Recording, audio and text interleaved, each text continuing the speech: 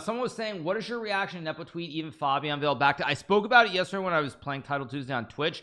I fundamentally agree with it. What's not clear to me is whether Magus had a computer in his room or not. I mean, the issue is not about a personal lounge. The issue is about whether Magus has like an actual advantage in terms of having like a laptop there and everything else. It's not about the actual room itself.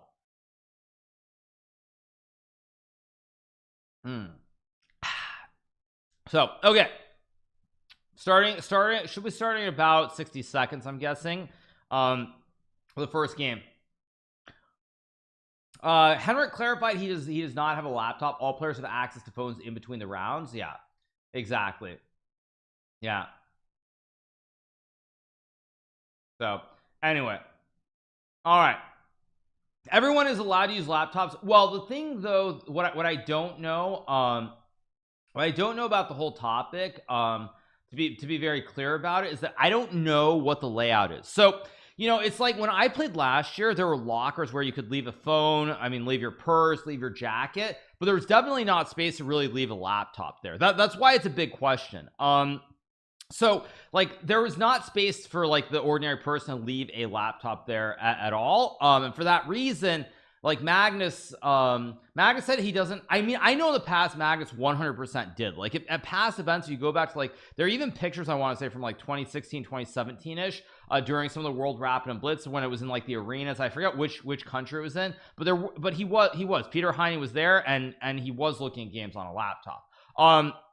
But what I do think is that if we don't know what the situation is, so obviously I'm not there, but if Magnus is not using a laptop, I think there has to be a lot of criticism lobbed towards Nepo, because when Nepo says that, you assume that Nepo is saying that like with a direct reason, like he does know for a fact that Magnus has a laptop or is based on something. But if Magnus doesn't have a laptop, I think it's very hard to really try and make a big deal out of it. Is my takeaway. As long as he doesn't. Now of course he could, and that I think is a very serious advantage potentially, but if he doesn't have a laptop, I mean, and his dad's saying that, I mean, it's hard to believe that they would just like make that up, considering that it's in a private room. I did not get a private room. That's another thing that actually kind of I find a little bit disturbing about the whole situation, is that I did not have a private room last time. Yes, I was able to go up to the VIP area, I think around the 4th day of the event. I think it was the 4th day. It was when the Blitz started, because the Rapid days I didn't even have the VIP pass. So I did not actually have access for most of the days last year, but I think the whole topic is just a little bit silly to begin with. So anyway, yeah. So all right, so where were we? We were somewhere, I forget where we were. So the game has started. What do we have? We have a Petrov in the game between Arjun and Yu Yang Yi. So we've got a Petrov. We'll get D takes C3 in a second. Let's move along. Cheparina versus Maxime, Queen's Gambit accepted, and we've got a Catalan in the game between Vidit and Magnus Carlsen. Are people less afraid that you aren't there to pawn them? I don't think that's really fair. Do players usually discuss their game in the wrestling lounge? No, like I remember last year when I played, I discussed after I drew Nepo, we went upstairs and we talked a little bit about our game, but that was about it. I don't think Magnus is going to win this game. I think it's going to be a draw. That's my prediction. Although if Magnus gets his setup that he wants with like takes C6, bishop f5, knight d7, I could see him winning the game. But I would expect this game to be a draw. That's what I would expect. Why do I think Caruana is so good at classical, struggles more with fast play? Because he's more calculation based and intuition based, but he has improved a lot at blitz specifically versus in the past. So I do give Fabio a lot of credit because he has seen where chess is going. He's focusing a lot more on rapid and blitz, and he's had some good results. So even though objectively he's better at classical, he has put in a lot of work and time towards getting better at rapid. So yeah. Have I ever tried shogi? I have, but not in any kind of serious way.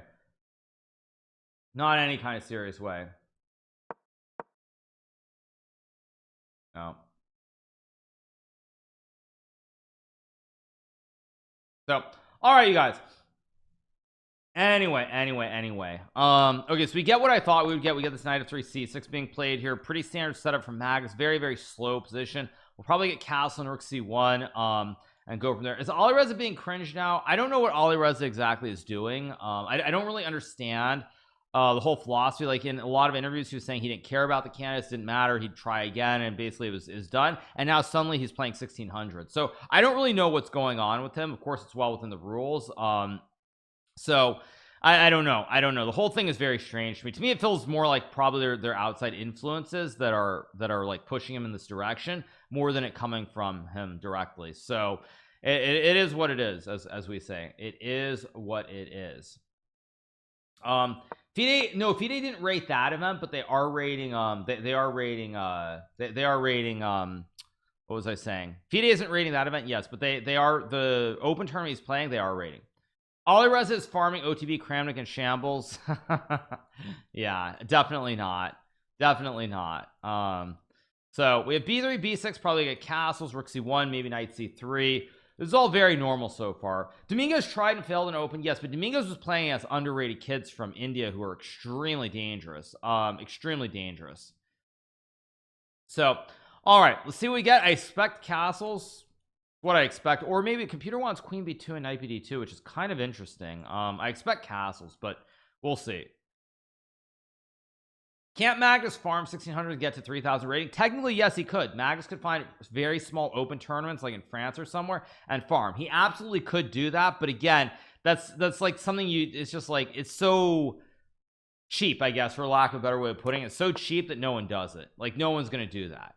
Like I could do it too. I could do that. I could just play like 2 tournaments a year, play 1600s, get to like 28, 20, and it's like, but that doesn't matter because I'm like, well, A, that's obviously not your rating, and B, like it's really, it's one of those like unwritten things that you just don't do. I saw the Nepo tweet, unless there's a new one. I did see it. So yeah, doesn't seem like a big issue, but it is something that probably should not be allowed. And I also thought it was very good that Fabiano, when he's if you're playing 1600s, you're never going to lose. I mean, if I play a 1600, I am going to win 100 out of 100. And Alireza gained points, but I think in the future they're closing the loophole, so it's not possible. So yeah. Gada is playing. Yes, Gada is playing. So the fact that Gada is playing means it's going to be a very serious, very, very tough challenge.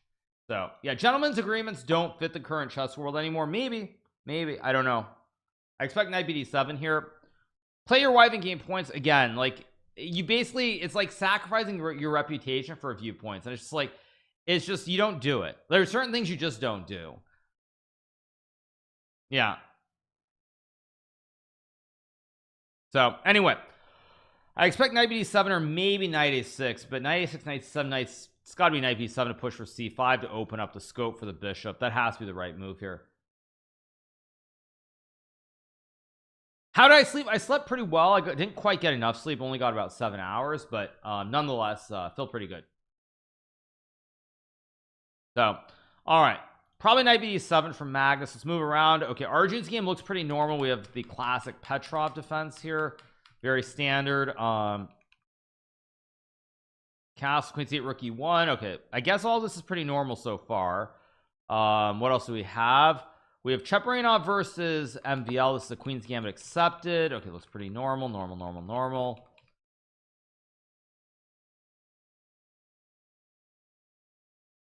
Let's move around. Am I with Team Nepo or Team Magnus? I mean, I fundamentally agree with Nepo on the topic. I would say that if Magnus does not have access to a computer, though, it makes the issue very much of a non-starter in a way.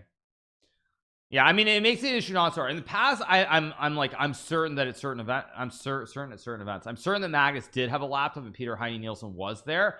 But as far as this event goes, if Magnus is a private room, but there's no access to like a computer, I mean, the issue becomes far more it becomes much less of an issue, I guess you could say.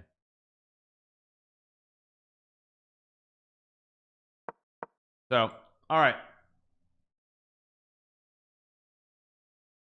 if Alireza plays Levy in classical, what are the odds that Alireza gains points? I don't know how much a draw would cost him, but my guess is that a draw would cost him a bunch of points. So if a draw is going to cost him a bunch of points and he needs to win, like I would think that he should beat Levy probably give or take 90% of the time. But if Levy's trying to draw every single game, it becomes a lot harder. Nebo is worse against Ariane Tari. We take a look. Games, let's see what's happening here. Okay, all normal. What is this? More of this stuff. Okay, let's move around. Let's see. Dubov, by the way, is very quietly having, I think, a pretty good event. Let me see. He's got 4 points. Dubov also a dangerous player here who he's very quietly like sort of lurking behind everyone, but he has a chance. What age do you want to retire from chess? I think if you want me to answer that question honestly, what I would say is I think I have this candidate cycle and one more cycle left in me, so I would say around 39 years old probably. But we'll see. What is C6 by Dubov? C6 is one of the unusual moves. There's C6 and Rook E8. Those are the two more unusual moves. So we have this position that's fairly normal. Alirez's tournament, I've been told, is not going to be rated. That's what I've been told. Cycles are about 2 years.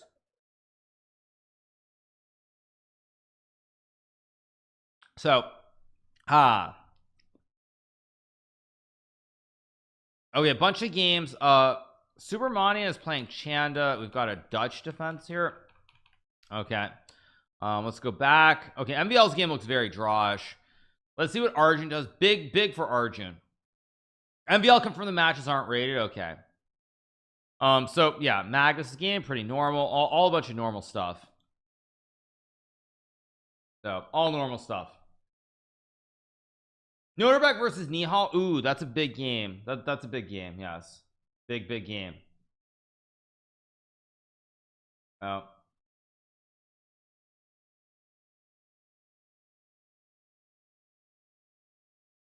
So all right.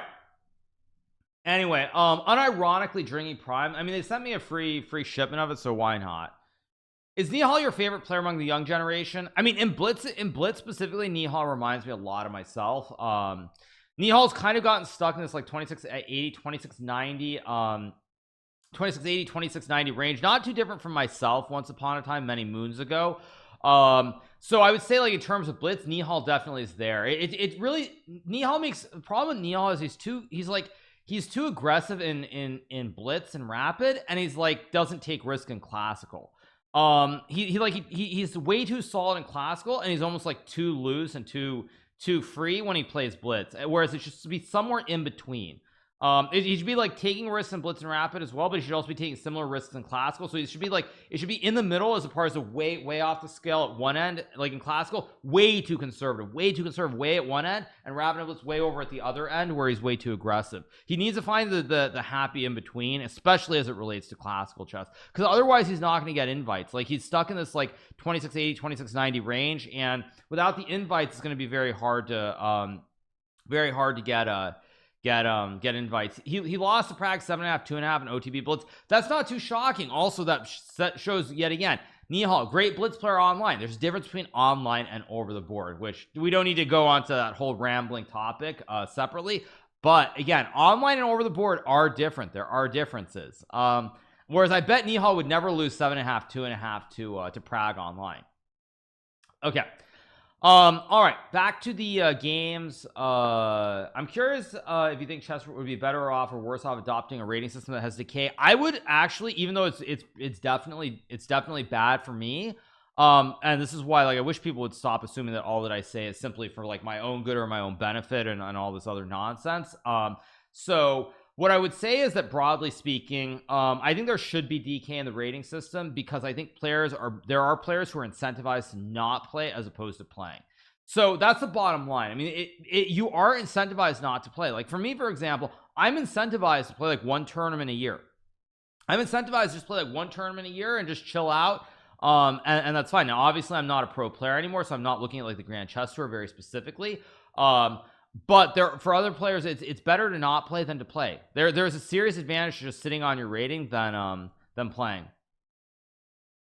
So I do think there should be decay. I don't know how much decay it should be, but there should be some decay. I do. Now, computer says G4 is good here. Will Vita play G4? This is a big moment here. G4 is a very strange move, but apparently it's pretty good. No dollars, no, but you actually, that's not the point. The point is that if you don't play, you can play the Grand Chess Tour where your rating is somewhat protected. Now you can still lose rating points when you play the Grand Chess Tour, but as I've said many times on the stream, when you play the Grand Chess Tour, when I was playing chess professionally, I made nearly 40% of my income yearly from the Grand Chess Tour. 40% of my income from getting the invitation to that event. So when I talk about hoarding your rating, I'm saying that if you play one tournament a year, you keep your rating steady, and then you only play the Grand Chess Tour, you'll keep making income year after year after year after year. So that's why that's why hoarding your rating actually does matter, and that's why it is a real problem. It's a bad approach to life, sure, but you know it's nice to say that when you're sitting on the sideline, but if you got the bills to pay, you got a wife and 2 kids, like I think Dominguez has, it's not a joke. If you're gonna risk, if you need to make that 40% of your income or more is coming from the Grand Chess Tour, you're gonna do your best to get that invitation. And that's why people get, I know people are annoyed with Dominguez for withdrawing, but I completely understand it. He's got a wife, he has a family, and you got to pay the bills. So that's actually, so back to the overarching topic.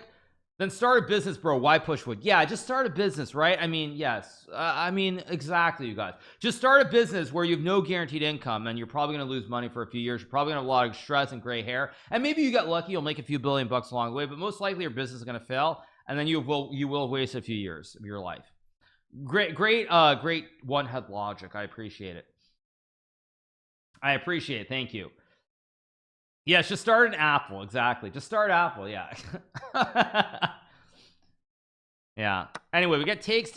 Okay, Vita plays g4. He does the other sequence. He does not play g4 first. Computer now doesn't like this. Why? I guess because g4, the C file is still closed here, right? So g5 98. And what's the difference? The C file is not open versus in the game where now the C file is open after rook c8. So let's see what we get here. What else we have? Okay, Arjun has a big advantage here, by the way. He's got a big advantage in this game against Yu Yang Yi here after queen e3, apparently, with maximum pressure, right triangles as well. Let's see if we get queen e3. But yeah, so I do think that DK is a thing, and I think it should exist. It's very, very small advantage for Cheparino with the 2 Bs here. He's going to try to use the Bs to harass the horses, but I feel like it's pretty equal if Maxime is steady here. It's pretty equal. So is there a way to put chat above your head? I could do I have it on the scene? I don't think I do.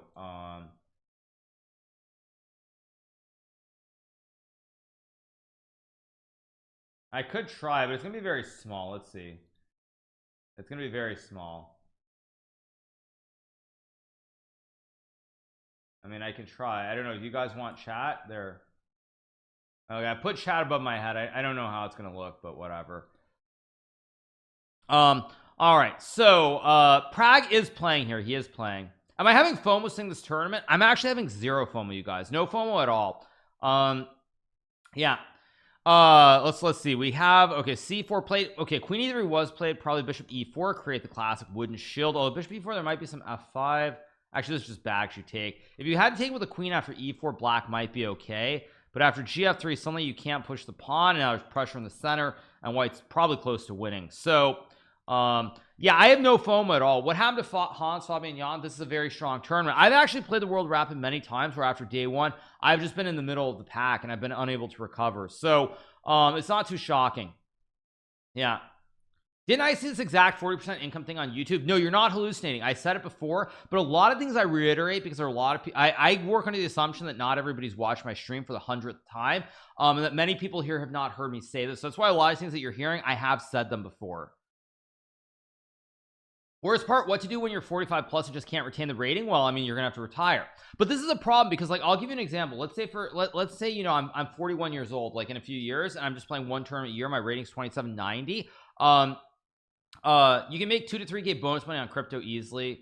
Yeah, thank you, appreciate it.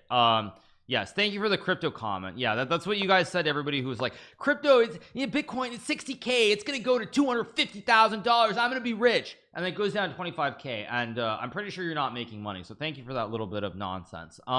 Anyway, okay, so yeah, I mean, the thing is, if you just play you play like you play one tournament a year, you can keep your rating up there forever, pretty much. Not forever, but for a long period of time. We get ef4, there's bishop h7 or queen f4. Both moves look playable. Queen f4 is what the computer wants. I think it wants this because if white can ever get the double wooden shield here in the middle of the board, this is a really beautiful double wooden shield. White probably has a big advantage with the two Bs.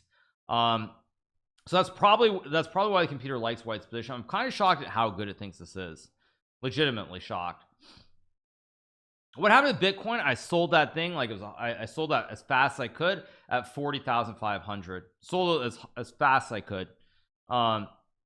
So yeah. So all right, we got queen f4, bishop d6. I think check might be.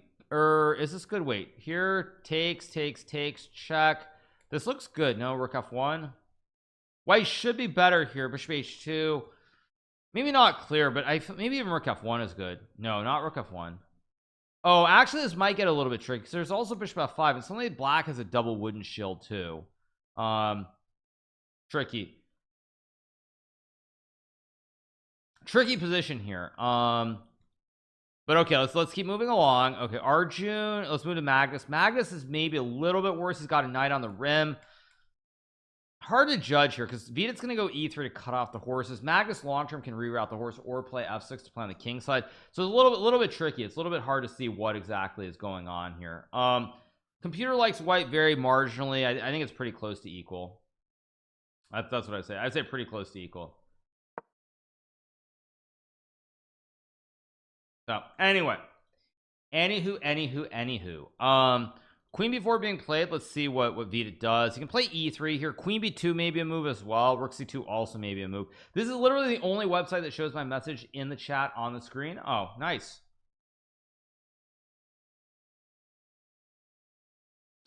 Someone was saying what you guys were talking about. Who are you talking about? Tari versus Nepo. Okay, let's go back. Tari. Okay. Ooh, Nepo is winning after queen f6. He's winning. But anyway, let's get back to the other games. Knight d5 I don't think works. It's check. There's just king f8 to hit the knight. Yeah, so knight d5 doesn't work. I assume e3, maybe rook c2. E3 or rook c2. Queen b2 is apparently the human is the best move, not the human, the computer move. But yeah, we get e3, which is what I expected. We might get like knight e4 or something like this. I mean, pretty dry position. I'm guessing this will be a draw. Arjun is plus 1.2. Yeah, Arjun if he went for this end game. Oh wait, what just happened? We got bishop e6. There's bishop f4 here maybe, but I mean, is white really not just better here? It feels like white should be better with the safe king side and ideas to push on the king side. Feels like white should be better. Safe king, also right triangle, of course, obviously, but I think he should be better here.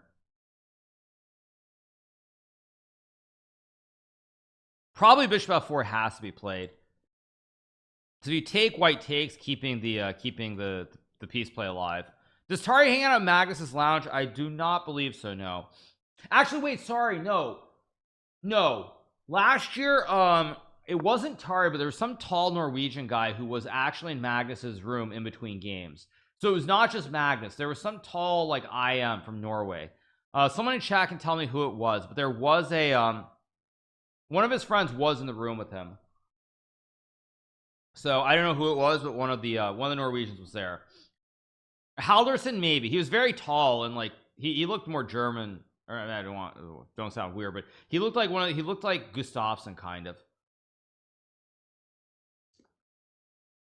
He looked a little bit like Gustafsson. It was not Christensen. I think it was Halderson. Let me look at a picture of him. Halderson shots. He looked like Jan Gustafsson. Yeah, was it Halder? Yeah, it was Halderson. Exactly, it was Halderson. That's who it was. Yeah. Anyway, okay. But Benjamin Halderson, I am. Yeah, that's who it was. Racial profiling. Okay, thank you guys. Thank you. Okay, what do we have? More moves in the Magnus game. Still fairly dry, but I don't really like this position. The more this game goes on, the less I like Vidit's position. Maybe actually no, Queen B2 is good because after Rook C8 you have A3 to kick the queen away where it can't target the knight on C3. Have I ever had fans at the airport waiting and cheering for you when you arrive in a new country? No, well, new country, maybe I've had it, but never in the US. Nepo said that Carlsen gets special treatment by FIDE. Who cares? As long as it's not like an actual advantage over the board, who cares? Who cares? I mean, I don't want to be weird about it, but who cares?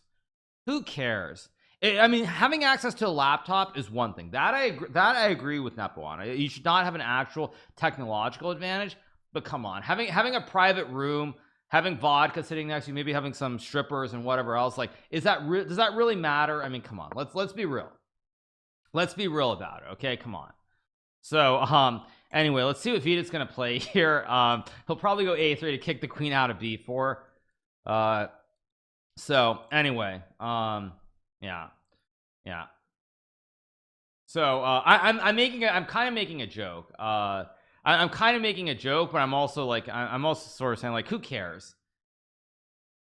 I mean, it's like, you know, I would say that in general terms, as long as he doesn't have like a big technological advantage, who cares? So, oh, strippers are forbidden in these countries. Okay, what do I know? Anyway, all right, let's see what we get.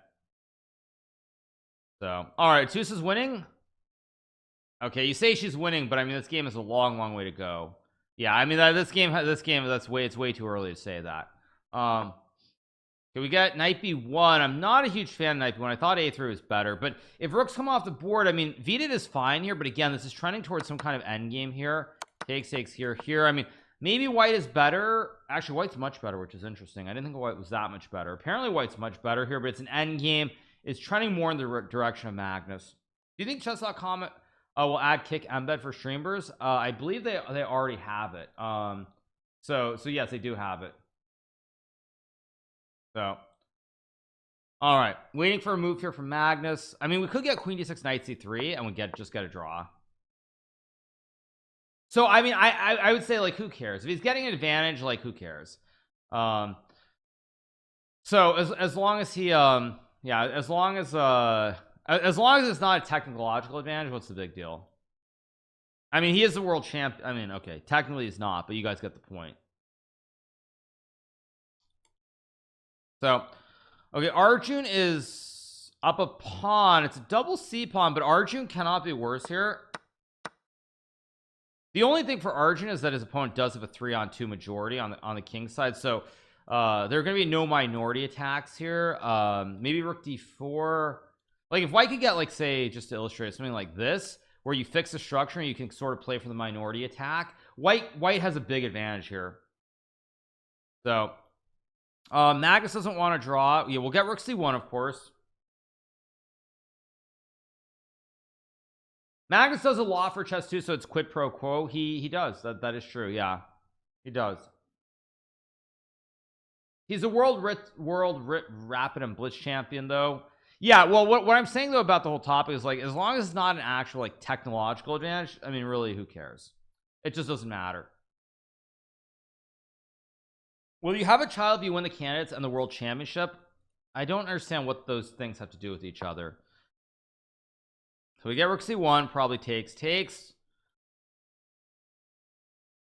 But are you sure he doesn't get a laptop? I mean, I'm gonna assume that Magnus and his dad aren't lying on this one. I mean, it would be very weird too. And honestly, I would think that there probably are cameras when they enter the building. So I feel like there probably are cameras. So if they're lying, I feel like someone in security would be able to prove that they're lying right off. So I just don't believe it. Yeah, I just don't believe it.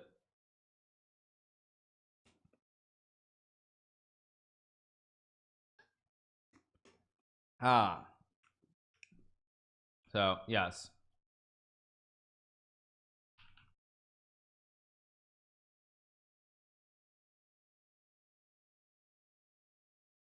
Anyway,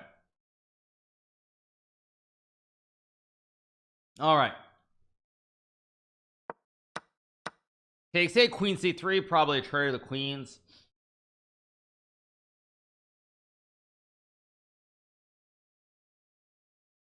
What happened at the end of Magnus's game yesterday? He won.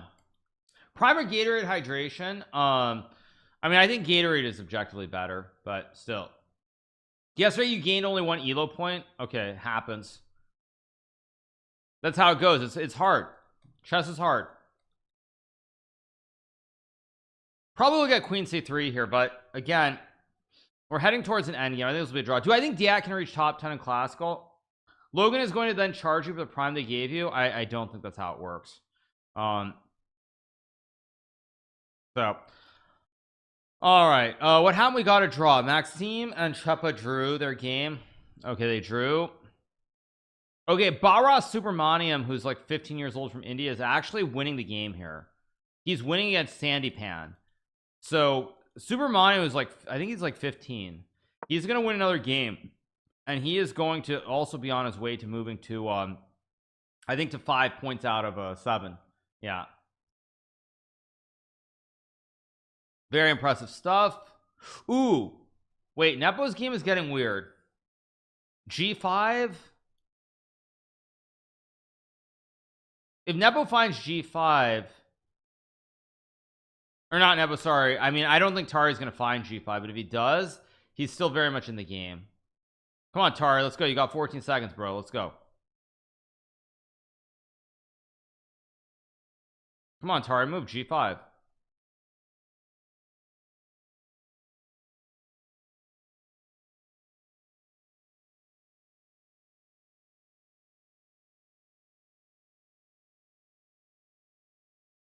Nope, blunder. So maybe yeah, poor Tari. It's probably his last one he's playing before he retires from chess, and unfortunately he's gonna lose. So let's move back along. Okay. Okay, what else do we have? Okay, so let's go back. Let's see what other games there are. Okay, Magnus is, yeah, Magnus is starting to get an advantage. Magnus is going to win this game, I think, by the way, because he's getting his kind of position here where he's starting to get this bishop here. His knights are slowly getting active. He can open up the center. I mean, this is a very dry position. This is exactly what Magnus wants. I think Magnus will probably win unless Vita finds queen b2 and knight e1. Also, for me, I probably shouldn't be saying this. I'm playing in the candidates, but I want to see how Vita reacts here, because this is a good telltale sign of whether Vita has improved his nerves or not, because he is still completely fine here after queen b2 and knight e1, but I don't really think he's going to find it. And so I want to see how good his nerves are. Does he have the nerves? It's because 0.0 is based on like humans. Why is there a women's section, not a men's section? Thank you for that. Appreciate it. So yeah, I want to get an idea. Arjun's game, we have many more moves. Let me refresh the board. Yeah, Arjun is much better, but his extra pawn is a double stack, and black does have potentially a pass pawn, so it's not easy. So that's sort of what I'm waiting to see. Let's put a different game up here. Scooby Dooby Doo is actually better. Dubov is better against Shimanov. So okay, Subramaniam, I'm still winning. What else do we have? Actually, why do I have 2 Magnus games? I shouldn't. What about Garev versus Ralph? White maybe is better with knight d4 and f4 f5, although I guess b2 is weak. There's also rook b1 maybe, but we'll see. All right.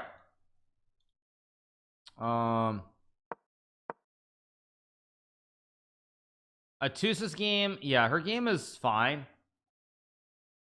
Her game is fine.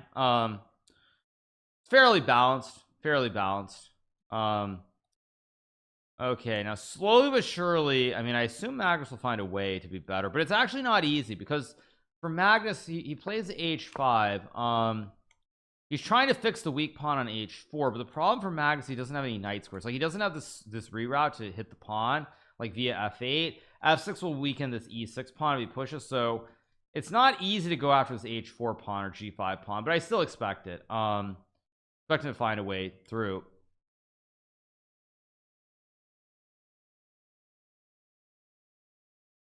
Apparently b6 is the best one. I mean, I guess this is okay here, but I really do think Arjun is going to win. I expect Arjun to win. I wonder how much of chat is still awake from the previous night. God only knows. So anyway,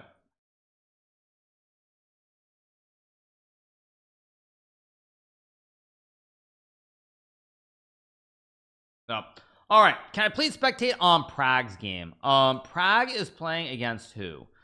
Pragnanandha. Actually, we did get rook d7, so king e6 here should be fine for Yu Yangi. Prague. Where is Prague? Prague is playing against Volodar. A big game, by the way. Big game. Volodar, very, very talented junior player from Russia. Probably the most talented junior player from Russia. The only player I think who has of the juniors from Russia who has real potential to become like a top level player. Only player, only Russian junior who's shown that kind of ability, I would say. Get h5 or d1, probably queen b6 here somewhere. Prague is, I guess, better, but it's a very tricky position because if black gets h4 here, for example, you get some h4 and you open up the king side. This king is going to be very, very weak very, very quickly. His name shall not be said. Whose name? I don't know. Who? Karyakin? Putin? Whose name? I don't know.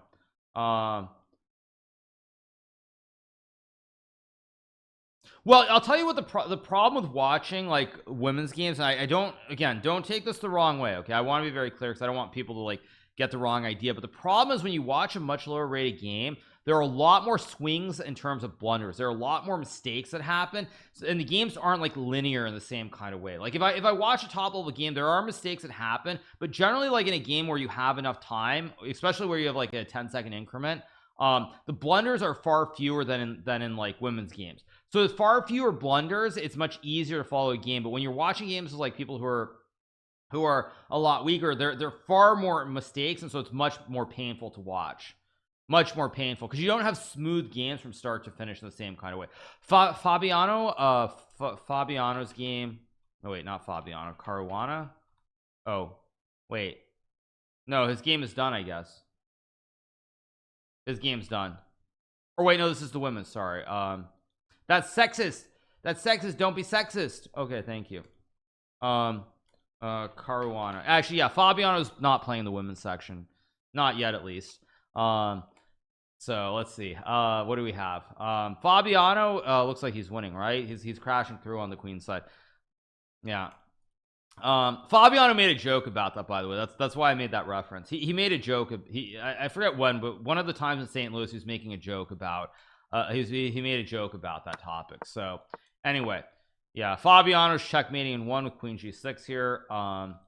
You're gonna trigger all the reactionaries. Yeah, there was some joke. I think I had a conversation. Was it with him and Lev? Maybe it might have been with him and Levon. I'm not sure, but at any rate, whatever.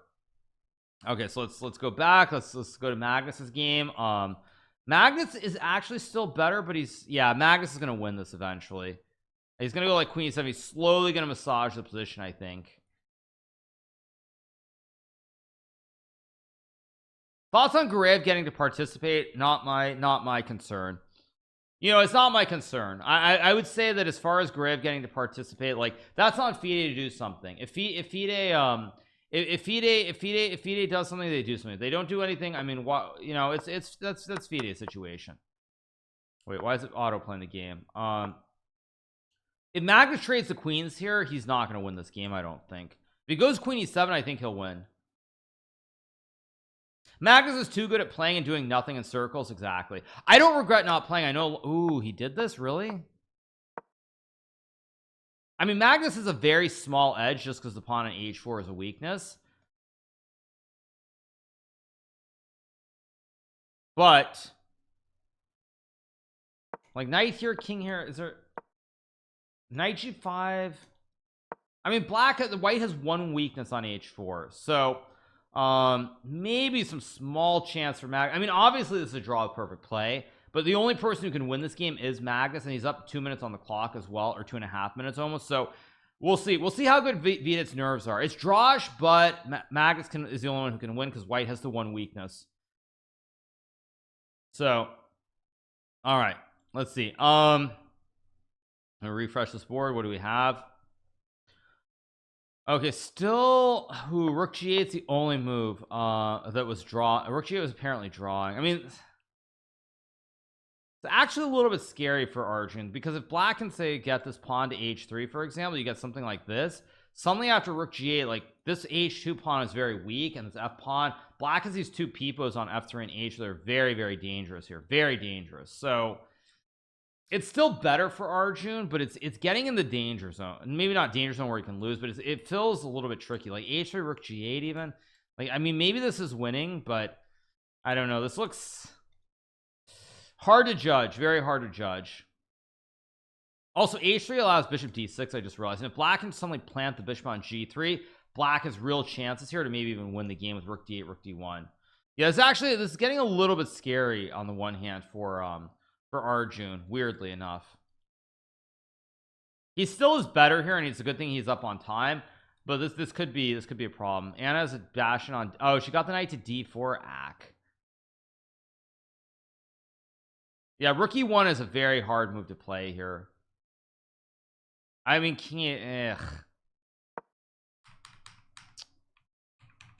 yeah, queen d5 was just a terrible move.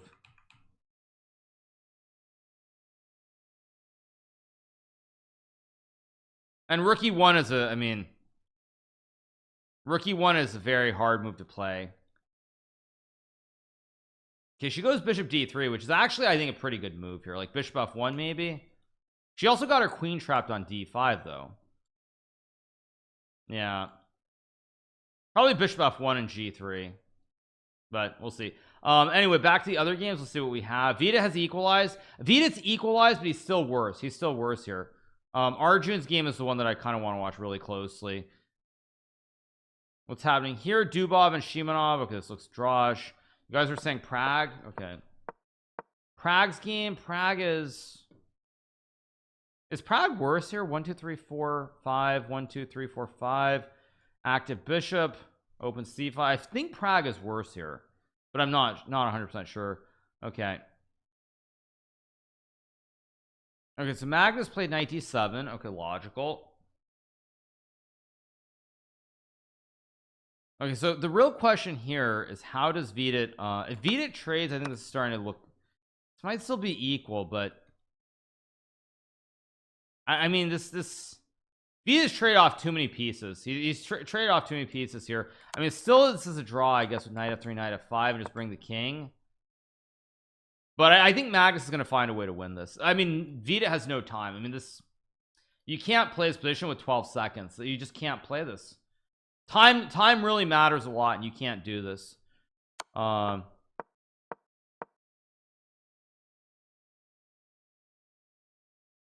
we got what I expected. King d3, knight f6, probably something like this. King e2, knight e4, knight e5. I mean, still, it is a draw, but Magnus is going to play this play on forever. Vida, you got Subramaniam 1. You guys are saying find Nihal's game. Let's take a look. Nihal is playing against No Deerbeck. Nihal is winning just bishop g7 down the road. He just wants to get like this position.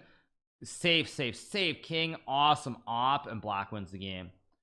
Actually, does white have end peasant here? Oh wait, no, this hangs the horse. You just lose. So okay, Nihal's gonna win. No surprise there, I guess. I mean, yeah, let's go back. What else do we have? Oh, we've got Levon. Levon is playing against Conrad Holt. Levon is, yeah, it looks like a draw, even material.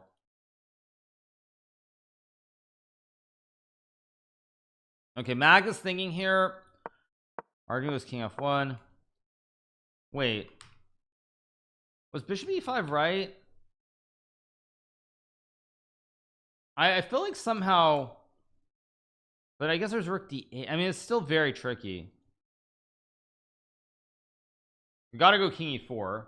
Moves are coming in batches, of course. Very frustrating the way the moves are coming in batches. Very, very frustrating. I'm not gonna lie. Very, very frustrating.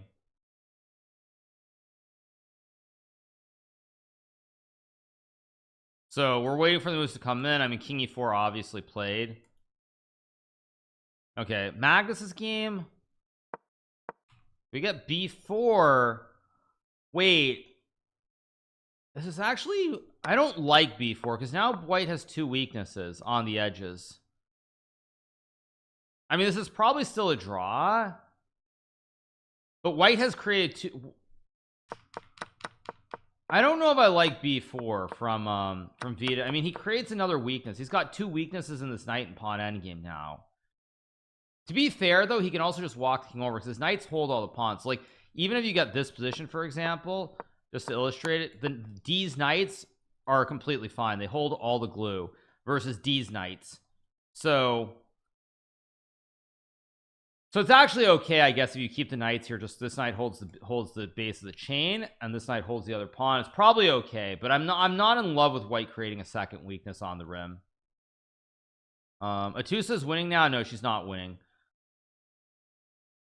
I really don't want to watch this game, but I'll watch it for a second. I'll watch it for 1 second. I really don't want to, but I will.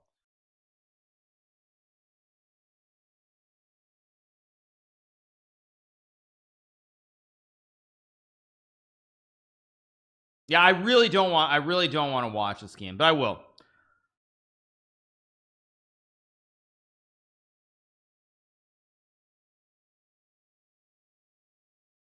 Mercen's winning against Prague. Okay, why not watch it? Because, like, when I start seeing blunders, assuming they're not blunders by black, you know, I'm gonna be unhappy. That's why I'm gonna be unhappy. Because, like I said, the thing is, actually, one of the reasons I was so unhappy during the Chess Champions Tour is because, like, when you play chess, you want to have smooth games. You want to have, like, relatively smooth games. And when you're seeing blunders over and over and over again, it's very upsetting. So, like, when I was playing, like, Noterbeck or some of the other games, like, it wasn't even so much I was losing. It's that I had so many chances. We were both playing so badly that you get really upset. So you want smooth games.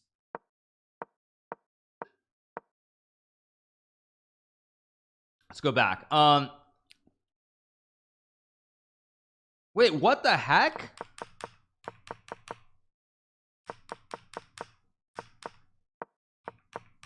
He blundered.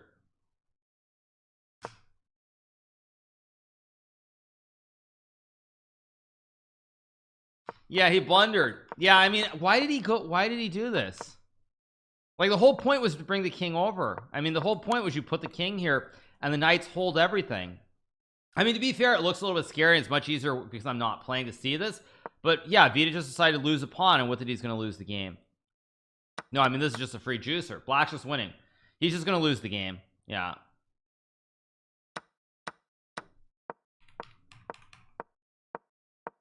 Wait, what's going on here? A7?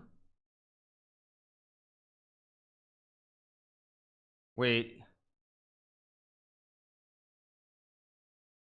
Just push the pawn. Come on, push the pawn. A7, let's go.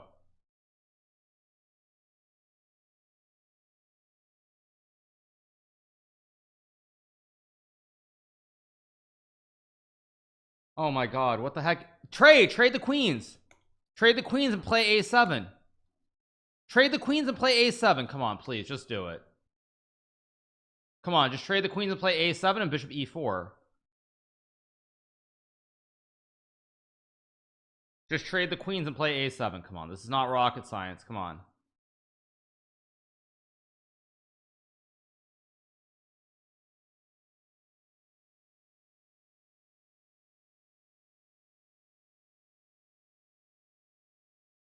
I hate the I hate the way the moves are coming. You could also just trade the queens and go rook G1. This also just wins as well.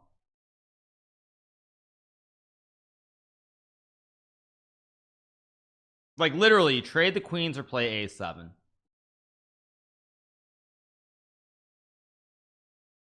I do rocket science and chess is harder. Yeah, I mean, there are many ways to win. Computer likes queen D7 as well, but just trade or go A7. I mean, this is not hard. Yep, rook G1. Good stuff. Good stuff. Very, very good stuff. Yeah. Good stuff. Okay, let's move back around. Magnus is winning, of course. Nothing else, nothing new there. Arjun has messed it up, by the way. Arjun is no longer winning here. Arjun's chances are going down. Broadcasting, I don't know why the moves are so slow, but it is a problem. It's legitimately a problem. Like we're in 2023, you guys.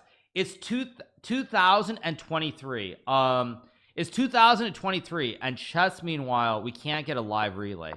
Okay, this game was a draw. Okay, let's go back. MARLSEN beats Pragnanant. Big win for MARLSEN. Levon is probably going to win this game with the classic wooden shield here. I expect him to win with the wooden shield. Even though computer says it's zeros, I expect him to. Yeah, I mean, it's 2023 and we're talking about chess, and we act like chess should be like a major sport, the way that like it should be a major sport. There should be a lot more money in chess, and yet we can't even get a relay that's functioning. And also, I'm gonna be honest, the notion of having delay, VEDIC crumbles, no surprise.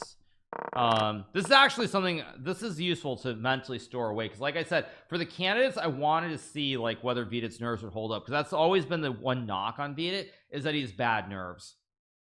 So yeah, so Arjun's game was a draw. Magnus wins. More draws. What else do we have? Scooby Dooby Doo is, I think, winning here with King C4. Or wait, no, not. Yeah, Scooby Dooby Doo is winning because there's Rook E7, and then takes here, and then here, and Rook D7, cut the king, and you just push P. So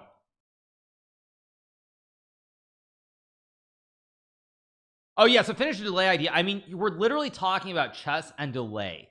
Like, you want chess to be a major sport. If you can't have chess in live in real time, I mean, let's be serious, chess is not going to be like a major sport. That's just a reality. If you can't have chess in real time, like because of all this cheating nonsense, then like let's not even pretend that it can be like a major thing.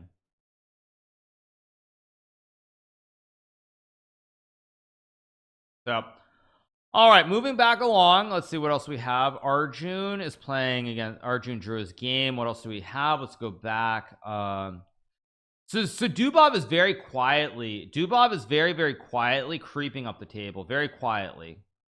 Bunch of draws.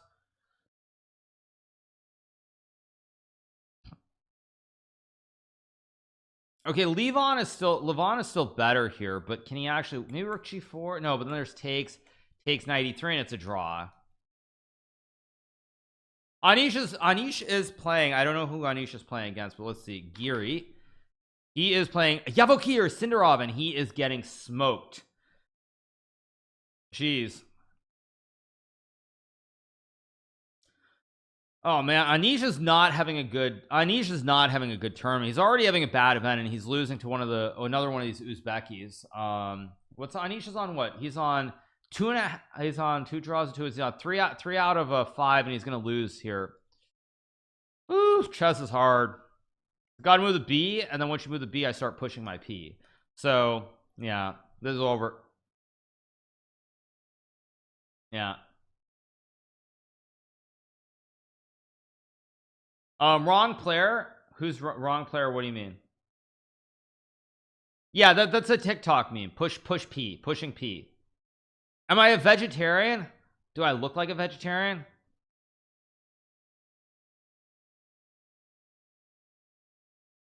Okay. Levon's game is gonna be a draw. Come on, let's be serious. Okay, what else do we have? Okay, Rajabov is playing against Amin. Rajabov is getting crushed here. He's up in exchange, but white has D's knights, and D's knights combined with some nice bastions, some pushing P again. Very, very bad position for black. Yeah. Oh, did I say Sindarov instead of Vakidov? Oh, sorry. But you know, I said it before, the Uzbekis, I have to be honest, like I give them I mean, I don't think like the government does anything specifically, but it's kind of phenomenal to see how many of these kids are good just naturally. Like, I don't know if it's a system or what, but there's so many players from Uzbekistan who are so good. It's just it's remarkable to see, because like in India there's a whole setup, there's a whole system, and I don't think there is in Uzbekistan the same way, but there's so many of these kids are so good. It's really inspiring to see. Bunch of black wins. Nihal won, Volodar won, Fedoseev won, Subramanian won with white, but again Anton won with black. Black Power. Yeah, Black Power in full force today in these games. So some draws. What else do we have?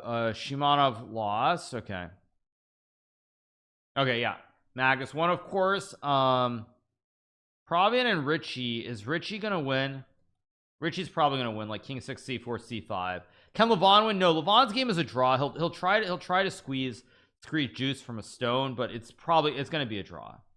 Whoa, thank you so much to Boosted for the 5 gifted subs. Thank you so much to Boosted. Big shout out to nearly 4,000 you guys for watching on this very fine Wednesday morning. Hope you guys are doing very, very well out there in the big wide world. The motivation for the Uzbeks is to get out of poverty. Okay, that's kind of weird, but okay. Although it is true, I would say that I would say that like I think one of the big differences between like say India and the US, for example, is that in the US playing chess, like it's not something viewed in a good way. In India, if you get good at chess because of the income levels and I mean income inequality, whatever you want to call it, and the country as a whole, I mean I know there's some very, very wealthy people, obviously, make no mistake about it, but I think the fact that in India it's like one of those things where if you can play chess you're doing better than if you I don't know what else you could be doing, but like you're doing very well. Like if you're able to play chess in India, you're doing well relative to like whatever an ordinary job is. Whereas in the US it's the exact opposite. If you're like playing chess, it's like you're a bum, you're a loser. Like why don't you go to school and get a real job that pays you like $75,000 a year? And it's legitimately a thing. Like I think in the US, if chess were paying better than the average job, probably you'd have more kids, more people look at it in a different kind of more serious way.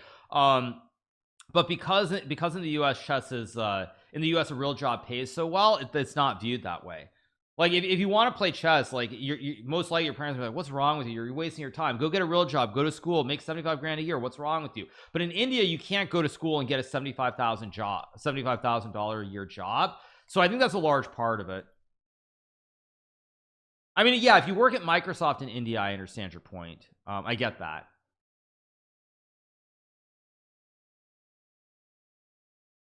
So yeah, I mean, I get your point. In Soviet Russia, you get 75,000 jobs. Yes, exactly. All right, so this game's gonna be a draw. What else do we have? Move back along. Richie is C6 takes C because you're 94 96.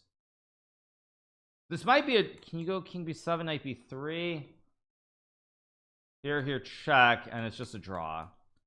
Yeah, it's just a draw. Okay. An 8-year-old beat Johann Sebastian Christensen. I'm just gonna say I'm glad that I'm near the end of my chess career. Losing to like an 8-year-old would be if I lost to an 8-year-old, I think I would want to quit chess. Yes, if I lost to an 8-year-old, I would want to quit playing chess. I think this is a draw, right? Knight G5 and King C7. Yeah, you can't guard the pawn. Yeah, Knight G5 is just a draw here. Or no, sorry, King C6 and then Knight G5 is just a draw.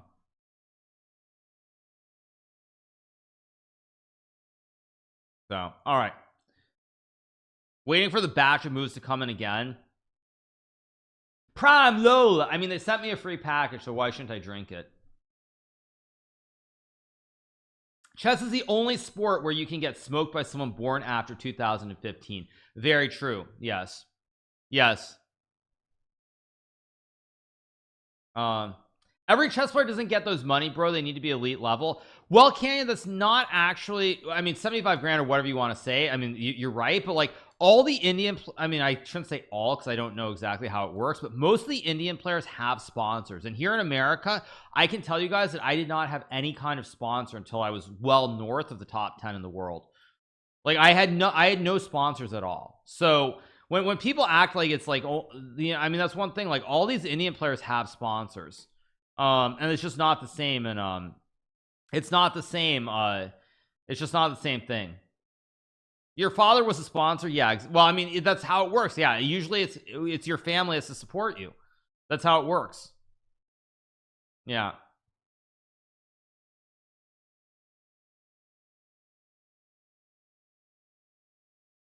Yeah. Magnus told NRK after the Vita win that it was specified this year that laptops are not allowed, but that he had a computer some other years. Okay. Yeah. Okay, knight g5. I mean, yeah, just a draw.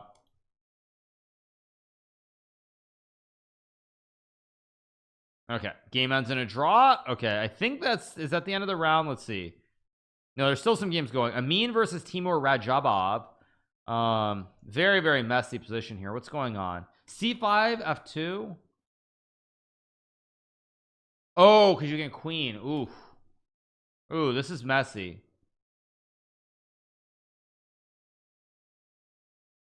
Yeah, c5. I mean, this is a very messy game.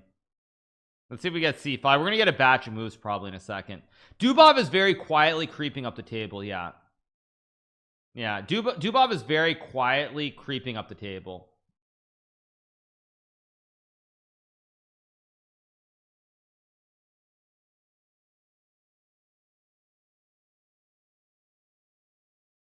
Chinese champ poops cheating device in hotel bathtub after win stripped a title. I hope you're not being serious. I thought that was a joke. Is that a serious thing?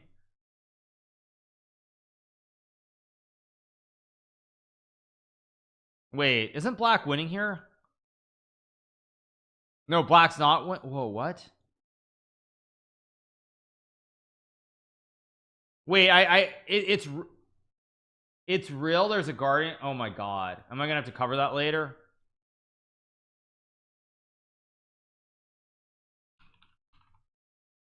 It's not real. Okay, it's not real. Okay. Oh, the cheating device part is not true. He's drunk and he pooped in a bathtub. He took a dump in a bathtub. What is this world coming to, you guys? I mean, seriously, what is this world coming to?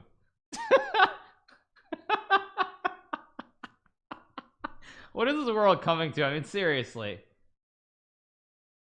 Oh my god, seriously. Let's watch a game. Let me refresh this.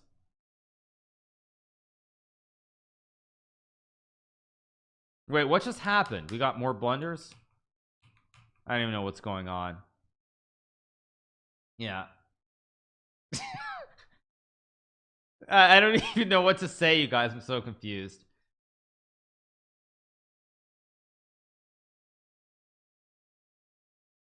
I'm eating dinner. Yes, you're eating dinner. I know. I agree. Yeah.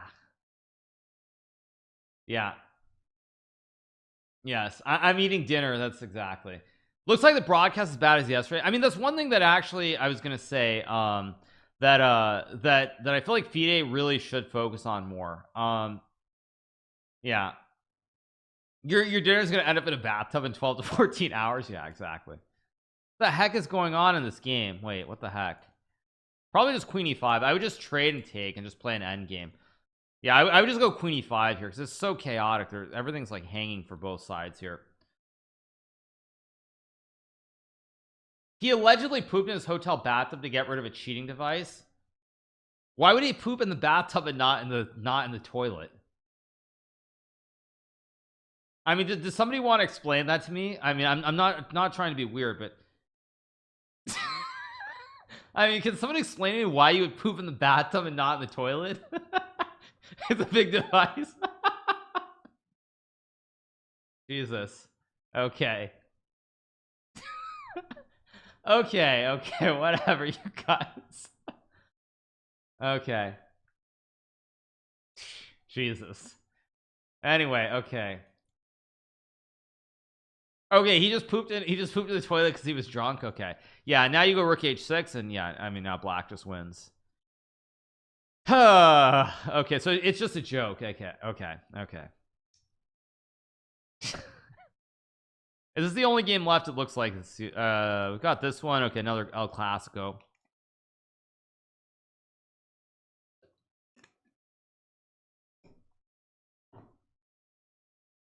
Anyway,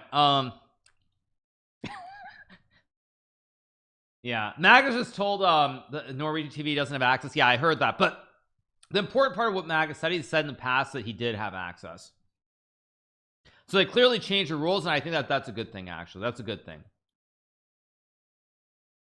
Do we get more? No more moves. Yeah, chat is wild today. Yes, it is. That one chess bra commentator has become part of history. He has, yes. Probably never thought that it would lead to Elon Musk tweeting about it. This is actually winning for, this might be close to winning for black. Rook b2 only move. It's still a draw, I think, but white has to be very careful here. Yeah, gotta go rook b2 here, I think. Having access to a computer is much different than a phone, because with a computer you can look at a bunch of chess lines much more quickly. It takes a lot of time on a phone to like load. There's actually, mainly as there's no software. Like on a phone you can't open ChessBase. I mean, maybe there is an app, but like opening ChessBase and accessing your files on a computer, you can do that like clockwork. You cannot do that on a phone in the same way.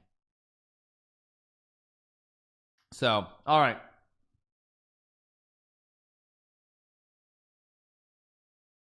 I don't think I've ever seen chat not being wild. Exactly, yeah. So all right, what else do we have? Magnus Carlsen won his game. Arjun Drew, big, not good for him. The big game that's coming up, I think, is going to be the big game coming up is going to be Magnus versus Dubov. Dubov is very quietly creeping up the table, and if there's anybody Magnus does not want to play, it's Dubov. Dubov, very dangerous player, very dangerous player when he's on. What liquids? I've got my usual. I've got my instant coffee, I've got my prime, and I've got my water. Dubov's just a very dangerous player. I mean, he's one of those players that you don't want to play against when he's on. So no, because he's very dangerous. He's beaten Magnus a few times, and tactically is very gifted. So prime is fine. I mean, I don't necessarily like love it. I don't hate it either. I would say it's in between.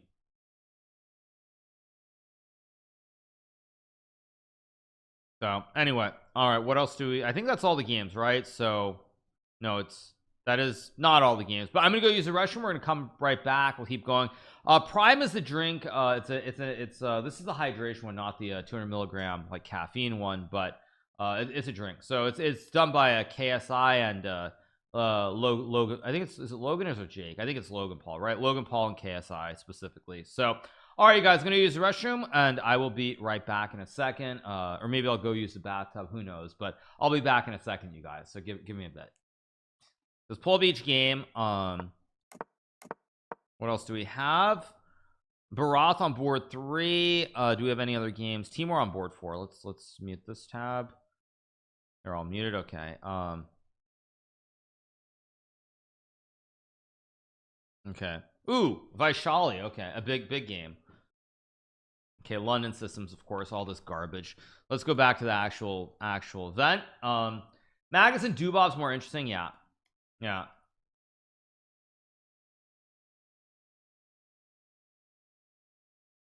Yeah, I mean, either he's like 2400 plus, like he's gonna get 2400, or there's something wrong.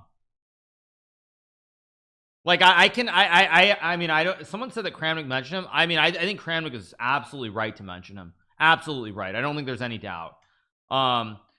Like if he plays tournaments, he should be 2400. He's playing at least an IM level, at least an IM level. It's not even close. He drew versus 1500 in July. Okay, let's watch Magnus's game. We got c4, queen b6, probably b3 or queen c2 will be played here. Actually, queen c2 might run into knight h. Yeah, it runs into knight h5 because there's all this f6 and you have all these problems on the dark squares. Yeah, I mean, like I'll give you a good example. So like I played against Buddy Pranav many times online, and Buddy for a while did not have the chance to play tournaments, and then as soon as he was able to actually play tournaments, his ratings started gapping, and I think he's close to 2600 now. So like for Buddy as an example, like I knew he was going to be very good. Like you could tell from the games he played in Blitz that he was going to be a 2600 plus player. You could tell, like it wasn't in doubt at all based on how good he was at Blitz. And the same thing the same thing exists for Yagiz Khan Erdogmus, who's the talented junior player. He lost against the 1400 in 2021. Yeah, I mean, like I said, if he plays tournaments, he's not 2400. There's something wrong. That's all that needs to be said. But the problem is, without actual data over the board, you just don't know. That's actually a large part of the problem. You just don't know. Like if you're playing against someone and they don't ever play over the board, you don't know because you don't have something to measure it against. That's the problem. That's the problem. So you just don't know. That's actually like the biggest issue with all this stuff, is you just don't know. You have no idea. Like I'm always gonna assume that the player is not cheating, because, like, I mean, if you believe chess.com stats, they're saying that something like 0.5% are cheating. That's what they're saying, right? So I mean, you have to, I mean, that's like what, 99.5% aren't cheating. So you have to assume that that's the baseline. But I would say if he's playing over the board and his rating is not 2400, there is something wrong, because he is not playing, I mean, at a 2100 level. He's not even remotely in that range. That's not even like on the same planet. Could be nerves. Nerves aren't going to make a difference in hundreds of points. You could say like 50 points maybe. Oh, he only started playing OTB last March. Okay, but if he plays, he should be an IM for sure. No chance. No, I mean, or like, there's just no way he's not an IM. No way. So anyway, let's see what happens in the RGM. We get b3 played here. Let's see if RGM goes a5 a4, maybe rook d8, maybe bishop b4, maybe bishop a6. But it kind of looks a little bit wonky to me, because you're hitting at a base of pawns that's guarded here. So I don't really like bishop a6. Yeah, I'm talking about the guy that I just played. Yeah, I mean, I hope he plays over the board. I really do.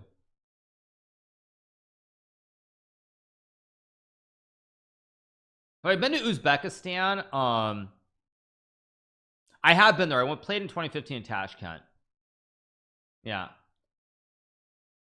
I'm just being the devil's advocate. He shouldn't be playing that well with the online. I mean, I would just say the problem is, like, the problem with all this stuff is that there's so many people who don't have the opportunities to play over the board. Like, for whatever reason, I feel like since the boom happened, there's so many people who like play online and they don't play over the board. Like, and actually you could say even at the top level, there are a lot of players who play less over the board now than they ever used to. And I'm not the only one. You look at like Levon Aroni, you look even you look at like, not Wesley or Fabi, because they've been very active, but who's another one? Like Dominguez hasn't been as active. Nepo has been pretty much he hasn't been active at all. Even Magnus has been a lot less active than in years past. So for whatever reason, ever since the boom, there are a lot less people playing over the board, it feels like. So yeah,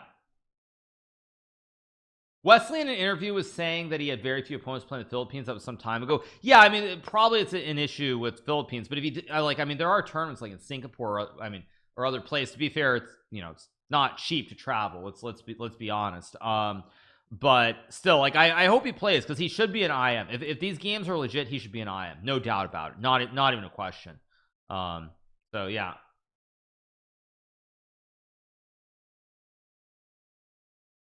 Yeah,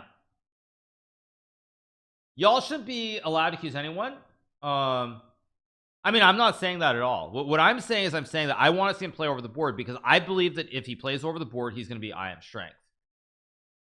Why does Nepo hate you? Guys have an issue in the past? Well, the Nepo issues are very specifically related to this year. I mean, like, I will just come out and say it, you know, like, people get mad at me about the whole Hans thing, but you know, one of the people who was like very loud to me, and pretty much loud to anybody who would listen to him about the whole Hans thing, was Nepo. No one was louder behind the scenes than Nepo about the whole Hans thing. I will just come out and say it right now. So when people you know, think that like Nepo and I have some massive issue, like Nepo was literally talking to me very, like, he was like nonstop talking about it last year, the whole thing. So it's not like we've always been on bad terms, but I think something just snapped to him this year, and for whatever reason, like, yeah, it's what it is.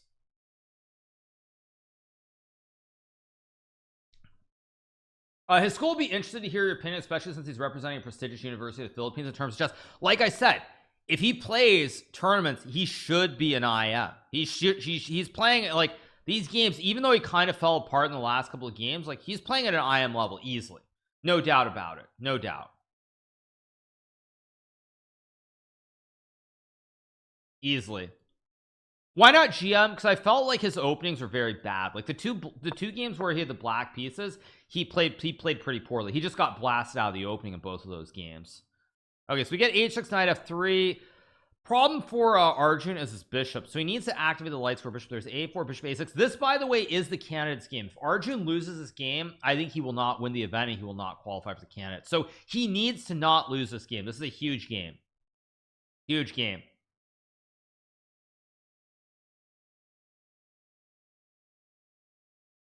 I keep trying to rewind things as a YouTube video. It's not. Does Blitz transition to classical? I mean, there's a difference. I think what I would say, I mean, again, I'm not a mathematician, but my guess is that probably, like, if I see someone like Buddy Pranav, for example, Buddy Pranav was what? He was I feel like he was stuck in the 2400s. Of course there was COVID, other things, but I feel like I played Buddy before the pandemic and I played Buddy after the pandemic, and I felt like once Buddy was able to start playing tournaments, his rating gapped a lot. And I think they're probably like a 50-point differential, but your rating should be like within plus minus, I would say 50-ish points. And like there should not be a gap of hundreds of points. I just don't think there should be that big of a gap, but that's just my opinion. That's not based on like some like great mathematical formula or anything. So all right, let's see what we get here. So a4 played. So Arjun wants to activate the bishop. He's trying to play against his chain. Eventually he wants to break the chain. He wants to break Magnus's chain. That sounds kind of weird. But anyway, wait, what's going on in Dubov? Whoa, Dubov's game looks. Wait, did Dubov sack a piece in the opening? Okay, see, Dubov is back to playing classic Dubov openings. What is this? Dubov is down a piece here, but it's very, very messy. His opponent can't castle, so he wants to go rook e1 or f3 and use the dis knight. This is an interesting position. Yeah, this is a typical Dubov game. Probably bishop f4 to go knight. What is even going on here? Knight c7. Yeah, this is gonna get very, very messy, and in a rapid game this is very hard to play for black.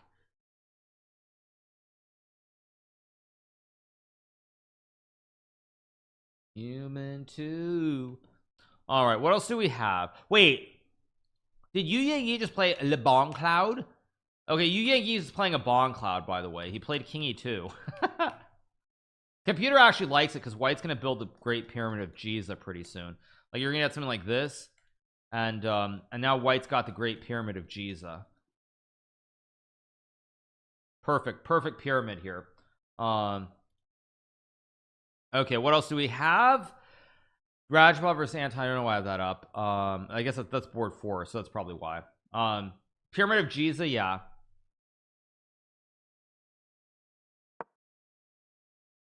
Gukesh is, yeah, you guys keep talking about Guki. Who's Gukesh playing? Not Garev. Okay, it's probably somewhere lower down. Let me scroll up. Gukesh. He is losing out of the opening against oh, he's playing Vakadov. Okay, normal. Oh, is he just wait? Oh, is there? Oh, Hikaru, you should sleep more. I'm sorry, I'm a streamer. I can sleep when I'm dead. F4 E4. Wow, this is actually just losing for black. Crazy. Duda made a huge blunder. Okay, the dude. What did the dude do? The dude is making a big loss somehow. What is this? Oh, it was this this E4 Nimzo. Okay, D6. Okay, all known.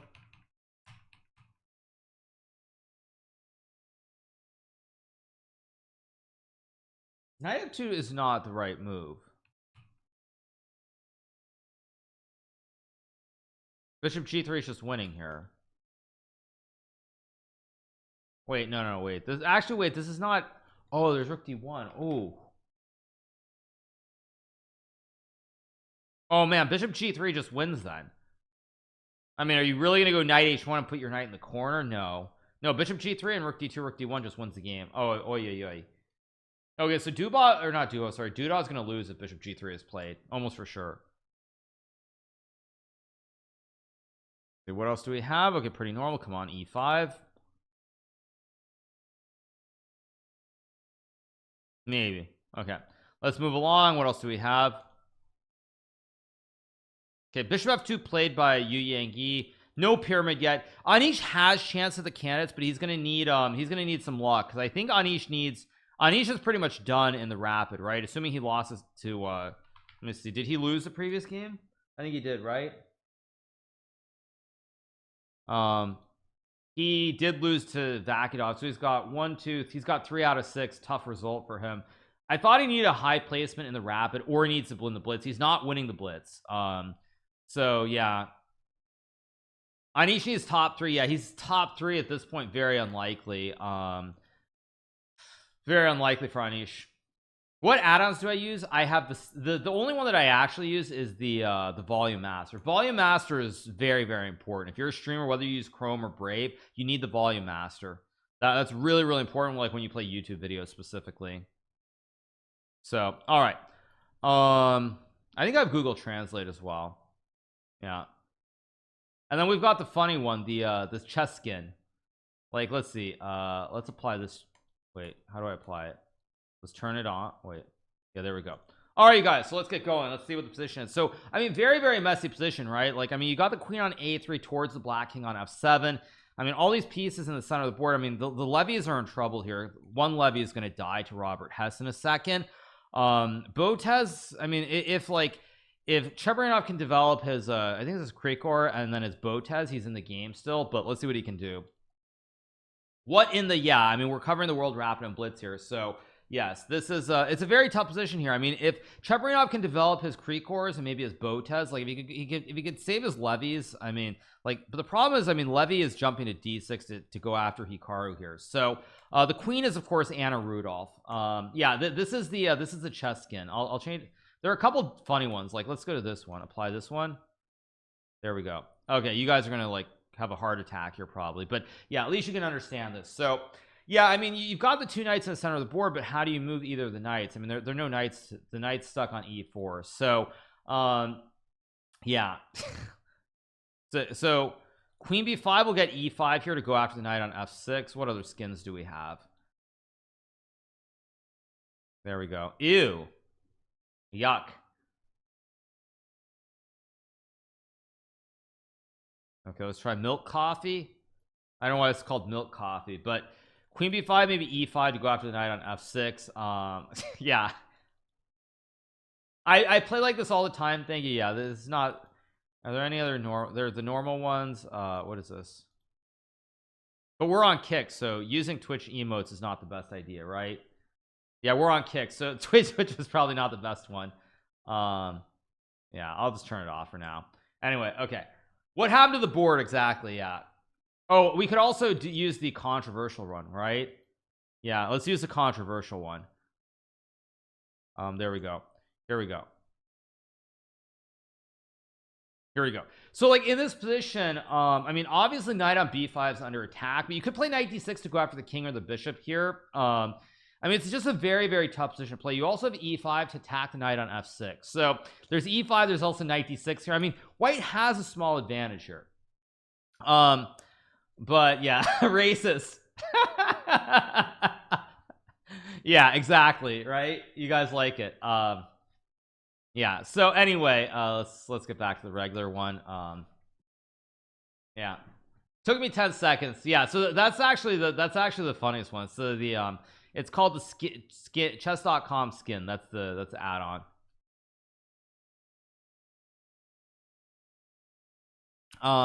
So let's see what apparently Scooby Dooby Doo made a mistake. So after takes an e5, apparently knight e4 and bishop f5, and it looks like white probably has some fossils here, but the king is very safe.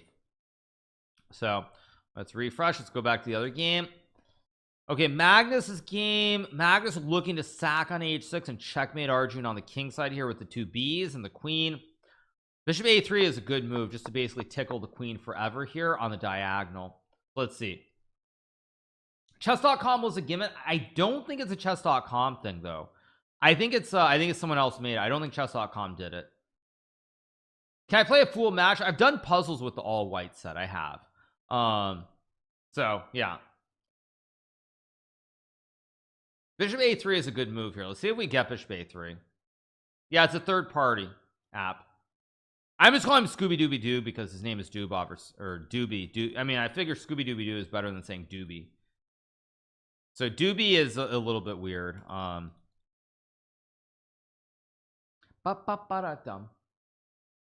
guy you play with Bliss lost like 40. 40 ratings afterwards, now 2980.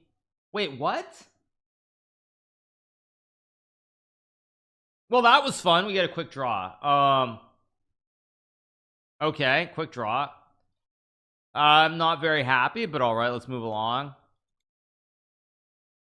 That's very disappointing, I'm not gonna lie. So we get a quick draw on board 1. That keeps Arjun's chances alive. Arjun has a legit chance to win this tournament if he keeps playing well. Yeah, I mean, legit chance. Nepo Man is slowly climbing the standings, right? He's won 3 in a row, so he's got 4 points now, so he's still a ways out, but he does have points. No, when the kid lost me, it was 2997 or something, I think. So it was 3012 when we started. I won 4 games. First year +4, third was +3. So yeah, does Nepo have his own lounge now? I don't know. But anyway, hey, probably gonna be, or is this a draw? Wait, I thought it was gonna be a draw, but Black has the 2 Bs, and the Bs are better than the Knights here. There might be chance for Nepo Man to win with the 2 Bs versus the 2 Biscuits. A little bit unclear here. Little bit unclear.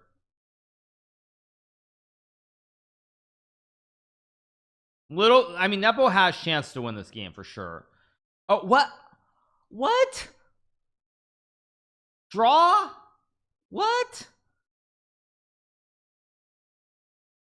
What the heck is going on?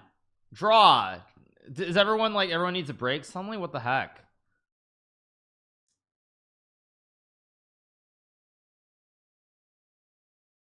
What else do we have? Who else is in the running? I'm trying to see. Who else is in the running? Yu Yang, I guess is the big one. What else do we have? Maxime is kind of in the running. He won 3 games in the middle, 2 draws. He's on +3, so he's having a good result. Nobody wants to play. They want to sit and relax in Magnus's lounge. Exactly. That's what, it's better to sit and lounge than play chess, right? Yeah. I'm a scat man.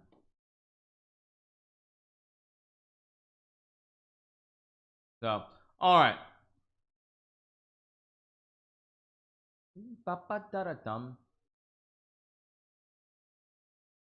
So, all right. Anywho. I'm in the mod lounge. Yes, mod lounge is something too. Computer likes White's position here. I generally don't like these structures in Rapid and Blitz because it's much easier for Black to play. If he gets like something like this just to illustrate the point, something like, I don't know, something like this and F5. Black has a lot of play very quickly on the king side. I don't love the structure in a Rapid Blitz, but Computer actually likes White's position here. So let's see.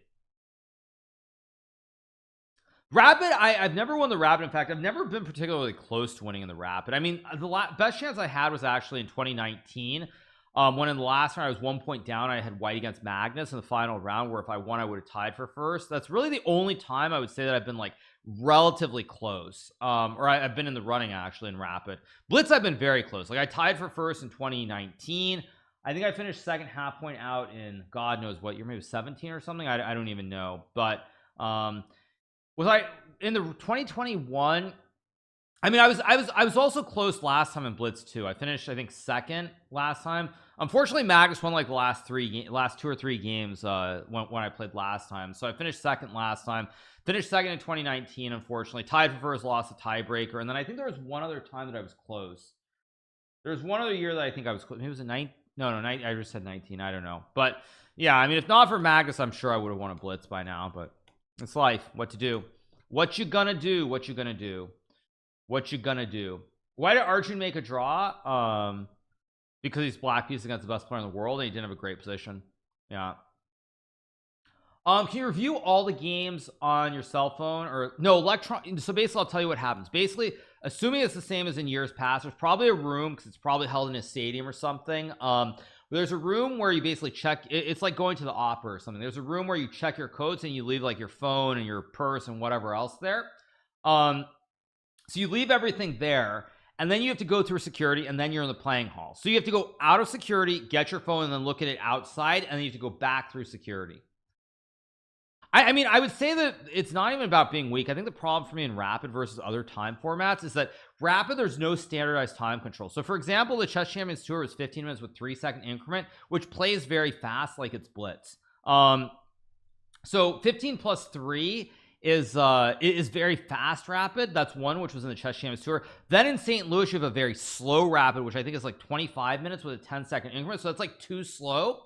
And then you have like 15 minutes with 10-second increment, which I think is this event. So there are many different formats of Rapid, and I find that in Rapid what happens is that I just generally it's hard for me to like find the happy in between like Blitz and Classical. So I got a bronze in 2018 as well, apparently. Yeah, but I don't think in 2018 I was in the running to win. I mean, I think I probably played well at the end to get the bronze, but it is what it is. But yeah, there are many different Rapid. There's like 15 plus 3, which is fast Rapid. There's 15 plus 10. Then there's 25 plus 10, like they do in St. Louis and Grand Chess Tour. So it's all over the place. So okay, let's see what we get here. Magnus, or not Max, sorry, Maxime did go knight c4. He's got a little bit of a bash in here, some pressure on both sides of the board, maybe f4 as well. Maybe bishop e3 to hit both pawns. Looks good for white objectively, but let's see. On each side the same thing. Yeah, I mean there's so many different formats for Rapid. I don't really think it's great.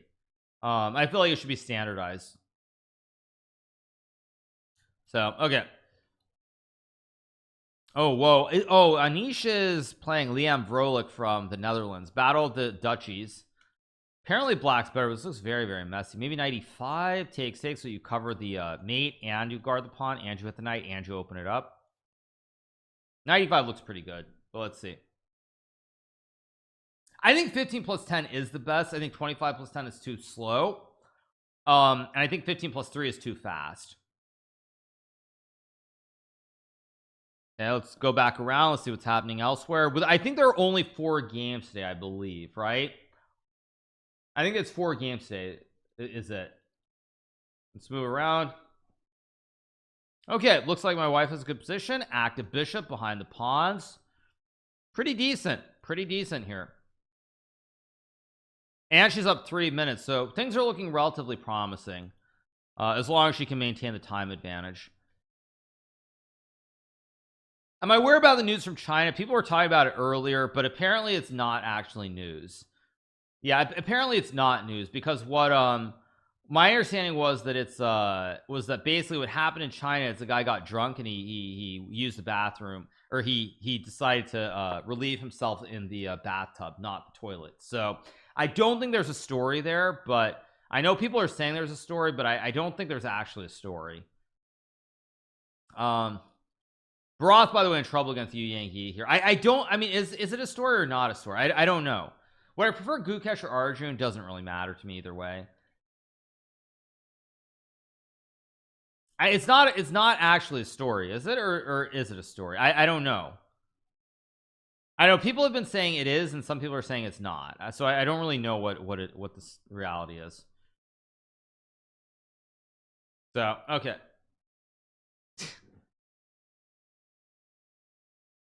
It's a real story. I mean, it's a story that he got drunk and he used the bathtub. The whole other part of it is not really clear. I don't know, you guys. I don't know. By the way, I like Maxine's position. F4 here or Bishop G5 both look very, very attractive.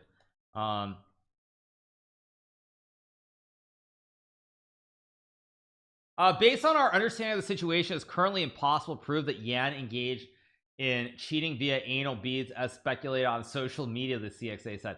As punishment for bad behavior, Mr. Yan was stripped of his title and banned from playing for a year. Okay. Yeah, like, come on, you guys, be serious. Wait, the guy, Chester guy, just played against a 2900 with an account made today?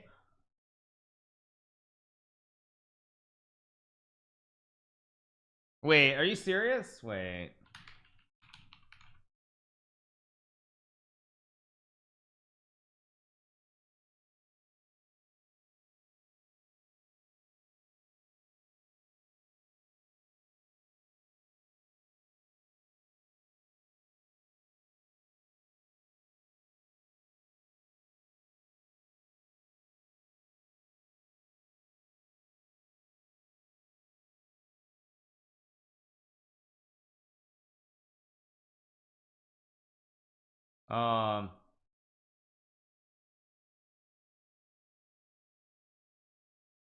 This looks very sus.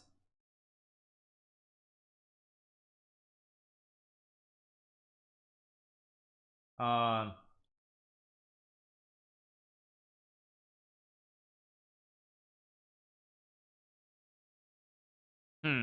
Okay. No, it's not that, you guys. Basically, there's this player whose account was created today. Average chess player 90 from the country of Turkey or whatever that's flag. They put December 27th, 2023, and they just ran over this guy. They ran over him, right? What's how many? He has 11. Wait, what? He has 11 game. How many games does he even blitz? 7-0-1. What the heck? It took him 11 games to get a 2900 rating.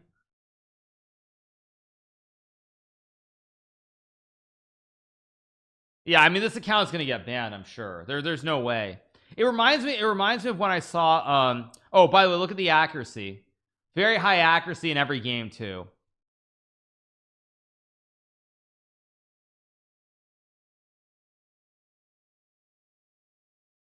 Okay, let's get back to the other games.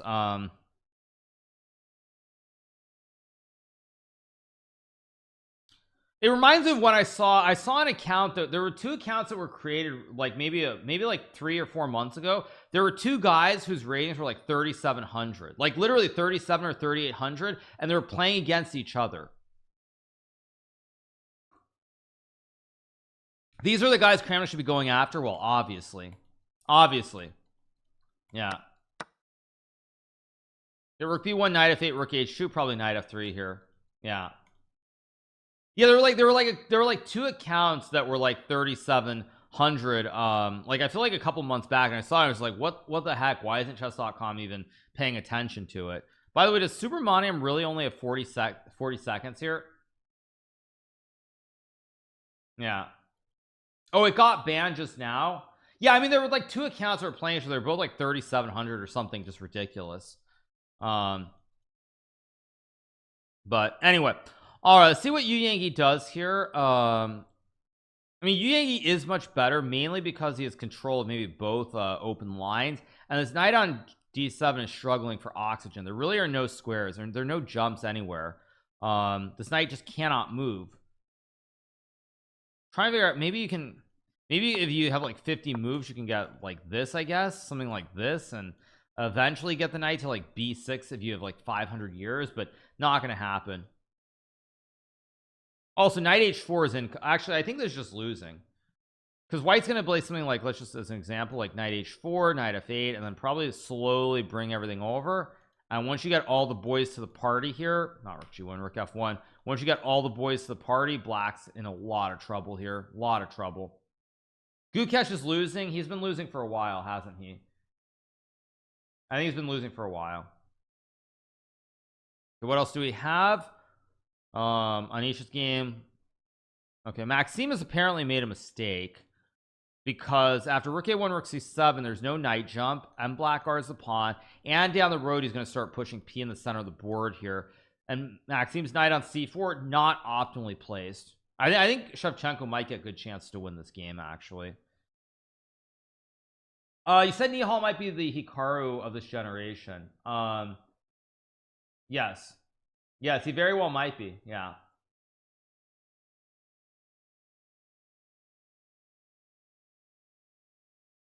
So, all right. Anyway, also, where were we? People were talking about this 8-year-old kid. What's his name? Shoga Diziev, 2042. What is this kid doing? Let me change the scene. Let me change the scene. There we go. All right, this kid, what is his performance? Oh wait, actually, sorry, it's wrong. Why is it wrong?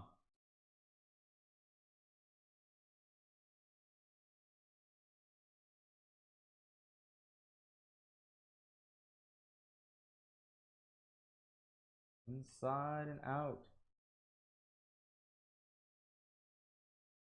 All right, this kid is unreal, by the way. This is actually an unreal performance. This kid is like 8 years old, and let's take a look at his rating. He beat a 25-27. He drew a 25-57. He lost to Ralph Mamedov 26-22. He drew against Gadir Gusanov, who's 26-31. He lost to Dmitry Bocharov at GM 25-15. He beat Johann Sebastian Bach 24-94 from Norway, and he's playing another GM. This kid is 8 years old, you guys. This is why all this stuff, I said it before, and this is why the COVID changed chess forever, and we're not really going to know probably for a few years. But although he is losing this game, right? No, he's not. Rook e6 is a draw. Oh my god. Will he play Rook e6 here? But this is why, this is why I said it before, and I'll reiterate again.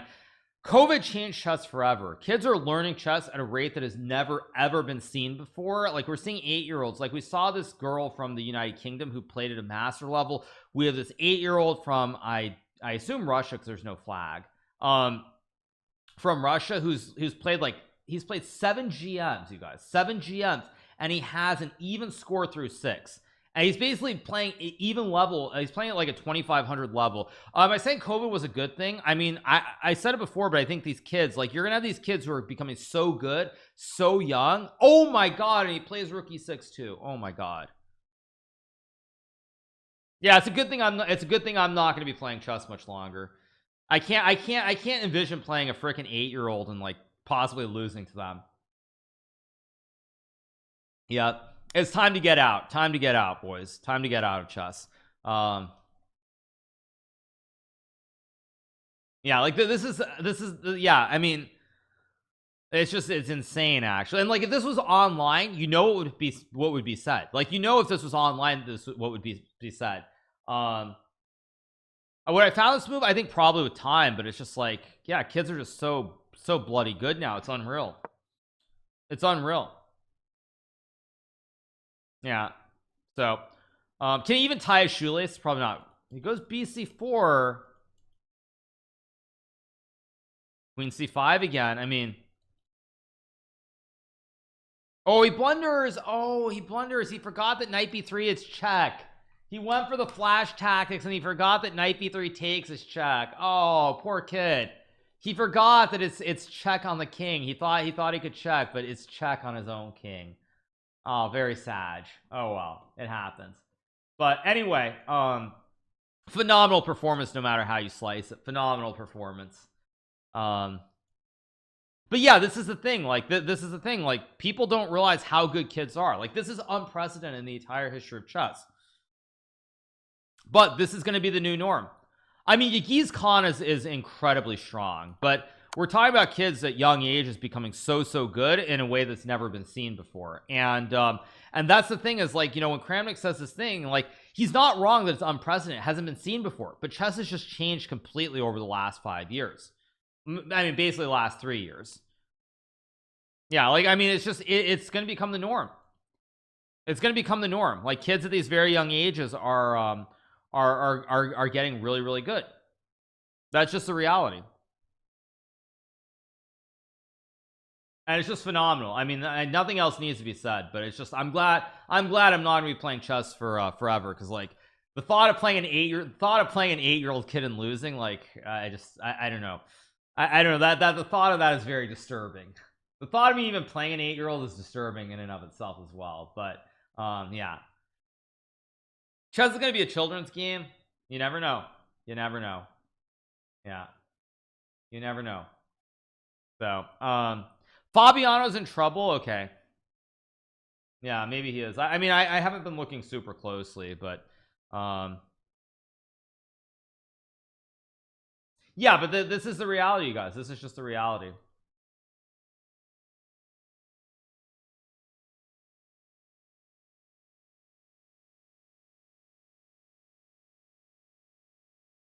Simple reality. Okay, okay, so what else do we have? Okay, it looks like Yu Yang still has this big advantage, but how does he win? Probably at some point he needs to open up the queen side and use the great horse. Get this. Okay, wait, what? Wait, what? He blundered knight d5 and white wins. Classic bastion. So Yu Yang wins, or he will win, I think. Knight b5, knight d6. hit all the juicers. Although black can try to run his knight to b6. Still tricky here. Like if you get this, still very tricky with the knight getting in. Nepo is losing to MARLSEN. Okay, let's go back. Nepo man, how's he doing? Nepo is knight b5 and he is losing. You guys are right. Knight b5 traps the juicer. The bishop has no squares available, so you have to trade. Now D's knights dominate D's bishops and white just wins the game. Ooh, knight b5, brutal by Nepo. Nepo actually getting outclassed here by MARLSEN. This is kind of phenomenal, isn't it? Nepo just getting clean outclassed in an endgame. Runner up for the world championship, he's getting outclassed by a random kid. Brutal. Yeah, knight b5 is just winning here for white. Do I think he would lose if he had a lounge? Yeah, exactly. Yes. Welcome to chess, you guys. Chess is for kids. It's like there should be a movie. What's the movie? No Country for Old Men. It should be like there's no chess for adults or something. But anyway, yeah. So, yep.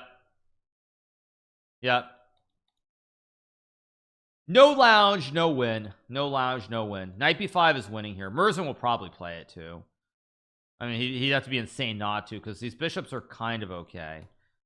f5 is also a move too, but I don't like f5. I think knight b5 will be played.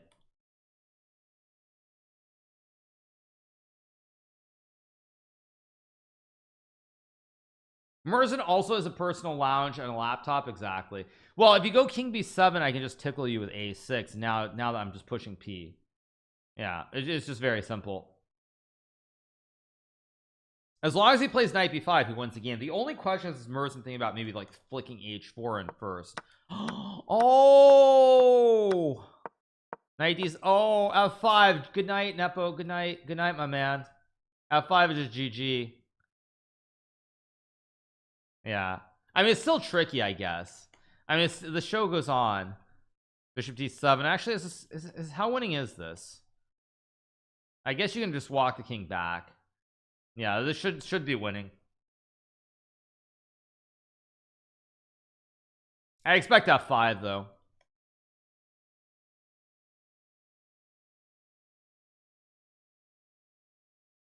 It's not really all that tricky, but you just have to calculate. I mean, you kind of have to, because if you don't go f5, like something like this, for example, now bishop guards the base of the pawns, and now everything's guarded, and black actually can try to win.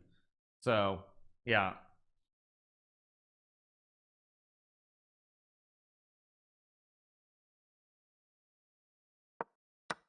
So, all right.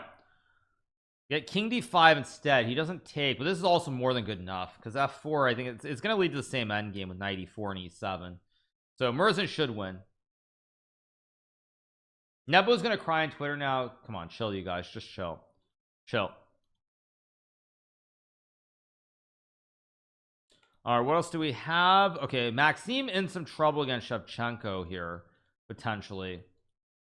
Still fairly balanced. Not Dubov, sorry. This is Supermanium is gonna lose now because Yu Yang is gonna gobble the pawns and push P.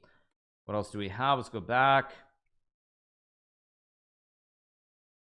Okay, what do we have? Rajbov wins his game in an end game, so Rajbov gets the win.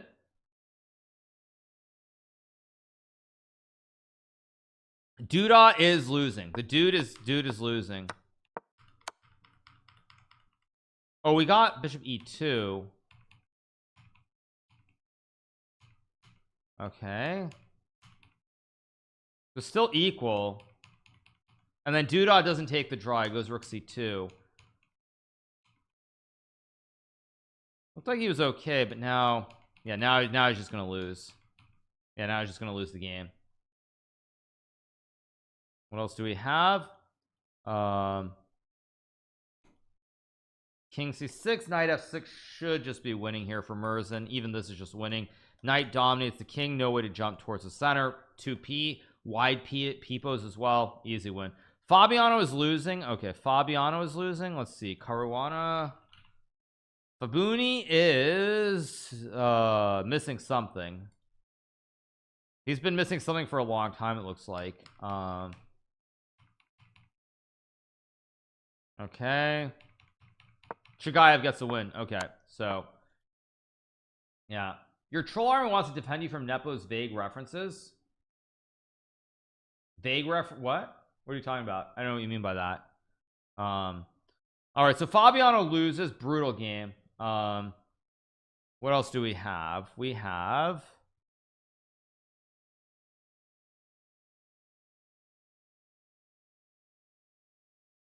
Nepo's game. I think e6 is just winning. Just e6 is just winning here for MARLSEN. Fabi hasn't had the best start. Fabi's been struggling. It's been a tough tournament. Yeah. When he tweeted about headphones and stuff, I mean, I don't know what his deal is, honestly. It's just very strange considering we're on pretty good terms just last year. So I don't really know what the deal is with Nepo.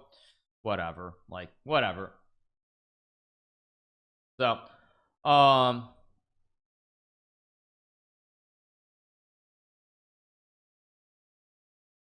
yeah, we'll see. Also, to be fair to Dubov, like Dubov, I mean, I'm aware of the Dubov thing from like 2020, but I haven't heard Dubov say anything like anything more recently, to be fair.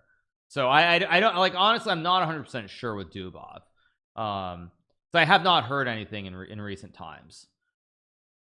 Okay, that's a win for white.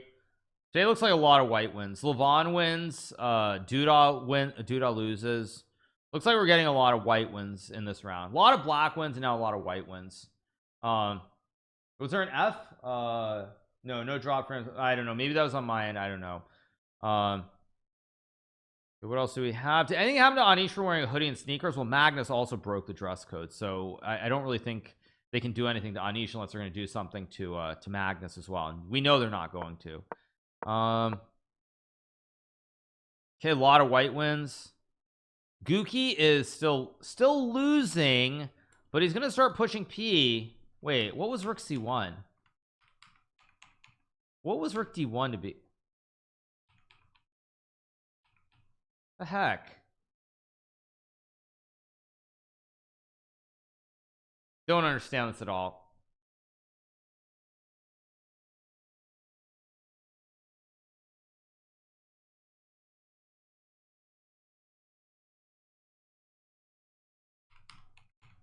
Was this a draw? I didn't look. I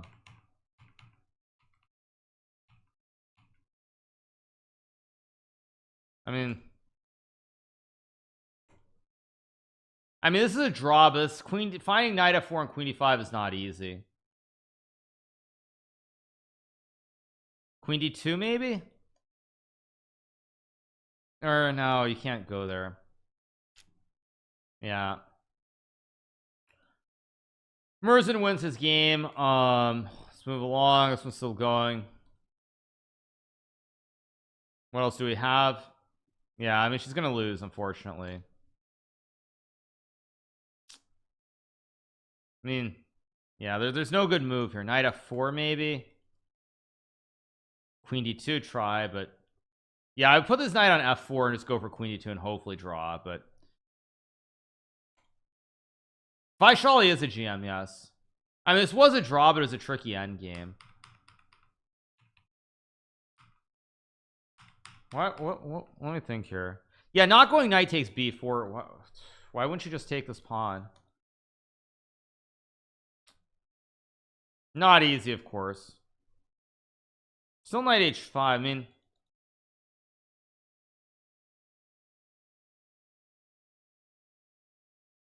let's just leave it here.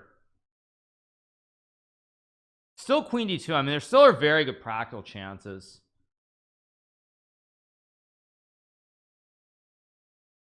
Still good practical chances here if the times are correct. Chinese women are dominating. I mean, they're very good. Yeah. Is b5 actually winning here or not? Probably it is.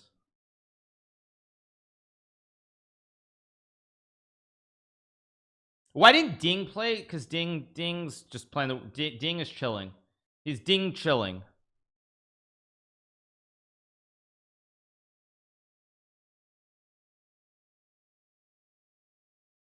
Whoa.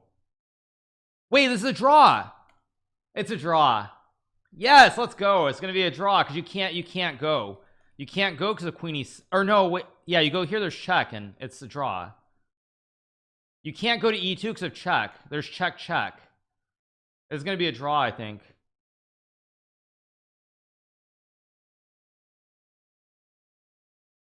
Yeah, you can't run up to e2.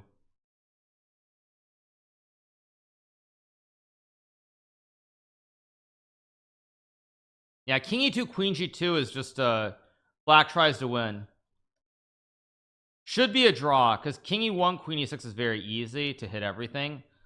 And if you go here, there's check, and it's the same thing. I mean, I guess you can keep checking, but yeah, the king can never run because then you always have to check. Should be a draw.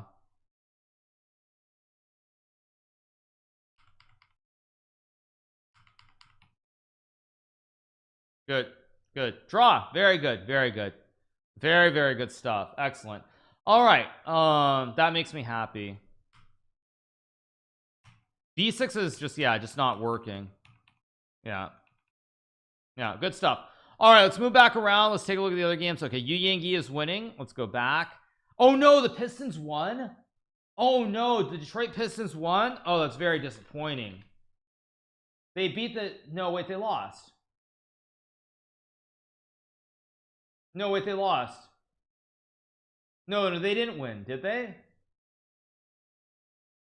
Oh no, they lost 20. No, sorry, you meant I thought okay, I misunderstood. I thought you guys said they won the game, so they broke their losing streak. Okay, good. Okay, yeah, okay, yeah. I was like, okay, for a second I was like, wait a second, they won the game. Okay, yeah, you meant the other way. Okay, cool. Yeah, it's pretty funny though, because didn't they win 2 games at the start of the season? Weren't they like, didn't they start I don't know how they started, but they're 2-28. That means they were 2-1 at the start of the season, right? They were 2-1, and then they lost 27 in a row. Yeah. Yu Yangi is about to win. He's gonna go a7 and win the game. He's gonna mop up very soon. Yeah, it happens. What can you say? They're just not a very good team, and it's Detroit after all. I mean, if the Lions are like, if hell is frozen over and the Lions are somehow in the playoffs, let alone potentially can't contender, Pistons have to be terrible. Something just has to give. I mean, like, let's be real. Oh, Gukesh is losing now he's losing. Yeah, I mean, let's be real. Yeah, rook e5, nice move from Sindarov, or from Vakinov, because takes h4 would be a draw, but by tickling the king first with a check, now here you just take, and then you have rook e4 to win the pawn. Nice.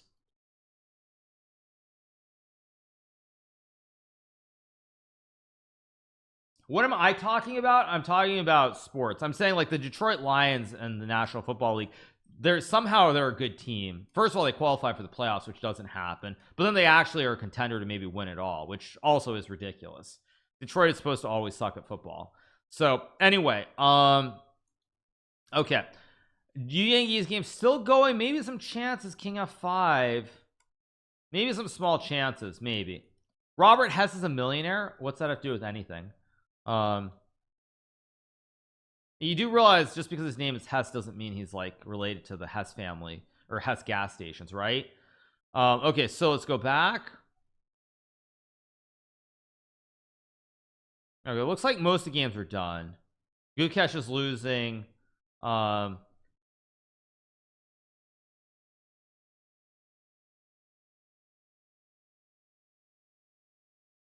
I live in Detroit? I mean, Grosse Pointe is a nice place. I'd live in Grosse Pointe. Grosse Pointe, I think it's Grosse Pointe, right? Is that? Yeah, Grosse Pointe. Yeah.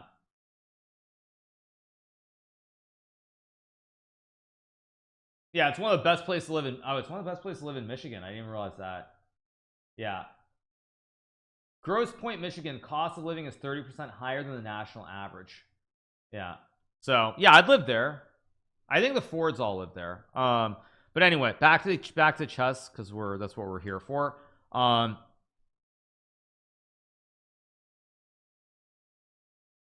Gukesh is gonna lose this game, so Gukesh is gonna lose. Yu Yangi's game's still going, but should win soon. I think just c6 is winning, because here takes c7, and now it's a free path. The pawn just gets through. Like check and king d6 can't stop it. Standing, sure. Standings are Magnus Carlsen sole leader, 1 2 3 4 5 6 guys on 5.5 right behind him. Yeah, maybe we got an F. I don't know, maybe it's on kickside, whatever, but yeah.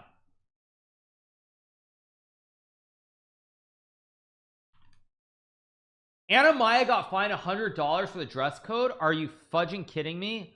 Does someone have a link to that? You cannot be serious. I mean, where are the fines for the guys who violated the dress code then? Check Twitter. Oh my god, you cannot be serious. I mean, wait.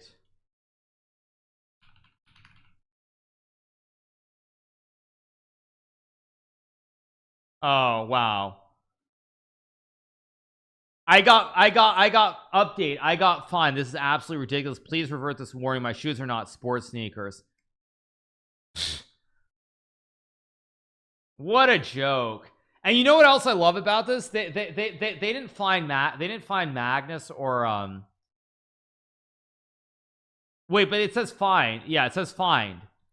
But they didn't find Magnus or Anish Giri for breaking the dress code. No, that's ridiculous. That's ridiculous. Maybe they did fine. No, they didn't fine him. They need to fine Anish and Magnus if they're actually going to fine her for this. Magnus showed up. Yeah, I mean they need to find both of them. No, I mean the dress code is a joke anyway. Like it's a complete joke. No, I mean that's ridiculous. That's just ridiculous. Yeah. She said I got fined, so it's not just like it's a warning. She got fined. Like that's a joke. That's a total that's just garbage.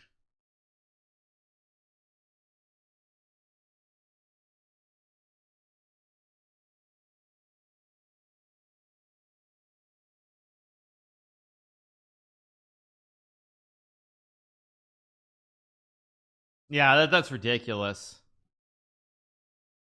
No, I mean just garbage. Garbage.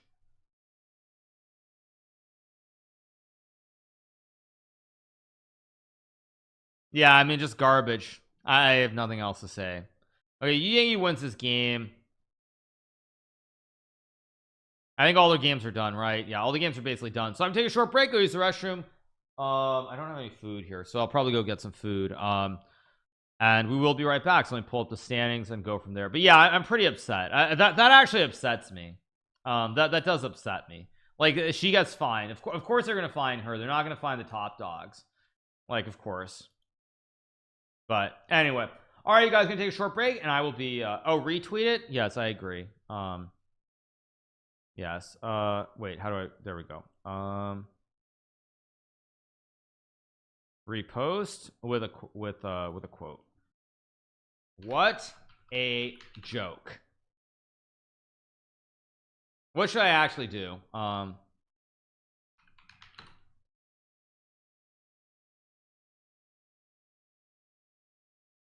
Don't. Why not?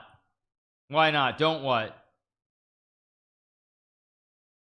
What a joke is fine.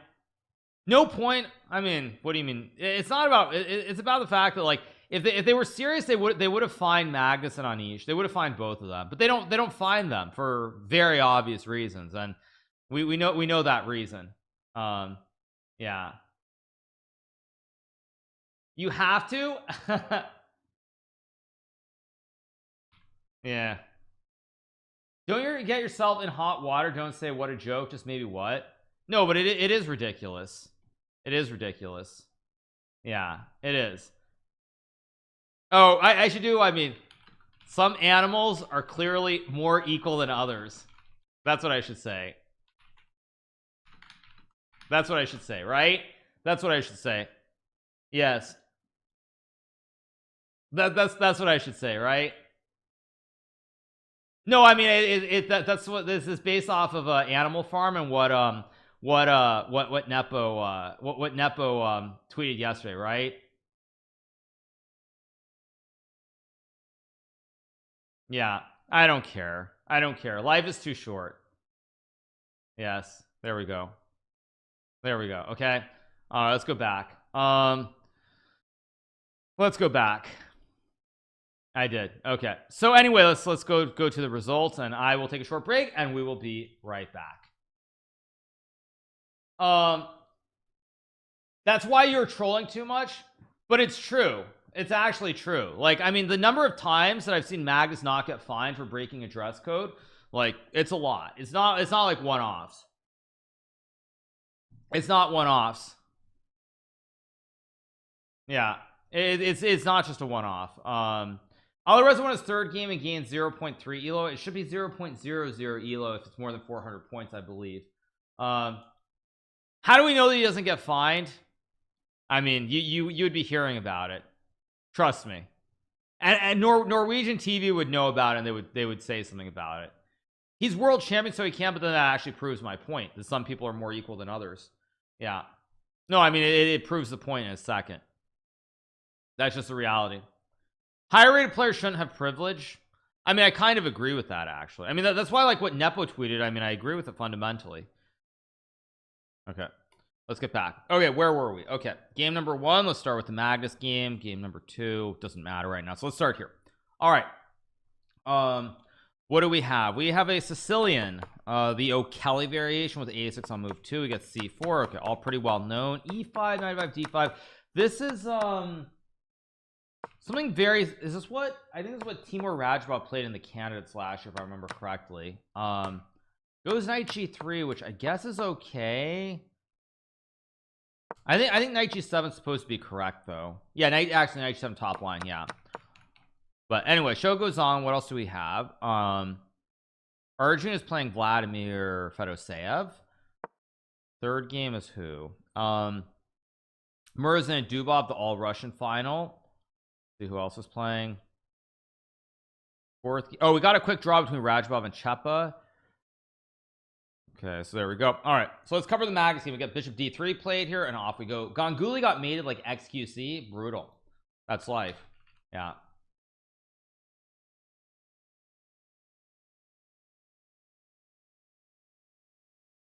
Yeah.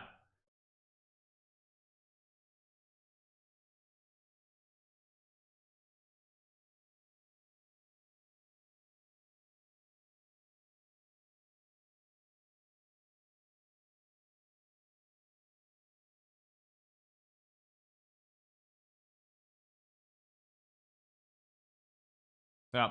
Anyway.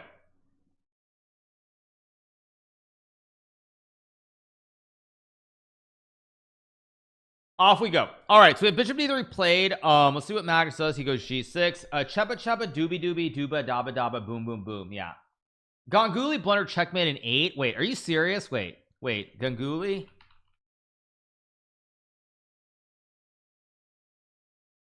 Wait, what? Wait, what?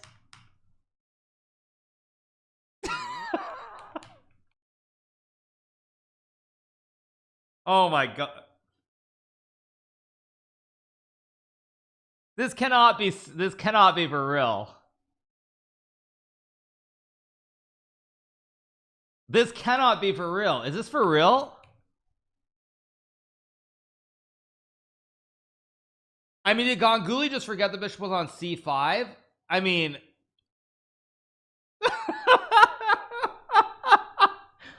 I'm gonna like, I did Ganguly really just forget that he played c3? Like, for a split moment he just, like, he went blind and forgot that. This cannot be. Did this actually happen? I almost need to take a screen. I need to take, like, a screenshot of this and, like, post a tweet.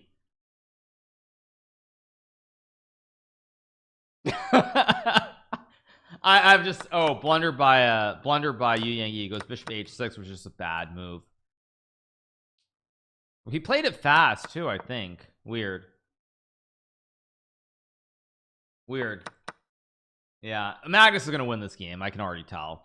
What else do we have? We have Volodar versus Dubov, pretty stable. Malikov versus Maxim Malikov versus Maxim Vachidagrov, looks steady. I cannot believe, is that for real? Is that a real game? If that's a real game, I mean, I don't even know what to say. We didn't even reach a climax yet. I mean, I'm assuming that's got to be a joke, right? That's got to be a joke. Yeah, yeah, that's got to be a joke.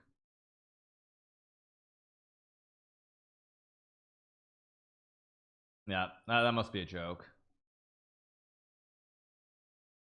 In the way, we win the way.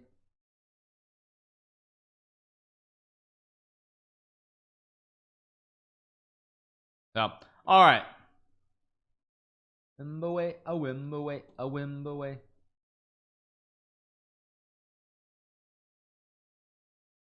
But even if he touched the knight, he doesn't have to take. No, I mean, even if he touched the knight, he doesn't have to take. He could go to d4, right? Ganguly. Maybe. Oh, you mean he touched the black knight? Oh, I thought you meant he touched his own knight. Yeah, like, because he could still go knight d4. But I mean, you think he touched the black knight and then realized?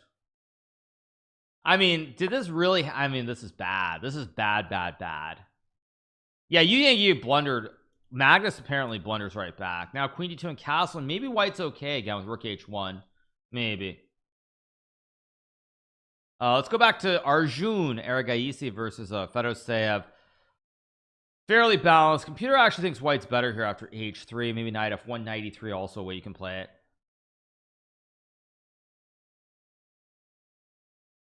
Why is king f8 the best move? I think it was the best. Another draw.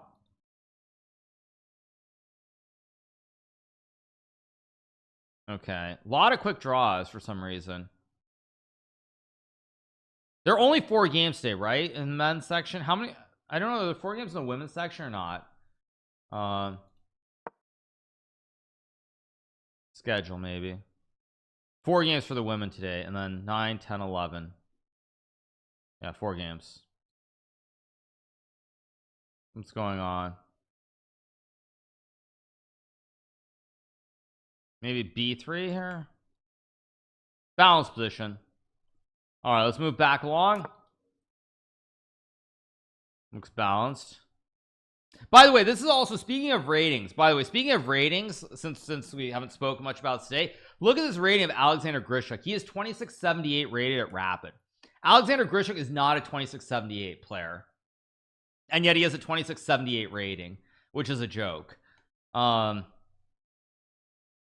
Okay, let's see. Levon misplayed. Who's Levon? Levon is playing against it's interesting. Yeah, exactly. I mean, he's not 2678. Levon is missing a queen. Oh, did he just blunder in the opening or something? Oh, he just blundered in the opening. Yeah. Peter Lecco reaction to the Ganguly game is funny. He's probably like, what? No, this cannot, what? This cannot be real. Something like that. I mean, I can imagine he's probably like, what? He's like, how did that happen? Yeah, I mean, that's, I mean, I have no comment. Yeah, it's just weird. Gukesh is winning. Yeah. Yeah.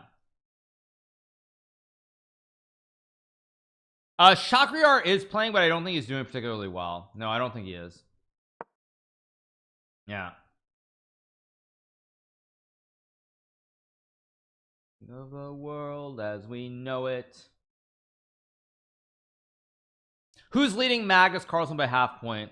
I hope Charlie makes a video on how he inspired that game. Yeah. Okay, Magnus blundered. b4 is a mistake. Oh, there's rook h4 and queen h6, and you go caveman style for the kill. This is losing. Wait, what? Oh my gosh. Well, rook h4. Ooh, probably f5 92. Maybe. I mean,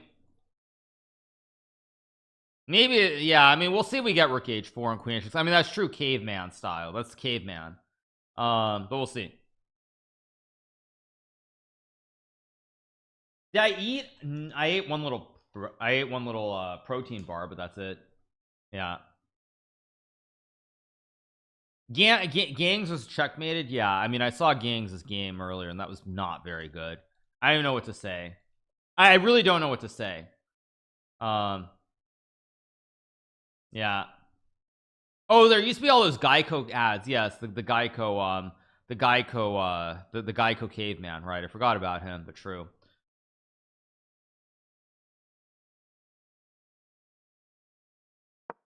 Okay, of course he plays 92. Wrong move, naturally.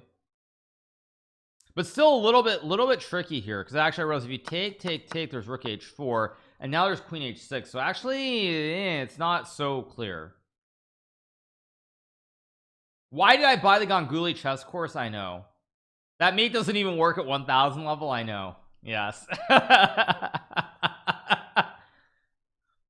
I mean, I have no words for it. I have no words, literally. No words at all.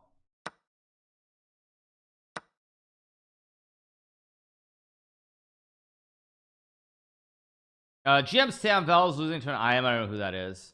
Yeah, we're gonna get rook h4 here. Queen h6 is a big threat. Like, I mean, why is this actually like,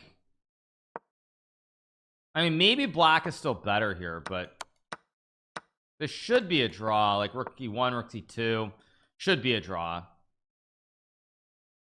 This draw is gonna make it this draw is gonna mean that everyone's back in it, assuming they're decisive games. Let's see, what else do we have? Dubov and Merzen looks about equal. Looks about equal. But if anybody's better, it's probably black. Okay, what else do we have? Arjun versus Fedosev looks balanced-ish. What else? Let's go back. I checked Ganguly's game. Yeah, I mean, no words. No words at all.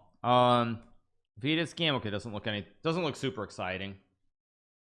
Chess was invented in 1866 by Boris Spassky. It was played by 3 players: White, Black, and Hikaru Nakamura. Do you want to play? I'm gonna is that true, Somers? Wait, is that true, or are you again being weird? Yeah. Yeah. Yeah. Yeah.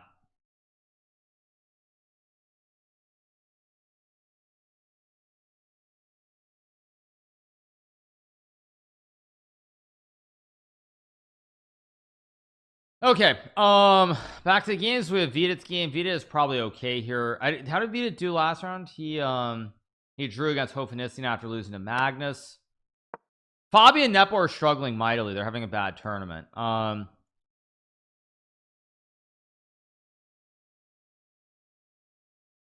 I have a feeling that Magnus here, he's not going to win this game. Hikaru, any secret talents? Not particularly, no. Yeah, not particularly. Check out Atusa's game. Sure, her position is not ideal, but not terrible either, potentially. Oh, the problem is d5 moves a big issue.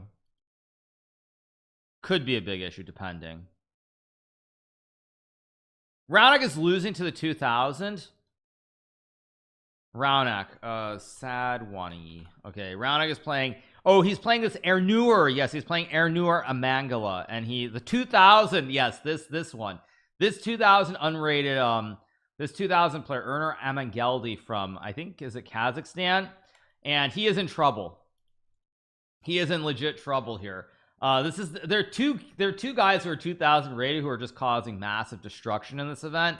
There's this Ernur Amagandi, and there's also the other one. What's the other one's name? It's something with an S, right? It's like Sa. It's like Sa something. That there are a lot of Sas though. So what's his name? Not Shamsuddin, not Sarana.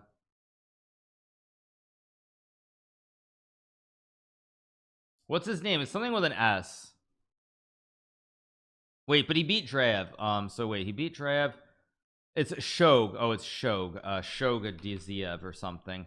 Yeah, let's see. How's this guy doing? This 8-year-old 2042 Roman Sav Shogadiziev. He is playing 24-74. Unfortunately, he's losing. Very sad. Very sad. Yes, he's 8 years old and he has an even score against like GM level, like 2500 plus level competition. I mean, there's so many of these kids now everywhere.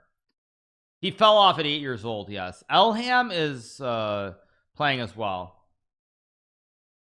Kramnik's not playing. He doesn't really play that much. He did play, ironically enough, I did play Kramnik in 2019 in the FIDE World. I think I played him in the rapid portion in Moscow.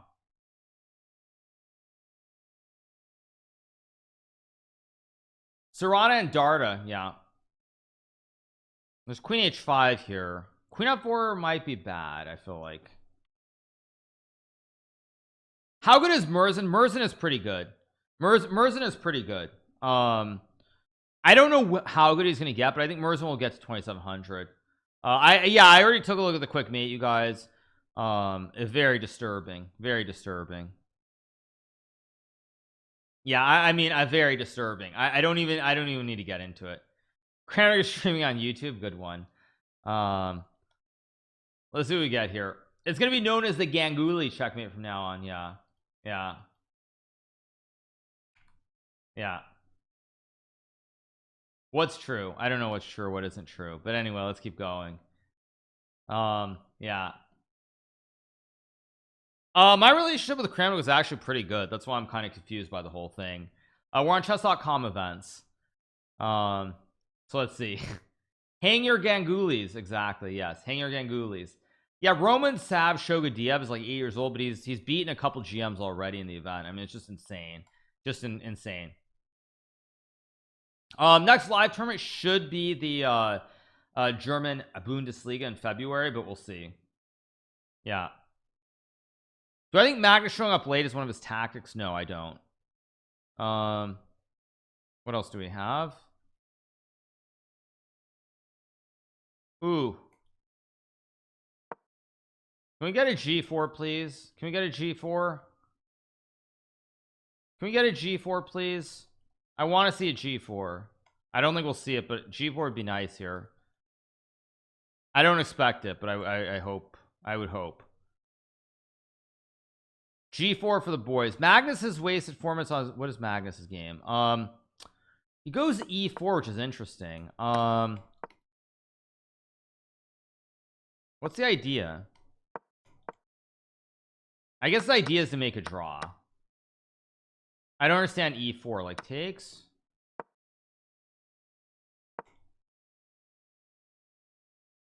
Yeah, I'm a little confused. I think this is going to be a draw. XQC is going to feel a lot better after seeing today's quick mate. Yes. I mean, I don't even know what that is. I have no explanation. No, rook G1. I mean, she should go G4, but I don't really expect it. Maybe though, come on. I'll watch this for all of like, I mean, I just knowing her, I don't expect G4. Am I gonna tweet about the Ganguly game? Yeah, I should take a screenshot.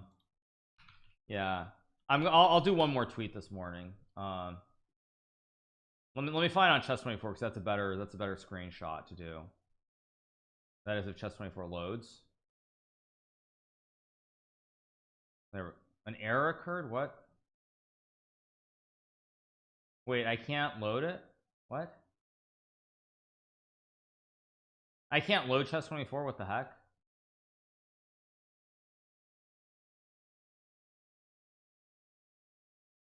Of course. What is knight d1 g4? Jesus. All right, let's move back to the men's games. No, I mean the site doesn't load. Yeah.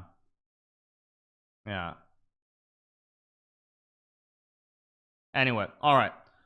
Rook d1 or queen e2? Queen e2 actually just draws on the spot as well. I mean, I think everything is drawing. Why am I getting frustrated? Because I mean, G4 is moved to play, but this is also an example. The reason I'm getting frustrated is because like this is what happens when you don't play many structures. When you don't play King's Indian with white or black, and you don't play D4 with white, you don't know these themes of playing G4. So that's why I'm frustrated. Whereas of course I do know these themes because I've played the King's Indian a lot with black and I've played D4 a lot with white.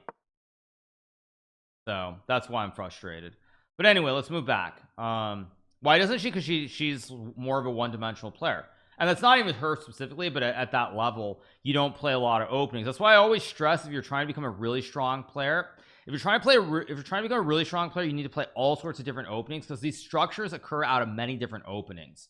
And that's why, like, I also tell you guys that you should not play the London system past a certain level for this exact same reason, because then you're very one-dimensional and you don't really understand a lot of different pawn structures. Pawn structures ultimately are the most important thing to understand in chess. Yeah, this isn't right either, but let's move back along. Okay, isn't queen before? Did Magnus just blunder?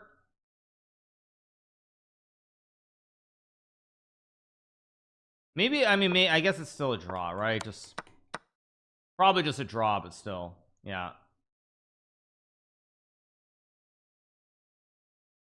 I did check the games of the 8-year-old. Yeah, I did. Yeah, I did. Queen b4 should be played. I mean, even rook d8, like, even this is just not rook f8, rook a d8, takes here, king e2. I mean, it's just a simple draw. I mean, it's just a draw, though. I'm saying Magnus isn't going to win this game. That's what I'm talking about.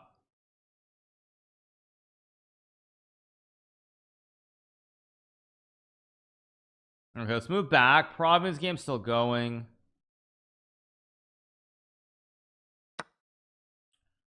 Fedoseev is better against Arjun. By the way, this is a very dangerous situation for Arjun. Arjun is in really bad shape. If he loses this game, I think his chances for the candidates take a massive hit. He is in real trouble here. I know the computer thinks it's still okay, but he's got these ugly double pawns in the middle of the board, and Fedoseev has the 2 Bs. 2 Bs, double pawns. This is a very, very dangerous situation for Arjun. Very, very dangerous. Yeah, so Magnus' game is going to be a draw. We're going to have the trade rook e3, rook d8, king e2. Eventually, I assume that that he's going to give up the pawn like b4, something like this, and we're just going to get a boring draw at some point. But okay, let's go back. Arjun, yeah, this is very dangerous, very, very dangerous. Yeah, if I'm Arjun here, you've got to find a way to save this game. You have to find a way to actually, why is it not updating? Let me refresh. I mean, queen g3. I'm actually wondering, why did Fedoseev just create this weakness? I don't like what Fedoseev just did. Report blundering left and right. I mean, it's a long term, everybody's tired. Report blundering left and right. Richie. What did Richie do? Okay, what did Richie do? Oh, Richie's just been losing the whole game, basically. Oh,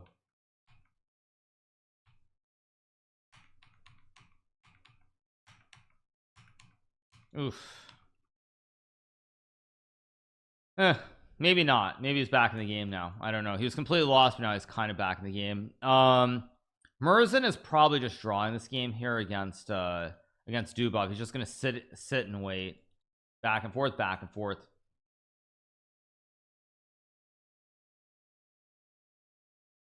So let's see.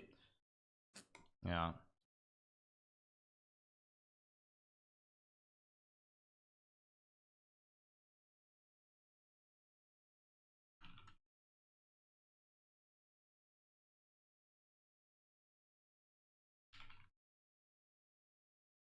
So, all right. Look at Almas's game with Pranav. I could, but I'd rather follow these games, the top games.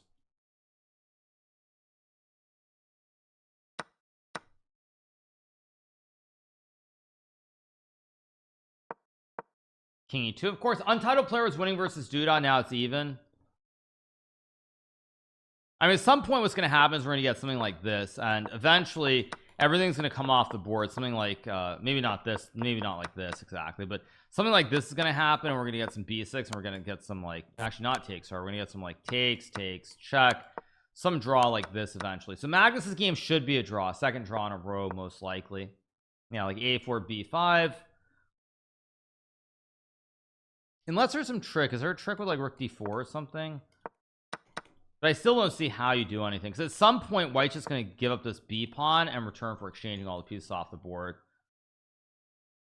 Just A4 B5. We're playing Arena Kings in about 3.5 hours. Yes.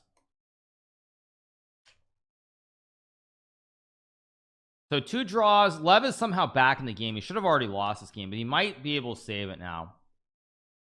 Is Yu 2800? He can play very well when he's hot. Kamer versus Holt.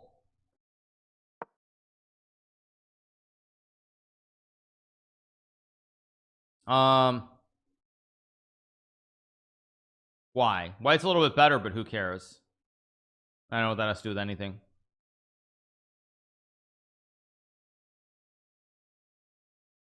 Arjun's gonna save this game, by the way. Did I ever lose in 8 moves? I think when I first started playing I did, but not past that. Farouja is now like a millionaire picking up pennies on the street. Pretty much, yeah. Pretty much. But who cares? Yeah, we're gonna get exactly what I said. Like here, rook A4. Yeah, I mean it's gonna be a draw very soon. Magus is gonna draw. Let's move around. Arjun's game. This game's gonna be a draw. This game's gonna be a draw. This game is interesting, reasonably. Yeah. How does one get to Samarkand? Pretty much only through Istanbul. Istanbul. That's the only way you do it. Have I checked Dennis Kuendyuk? He's 10 years old. I haven't. I saw there's another kid who's 8 years old who has like a bunch of points. Did check the chess base India real? I don't know what the real is, nor do I really care. Nepo's in the running, right? I haven't been looking closely. He didn't lose. He was in the running, but he got crushed by MARLSEN. But he's beating sugar babes. Or he's not actually winning, but he'll probably win. What else do we have? Okay, Magnus game's a draw. What else is new? Arjun, knight h5. Arjun will survive this. I don't think he'll win, but I think he'll survive. Why do you keep mentioning Anton Smirnov? Am I missing something? What other games are there up at the top? We have Vida versus Paravian, fairly balanced, something exciting. Nepo can still come back. The tournament's long enough that until you're in probably the final 4 rounds, even if you're a point or 2 back, you get hot, you win 2-3 in a row, you can come back. Is getting to the cans really more important than competing in World Rapid and Blitz, maybe winning? I would say on average, no, I don't think so. But as I said, I have other priorities. I had other priorities, as I said. Arjun is winning now. Wait, what? No, he's not winning, but he's it's +4 for Arjun. What do you mean? There is no mistake that Ali Reza gains 0.0 for a second round win at the Open Day Rouen according to current FIDE rules.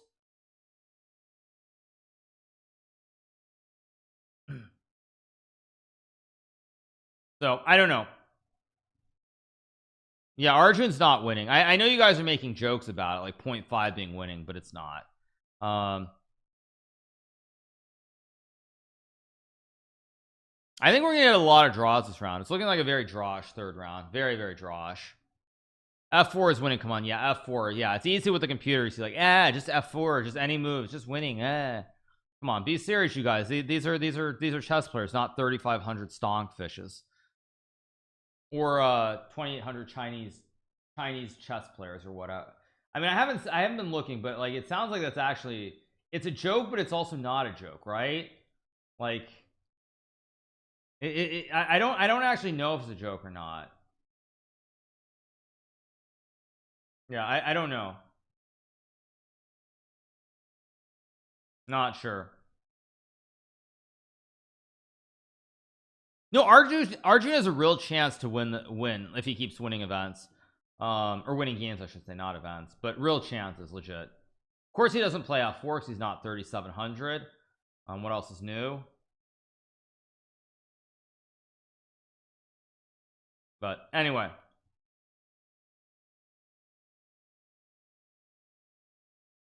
I don't think Geary's gonna win the Blitz. No, I think it's much too late for him. Yeah, Rook A2's incoming here. I mean, I still don't like his position. What's a joke? Well, the joke is that there's a Chinese chess player. I mean, like, I don't know if it's for real or not. Like, I should actually check it a little bit. Chinese chess. Yeah.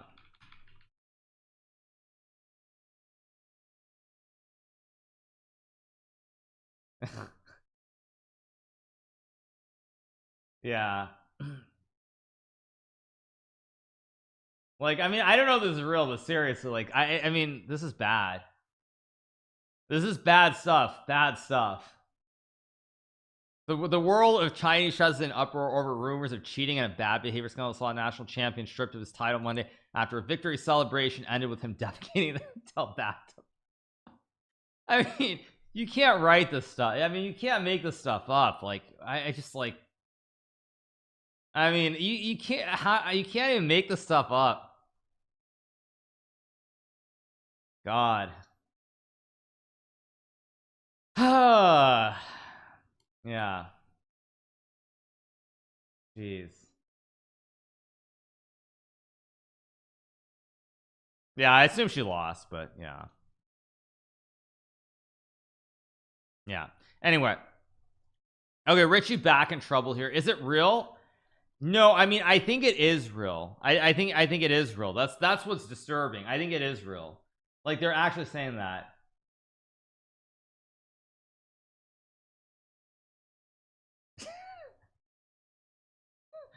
I mean, jeez. No, but it's actually a big thing. Like, I'm just scrolling on Twitter and it's a big thing.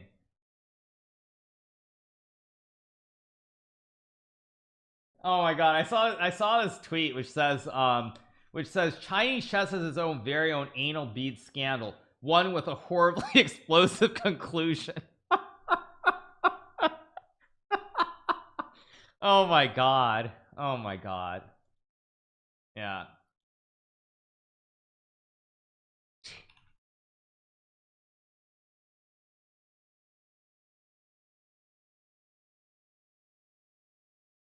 So yeah. I mean, that's so good.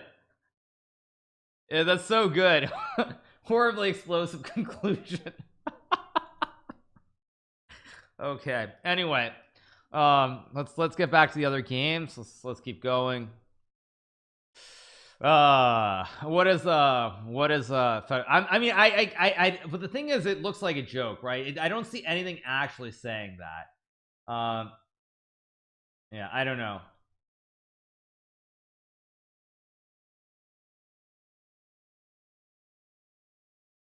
Yeah. All right. Hans won again. I think Hans been struggling, so it's not super surprising. Yeah. All right. All the sensation analyzation in the media. Okay, sorry you guys. Let's try to be serious for a second and focus on the chess. Okay, probably b4 here. Nihal blundered a piece. What did Nihal do? Sorry, Nihal. Yeah, chess is I mean, not chess, but the world's starting to lose its mind. Okay. Okay, looks pretty normal. Okay, normal. Okay. Okay.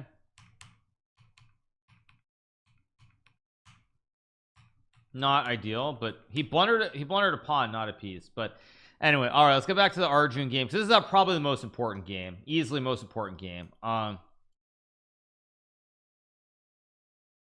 But anyway, Savidler's game is insane. Savidler. Okay, Savidler. Let's see, what do we have? Savidler. What's going on? Okay, looks normal. Small edge for white.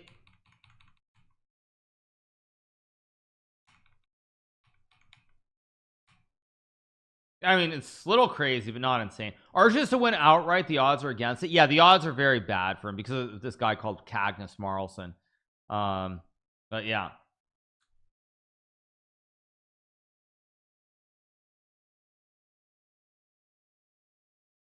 So we get f4 in Arjun's game, which is a mistake apparently because of rook c1, I guess, or rook a1. There's bishop e6 and bishop b. Ooh, wait, Arjun might lose this game. If bishop e6 is played here, he's probably gonna lose the game. Or bishop a6 also. Arjun's gonna lose this game, I think. Rook b1 or b3.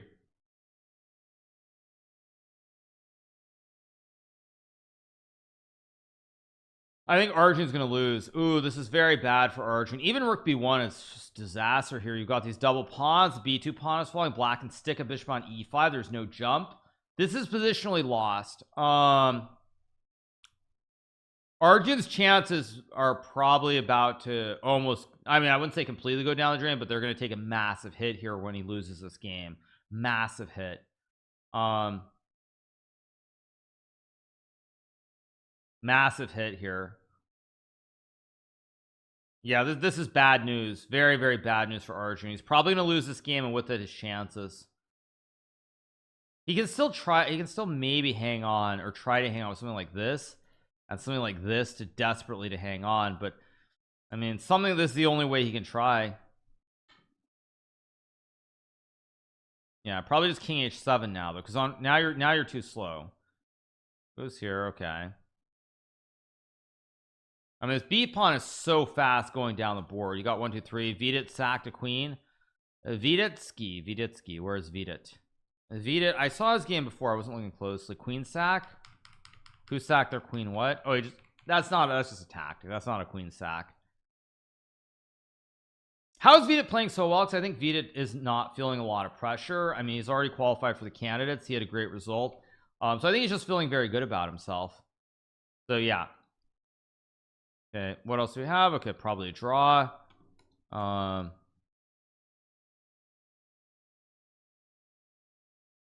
mean, he's gonna have to go for this, but I think this is just losing, right? Rook b1. Pawn's too fast getting down the board. Let me refresh.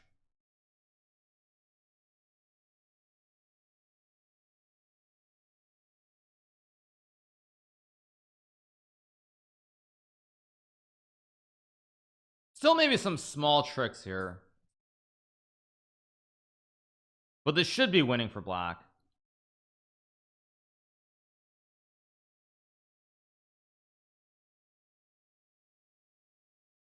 Wow, he finds rook a2, which is a very good move. Yeah, king g4, and then king g6, rook c6, b3, b2, and black's too fast here. Rook a2, a very, very good move from Fedoseev, an incredibly important move. Vidit blundered mate and 1 on f1. I doubt it. No, he didn't blunder mate and 1, did he? No, he played h4. What are you talking about? No. Okay, what else? Okay, Dubov's game looks like a draw. What else do we have? Arjun's game.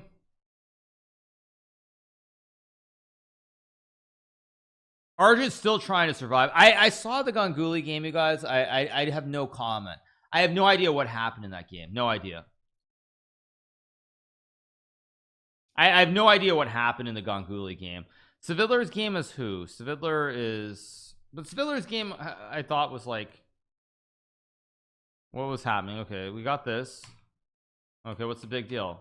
I mean, he got a swindle, but I mean, like, yeah, I know what you mean. Okay, Fedo's game, this is the big one. b3.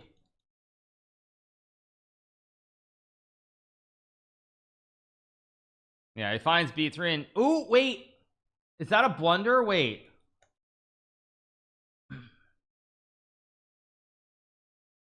Arjun might survive because there's a knight c4 idea that I think Fedoseev missed, that there's this check on d6 and knight c4 at the end here. Yeah, there's this check on d6 to get back, whereas if the king's on h7, I think it's just winning, right? King h7 should just be winning. So on knight f5, you just go bishop c3. Oh, maybe still not simple. Okay, maybe not so simple. Well, let's see. I think knight f5 is now very safe. Let's rook b7 check. Can't you go king e8? Or it's still the same thing, you still get back. He might survive.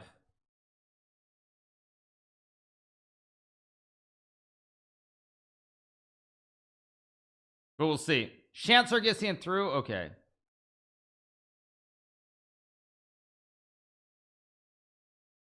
Let's see what happens in this one, because this is actually very, very unclear right now.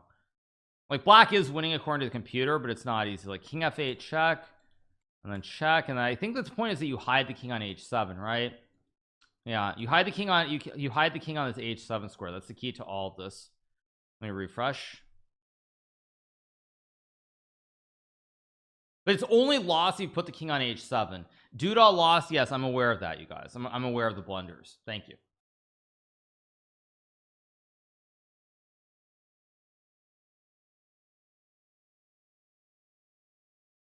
I'm waiting for Magnus versus Fabi or Nepo versus Dubov. Fabiano is not making it, boys. Fabiano is not making it. Why don't you stream on Twitch? Only viewers are much more there. I mean, there are many reasons. This is a big mistake at king f5, but I don't think Arjun's going to find king f5. I think it's going to go knight. King f5 is a borderline impossible move to, or no, it's not impossible to play because you have e5. Actually, wait, you've got e5. Yeah, you've got this e5 trick. I just realized there's this e5 trick to close the diagonal. Tricky again, tricky. Watch Kamer. Why do I care about Vinny K? He's not in the running right now. Yeah, I think the point is you have e5 here. Still not easy though. Still not easy to prove.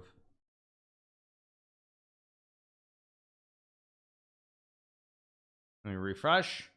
Get e5.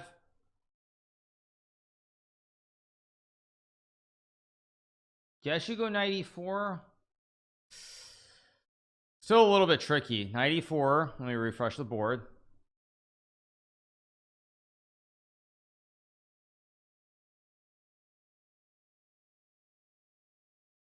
Watching the amazing tournament candidates is going to be 3 Americans, 3 Indians, and 1 Russian. There are 8 players, not 7, and 1 Azeri. 1 Azeri as well. Blunder. Oh, Arjun. Oh my god, what did Arjun just do? Arjun just choked it away again. I think rook f6 just wins. No. Oh, Arjun just chokes it away, and Fedo saves spots rook c6.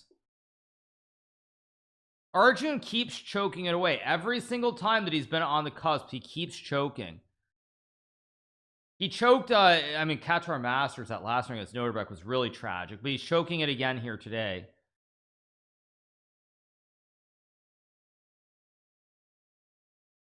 Yeah. Oof. Big oof. Yeah, too much pressure to win. I mean, there's a lot of pressure, but he should not have lost this game. If he gone king e6, he would not. Did he forget? He might have forgotten the pawn was guarded. No, I just mean because he was completely lost, and he clawed it all the way back to he had clawed it all the way back to where he wasn't to where he wasn't losing anymore. That's why it's so sad, because he had come all the way back, and now just bishop e5 and rook f2. Ouch. Oh yeah, and we forget that he should have beaten Prague. He was up 1-0, had white piece in game 2, and he lost that second game, which allowed the tie breaks. And even the tie breaks, he had some chances. But yeah, I mean, he did. That's true. I forgot about the World Cup where he won with black against Prague and then lost the second game. Really, really brutal. Really, really brutal.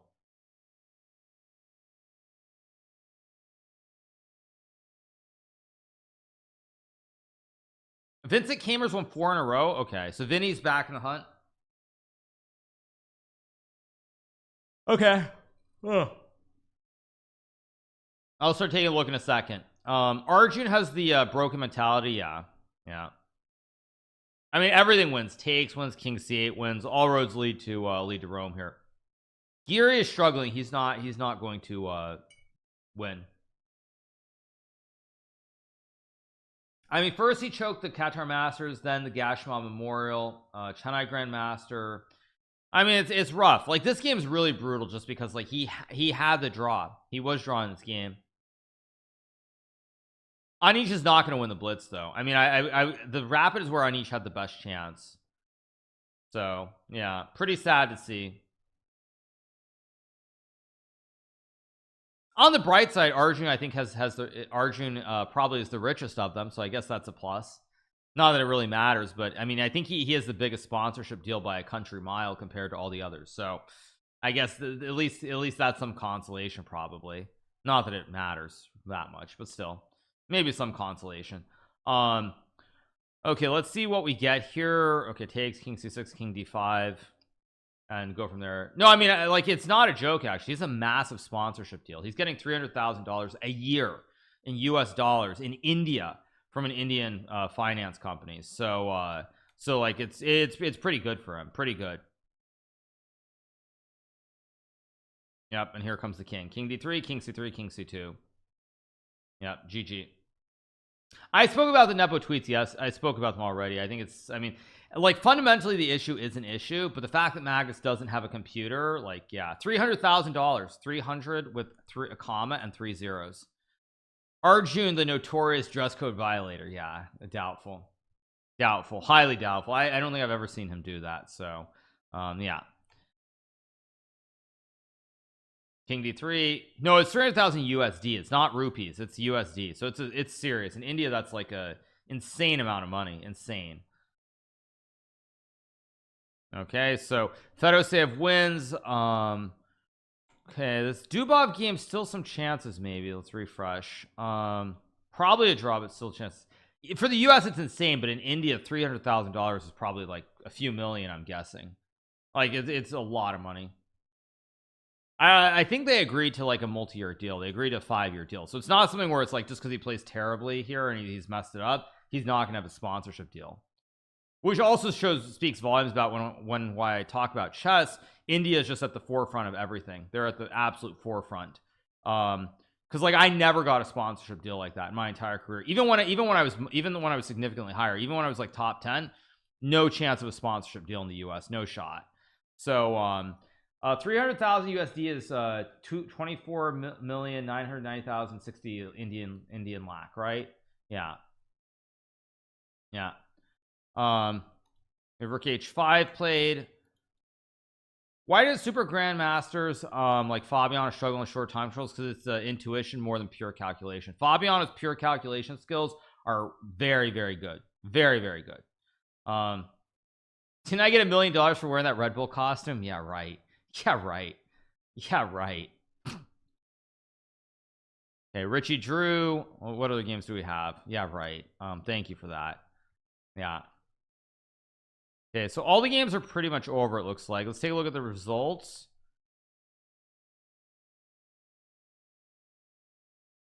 Okay, we've got 3-way tie at the top. Magnus Carlsen, Yu Yankee, and Vladimir Fedoseev.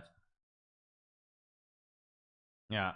So I think Nihal I am actually, if I had to pick a dark horse to win the Blitz, if I had to pick a dark horse in the Blitz, I would say I would say that probably if I had to pick I would say Nihal's my dark horse to win the Blitz.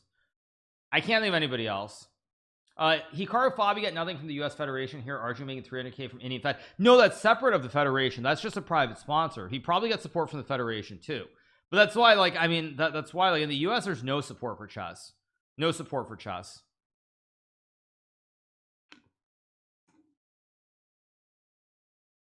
Artemiev could be a dark horse. Dubov could be as well. But I could see Nihal maybe doing it. Are you looking forward to some travels in 2024? You might be confused, you guys, but I no longer play chess professionally. I'm a streamer. Streamers don't get to travel. They sit in front of their computer 24/7, 365 days a year. So okay, Dubov's game, probably a draw, but it's gonna go on for a while still. Yeah, I mean, maybe you guys didn't know that, but streamers aren't allowed to take vacations. That's why streaming is one of the toughest jobs out there, because when you take a vacation you lose money. I mean, you basically you're incentivized to never take a break. So when you take a break you lose money. In your normal job you get paid, you go to work, whatever, but like when you take a vacation it's all good. When streaming you don't get you take a vacation, you're basically losing money. Anyway, yeah, how much roughly do you use in USD? I don't know. Oh, Arjun is from Telangana, not Tamil Nadu. There's no sponsor from his federation or local government. It's only Tamil Nadu. Okay. Tamil Nadu. Okay. Yeah, I mean, I wouldn't know. Sorry. Like, I'm obviously not super up to date with these sorts of things. Vita got an undisclosed amount from a finance company. Well, I mean, that's probably post, probably before the, before whatever. So anyway, it doesn't matter, but it's good. Bottom line is it's good for chess. It's good for chess. That's the bottom line. I played Bortnik in the World Blitz, I think in 2014 in or was it might have been Rapid. I played Bortnik in I think the Rapid in I think it was that Doha or was that Duke? I think that was in Doha in 2014. I played Bortnik. I believe it was Rapid. I feel like it was a slightly slower game. Camera's frozen? No, I'm not frozen. I'm not frozen. Oh, you mean just because I was thinking? That's why. Yeah. I'm not trolling though. I'm not trolling. Basically, when you stream, that's how you earn money. When you don't stream, you lose money. Like, you just lose money. That is, I'm not actually trolling at all. Yeah. So yeah. Probably King D2, King C3 should be a draw very soon.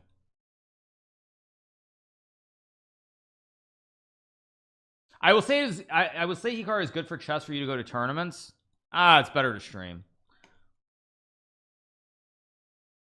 So yeah, hiring seconds for individual tournaments is not that difficult, but for the tournament like the candidates, you have to spend a significant amount of money. Generally, like, in order to be competitive in the candidates, you have to spend on par or more than first place prize in the candidates, just as an example. So it's a lot of money. Like, let me see, candidates chess 2024. Yeah, no, I mean, that's why, like, that's actually why I'll give you a hot take, but I think that's why Wesley, when he's like, I don't mind, like, I qualify or I don't qualify, I think that's actually part of the reason, because for like Wesley, he knows he's going to spend a ton of money on seconds in order to be competitive, and so it's also like the amount of money you have to spend, the amount of stress just like on all that stuff before the actual tournament is far higher than individual one-off events. So that's why I think that Wesley is like, oh, okay, I make it, if I don't, I don't. I think that's how it is. Do I like streaming more than chess? Or it's only because you get more money? It's for a couple of reasons. Obviously, financially, it's better, but mainly I think it's because there's more of a community. You get to interact with a lot of people. That's the first thing. But then secondly, besides that, there's just far less stress. I mean, there's just a lot. I think I might have said that, but there's a lot less stress involved with streaming, and you also have this big community. And so it's just it's a lot better all the ways around. You make more money, you get to relax, you don't have to stress out and lose a bunch of hair or have your hair turn gray early, like most chess players do, unfortunately. So it's all win-win. And of course, when you do something good in chess, you actually have a community that supports you, unlike playing professionally, where it's just like you yourself and that's it. When you do well, who celebrates? You and maybe if you have a spouse, maybe if you have a team of like one or two other people, but it's a very lonely world, and there's no really like validation. You just go tournament to tournament with your second or whomever, and that's that. So yeah, it's like there are a lot of downsides to playing chess professionally, a lot of downsides. So anyway, Alireza is not 0.2 points behind Wesley because his tournament's not rated.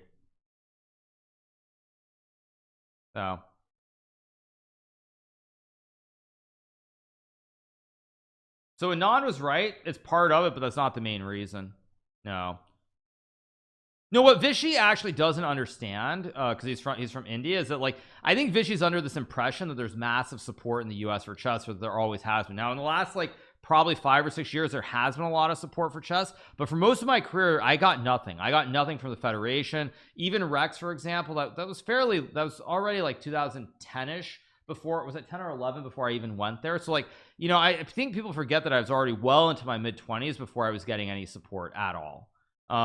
So part of it is right, but part of it is also wrong too. Like, it's kind of in between. But to be fair to Vishy, of course, in India everything is cheaper, and they actually care about their chess players in India. So they actually care about their chess players, so it's great, it's fantastic. Okay, what else do we get? Darda lost, but it's much lower on the board, so I think the round is over, right? Yeah, the round is over. So I will go heat up my fried rice, and I'll be back in 1 second. Maybe I'll just eat it. No. So anyway, Dubov is playing. Dubov has the easiest pairing of the top guys, objectively. He's playing Puyi Dani 25-16 from Iran. We have Rajbal versus Volodar, so let's see what happens. Did I comment on the Anamaya? Fine, I did. I mean, it's a joke. There's a reason I said some animals are more equal than others. It's because if you've seen pictures of Anish Giri or Magnus Carlsen, they're violating the quote-unquote dress code, and of course they're not going to be fine because they're top level players. And of course, the better part about it too that I would say is, like, it was hilarious because, like, you know, basically FIDE basically threatened to fine Fabiano, myself, and the candidates, and like for this event they just let it slide for these other guys. No, like in the candidates, they literally, like, they were like threatening they're going to sue me, and or not sue me, sorry, they're going to fine me or fine Fabiano if we don't wear like dress pants. It's just like kind of insane. How much? I don't know. So, all right.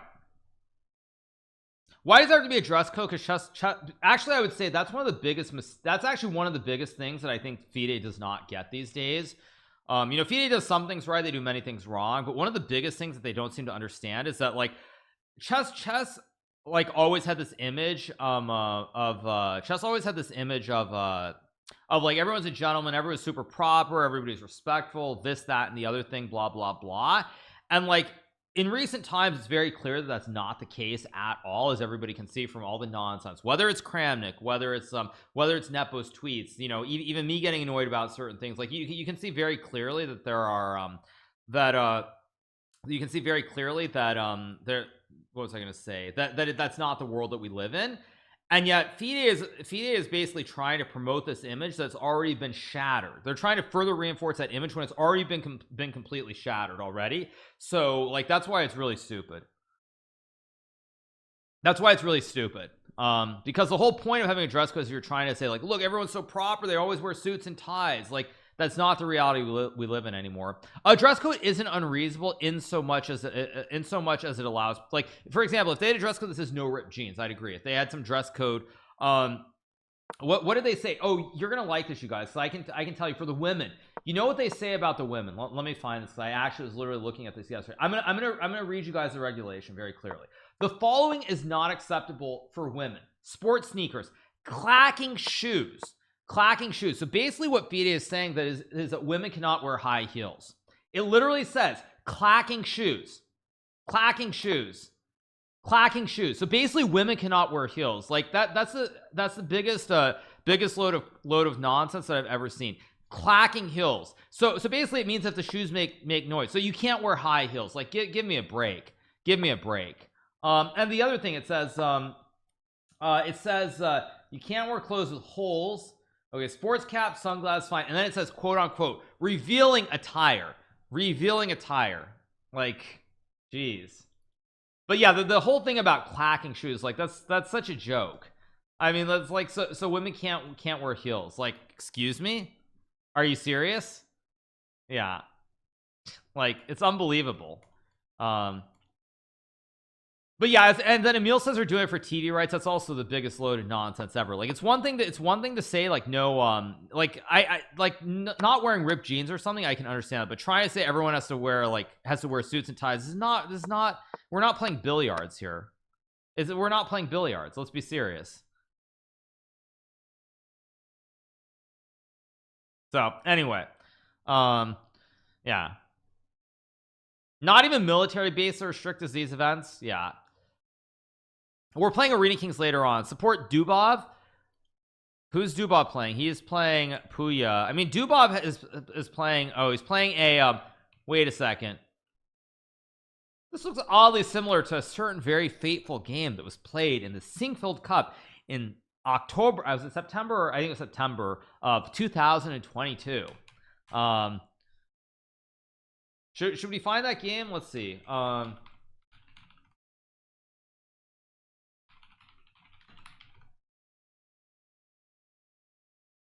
Let me where's the game? Test games. Come on, load it. Yeah, it's very similar. I mean, he decided to castle instead of playing a3 right away, but this was the thing. It was a3 takes a. I think it was it c5. I think castles was a position in the game from that famous event in September of last year in St. Louis. So anyway, different order here. We get this one with knight c6 a3 instead of c5. Hikaru's up early. Yeah.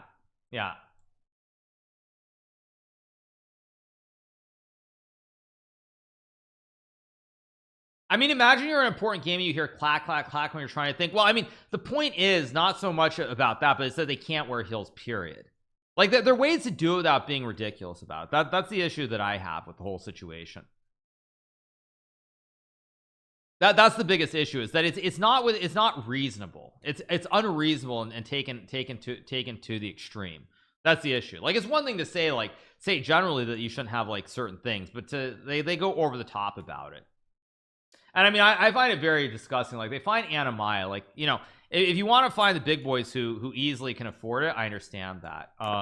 If you want to find the big boys, like, that's fine. Like, you want to go after the big boys, like, look, Anish can afford to find, Magus can afford to find, I can afford to find, but you go after Anamaya, like, seriously, like, I mean, you go after someone who's not even there to win the tournament. She's just trying to play and have fun. I mean, she's like, you want to go after her, like, I mean, that's I mean, just disgusting.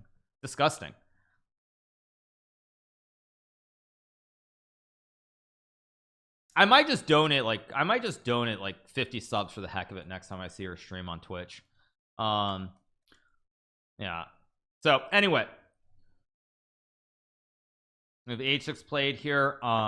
Queen a4. Okay, a good position for Dubov so far.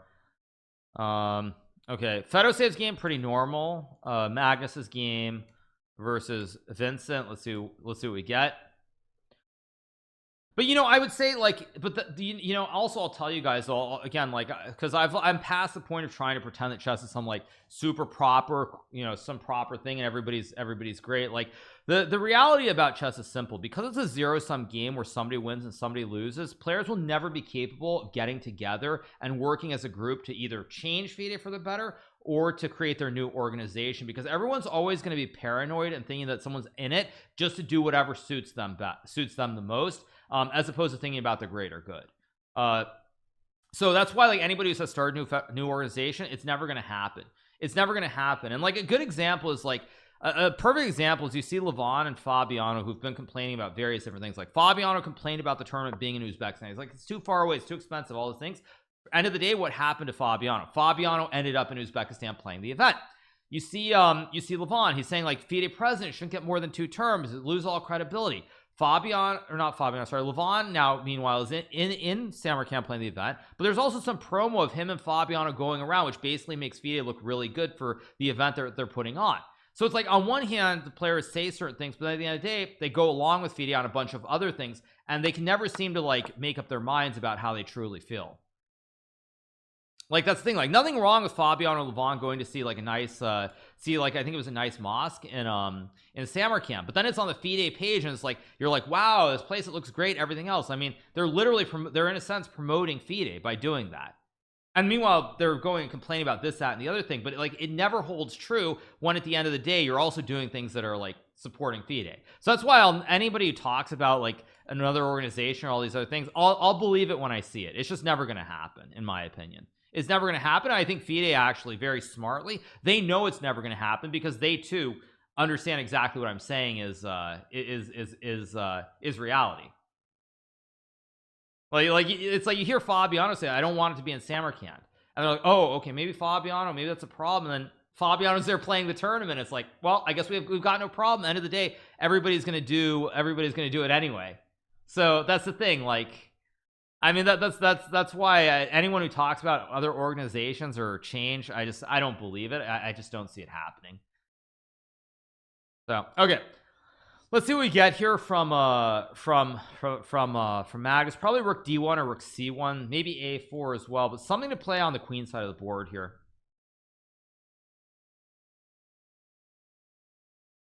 Magnus doesn't have the power alone to do it. Even if Magnus and I were to, like, say, boycott FIDE, that's not enough. You would need the players between numbers 1 and I would say number 15-ish to basically all together stand up, and that would that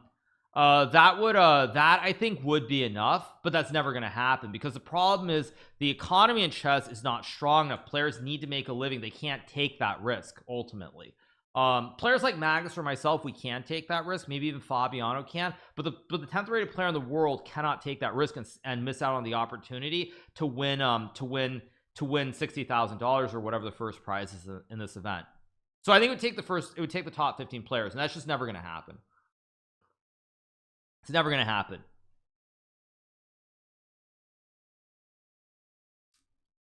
So let's see what Magnus says. Rook d1, rook c1, maybe a4, etc. When I become old, would you take a position in FIDE? No, you guys, I already told you what I'm doing. I've already laid out I've laid my cards on the table a few times. I'm gonna be streaming for quite a while longer. I'm gonna play for a few more years, and then I'm gonna go get my license to become a real estate agent, and I'm gonna grow plants in my backyard, and I'm gonna have nothing to do with chess. So there, you guys heard it. Okay, we got a4 from Magnus. Now, computer said this was the best move. I think it's to try and fix the weak pawn here in the long run on a5. So let's see what we get.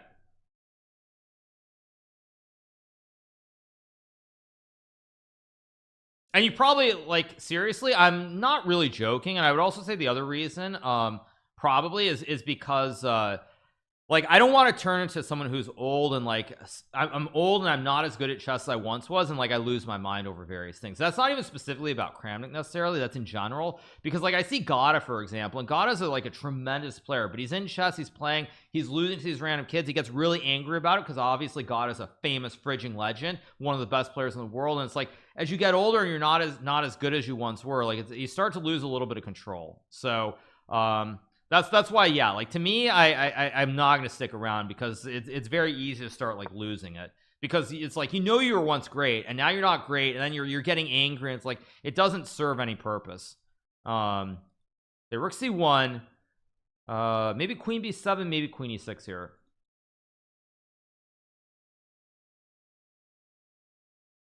Yeah, play as long as you're having fun. Exactly, yeah.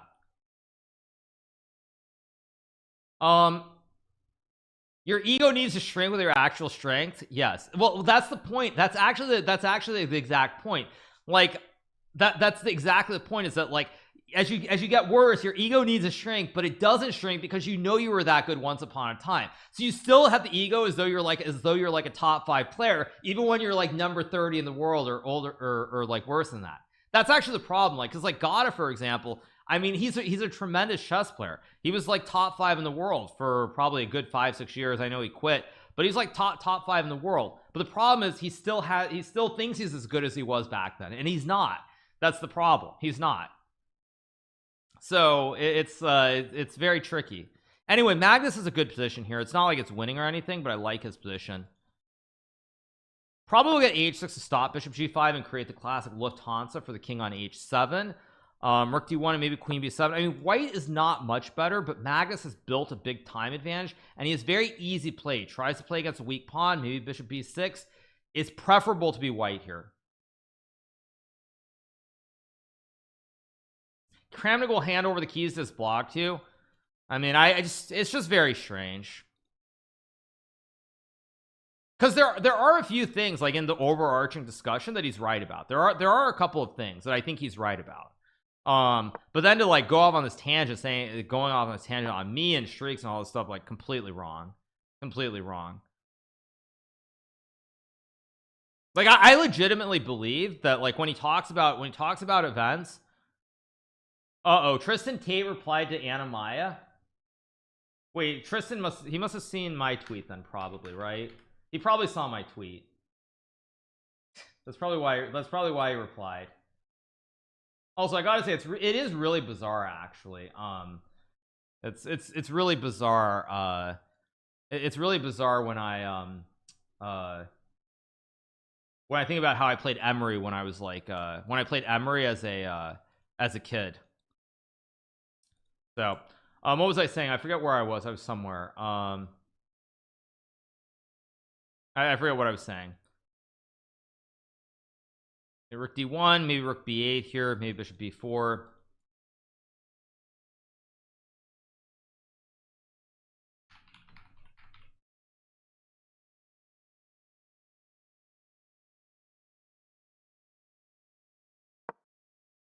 I don't see it actually. You must be trolling.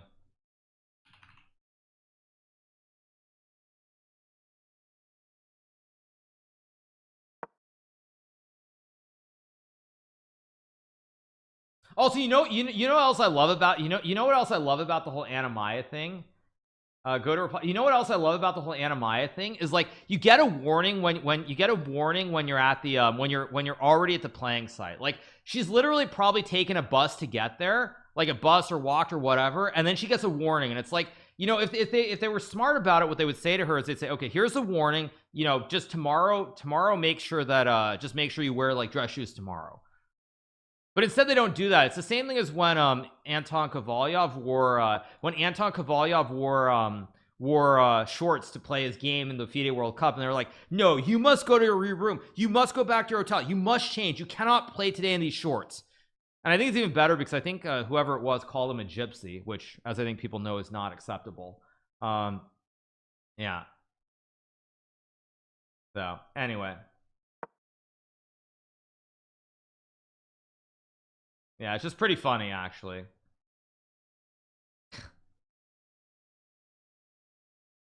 Oh, was this the reply? I guess this is the reply.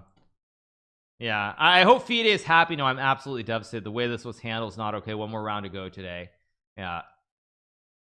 Oh, look. Oh, you guys, she's wearing heels. I hope her shoes don't clack. If her shoes clack, then she's gonna get fined again, right?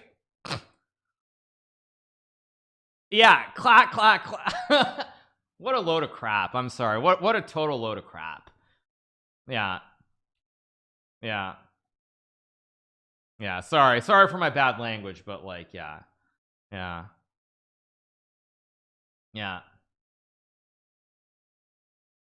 Okay.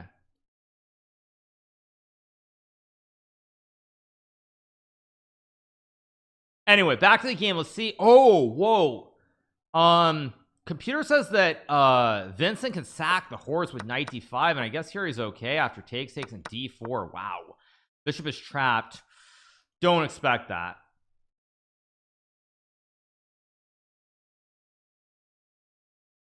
No, it has to be dress shoes. Yeah. Why not take the picture the other way around? Those girls can't think anymore. What do you mean? Take the picture the other way. What do you mean? I don't know what you mean, but anyway. Yeah, I don't know what you mean by that exactly.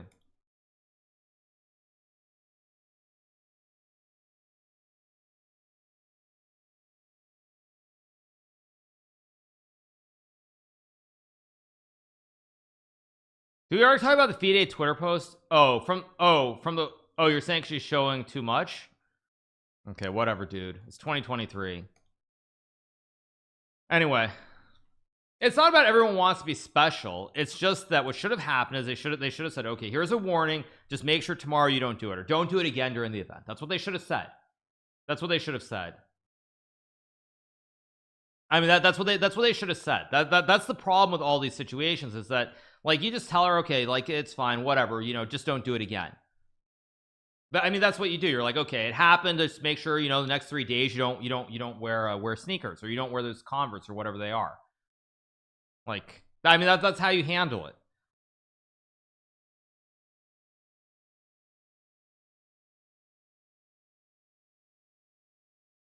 So anyway,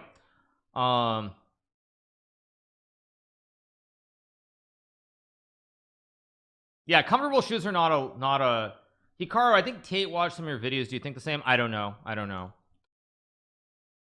No idea, really. Magus is moving instantly here. Kramnik wants to meet with you in Moscow. I assume that's a troll. I will say, like, there are many things, you know, I'm very fortunate that I've gone to Russia. There are many good things, I would say, in spite of all the bad things. Like, there, you know, I've had some great times in Moscow over the years, or even Russia. Like, honestly, playing in St. Petersburg, I mean, great location for the World Rapid and Blitz. And also, I would say, like, the Russian people, they love chess more than anybody else. Maybe India's kind of on par now, but like when you know, like I remember when I played, I think it was St. Petersburg in like 2019, and like it was held in this big area, and there's like the playing hall off, you know, further down. There's like a coffee shop in the venue and everything else, and like, you know, I would just go like sit and get my coffee in between the games, like go out, and like they're like these old guys who are like probably 70 years old, and they're literally like, they have this like small chest that they're going over games, and whenever they see like me or someone else, they're literally asking for a picture, like, and that chess culture does not exist anywhere else. So like I'm very happy that I've had the chance to go to Russia, but considering the situation now, I doubt I'll ever go there again. Highly doubt it. Okay, Vinny, my cousin Vinny looks like he's going to draw this game here, because he's just going to trade everything off and trade some pawns and break through on the queen side. So I think Vinny's gonna actually do well in this game. We're gonna get like bishop g, maybe, probably you take with the bishop anyway, because the rook's being touched. So we'll see. Great movie, by the way. That's a great movie. Fide posted a picture of Anish crying on Twitter. Okay, yeah, great movie. God, Marissa Tomei was amazing in that. Ayo. Anyway, back to the game. Let's keep going. What else do we have here? What other games do we have? Let's keep going. Today. Ba ba bumba. Okay, where are we? The game between, oh, she's playing wait, Jennifer User. Wow, shocking. Yeah, I don't know if you guys are trolling, not trolling. I have no idea what you're saying about Kramnik. Not really my concern. Let's keep going. Okay, Dubov drew his game very quickly. Oof, he drew quickly. Yeah.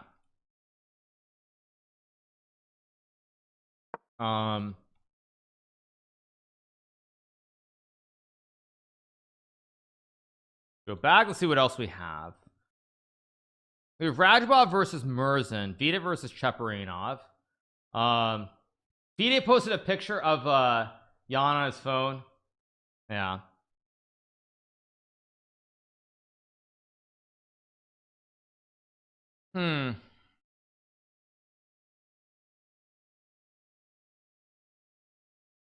What else do we have? Okay, Fedoseev is maybe marginally better with the weakness, but should be a draw.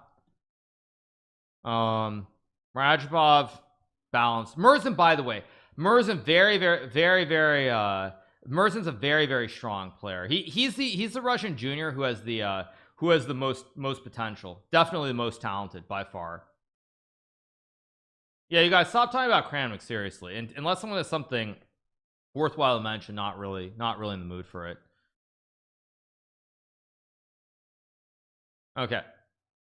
Okay, so Vincent is so low on time here. What is he doing? Yeah, Vincent, how does Vincent have 4 minutes? You got to go like bishop e7. I mean, it's a tough position to play. Very tough to play.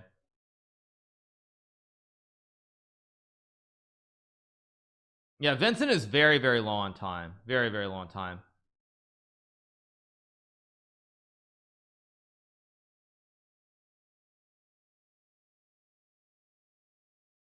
What are the top of the standings currently? The standings are currently three-way tie between Magnus and Yu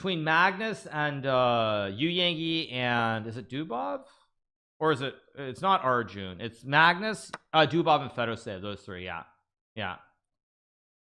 it's Fedoman, the Fedoman. Fedoman is probably drawing, so if Magnus wins this game, he's gonna be in the clear lead. Magnus's goal is eventually to get the knight to d3 and c5, or at some point, if he can, to get this knight to c4 and attack all the pawns.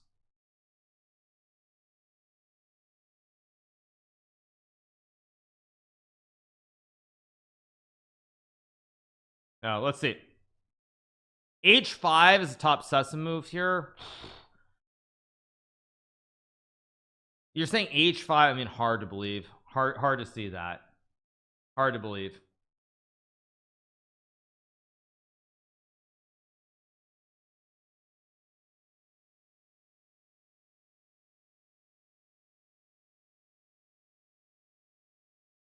So anyway,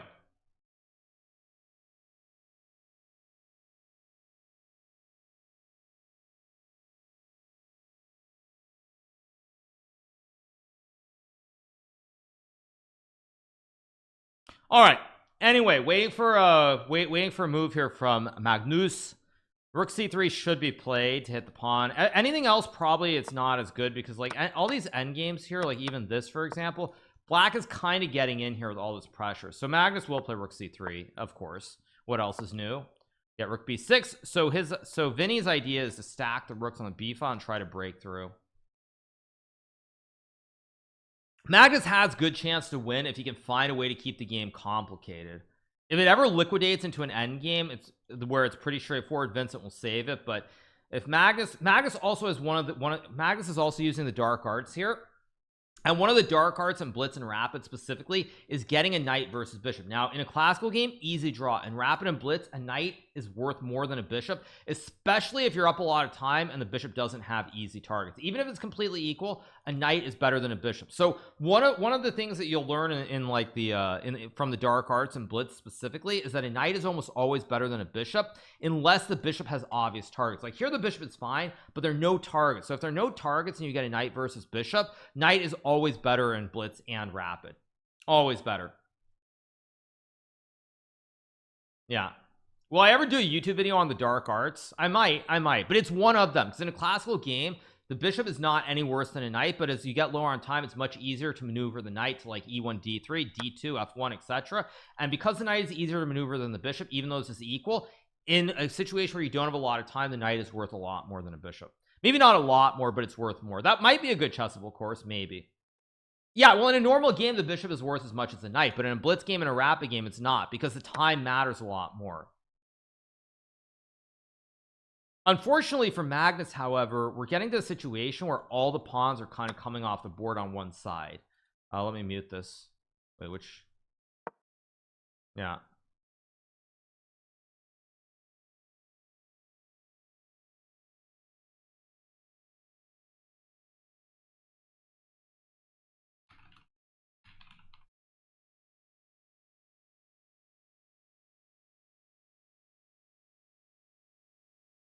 Bum bum bum bum. Let's see what happens. I mean, this is objectively it's a draw, but again, if Magnus can reroute this horse, then he has winning chances here. Like computer wants what it wants, a4, right? It wants a4. This is fine, but you give white an outside pawn. I mean, it's very hard to play this without a lot of time on the clock. Very hard to play this. Vidit's winning against Chepa, not shocking. I mean, that's a good pairing. Wait, Vidit's not winning against Chepa. Oh, does he have some? No, wait. No, I mean he's better, but this will probably be worth it. This will probably be a draw. I don't see it. You said check whose game? Fabuni. He's playing the Rude Boy. He's playing Rude Makarian. Very strong player, by the way. Let's see.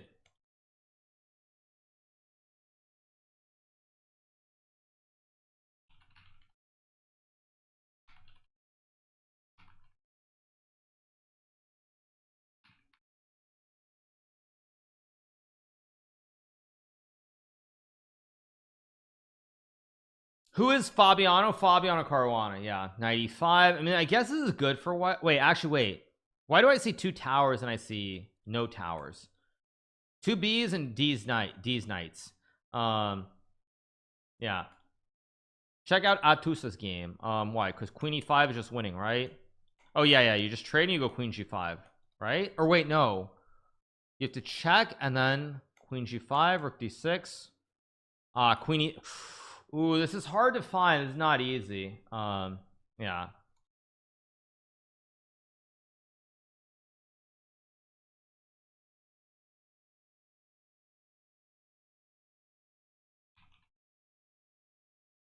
Queen G5 is fine too.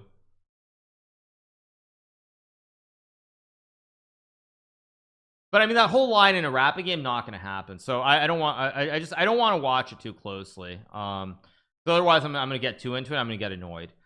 So let's see. Vida is still Vida is a little bit better, but white has the two B's. So Vida has a chance. She needs to calculate better. I mean, in a rapid and blitz are very different. In a classical game, it's one thing, but in rapid and blitz, I mean, a lot of the lot of the moves are not as easy. I mean, and that's one of those things where you cannot I mean, I can't really explain that easily, but it's like the you have to be more understanding of these moves, because like if when you're in the situation you play these games, like I understand full well that the moves even that I play are not going to be as good. They just aren't. So yeah.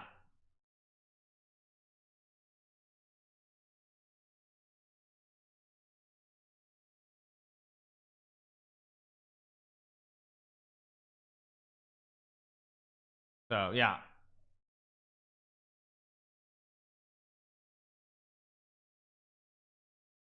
Am I still salty about Alireza playing chess? Thank you guys. I'm super salty about Alireza playing chess. I'm so salty, man. Alireza, that Iranian. He's playing chess. So upsetting. Anyway, okay. Magnus has Vinny. Let's reload. By the way, Magnus got what he wanted. He got the end game with the knight versus the b. Yeah. He's not French. Actually, I was shocked. I heard that Alireza doesn't even speak French, which I was a little bit kind of taken aback by. But I heard that he doesn't even speak French. Which I don't know. To me, that was very bizarre to hear. Now, you could trade the queens, and maybe this is a draw. Maybe it's a draw, but it's very risky to go into this end game. Very, very risky. He does it. Oh, Bishop D. Oh, Vinny finds. Oh, look at Vinny. Nice moves. Takes here. Your knight's getting stuck. The knight is dominated by the bishop. You have no jump. You've got no jumps. And then I'm going to trap your knight. You go like b4 here, and I'm just going to go g6. Takes and eat the knight on h8. You've got no squares. Stuck in the box. Bishop d8's nice. It's still, I feel like Magnus will find a way to win this, but I mean, knight c8's a good move. Actually, a very good move, because now you're going to be able to get a bastion, right? You get the bastion. You get the bastion, and now, I mean, maybe it's... I mean, I don't know. Maybe this is still a draw, but no, Magnus is going to win this, and he plays knight c8, of course. I mean, g6 is probably what you have to play. Oh, g6 loses to b4. Good God. Wow. Yeah, now white's gonna get the bastion. Knight c6, knight e7, knight e5, and I mean, this is a draw with perfect play. I don't expect it to be a draw.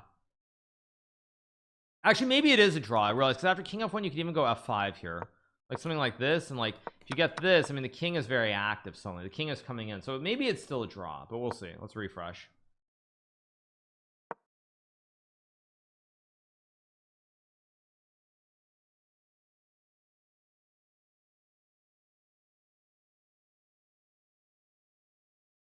So, all right. I used to have beef with Dubov. I mean, beef isn't the word. I just know that like he accused me of cheating in one of the games in the Chess Champions Tour. But I mean, to be fair to Dubov, I haven't heard anything since then. I haven't heard anything since that time. So I'm a little bit more partial to him than I am towards like Nepo or obviously Kramnik. So anyway. Now look at this endgame. Magnus has 11 minutes versus 2 minutes. People in my country, Iran, are not happy with Alireza. He's never supported or talks about his people anywhere. I could say a lot on that topic, but I will refrain. Yeah. It's okay that Bach told an 800 rated player to die and curse uncontrollably for not moving instantly in a blitz arena. No, of course that's not okay. That's not okay at all. Are you serious? Did he actually do that, or are you trolling me? Yeah, okay. Now, I mean, c4 is an impossible move to play.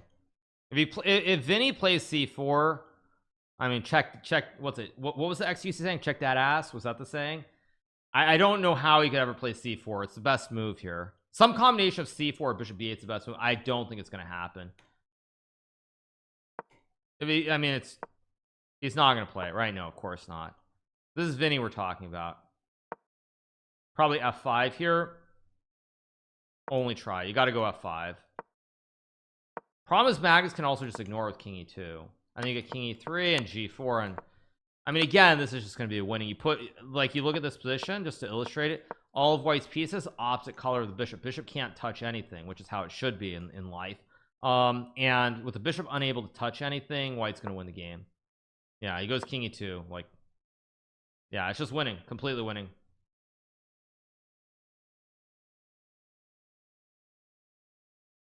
Okay, now Fedosev is getting a bit of an advantage here. He's got the knight to f5, bishop c6 as well. Fedosev might beat Yu Yang Yi here. Yeah.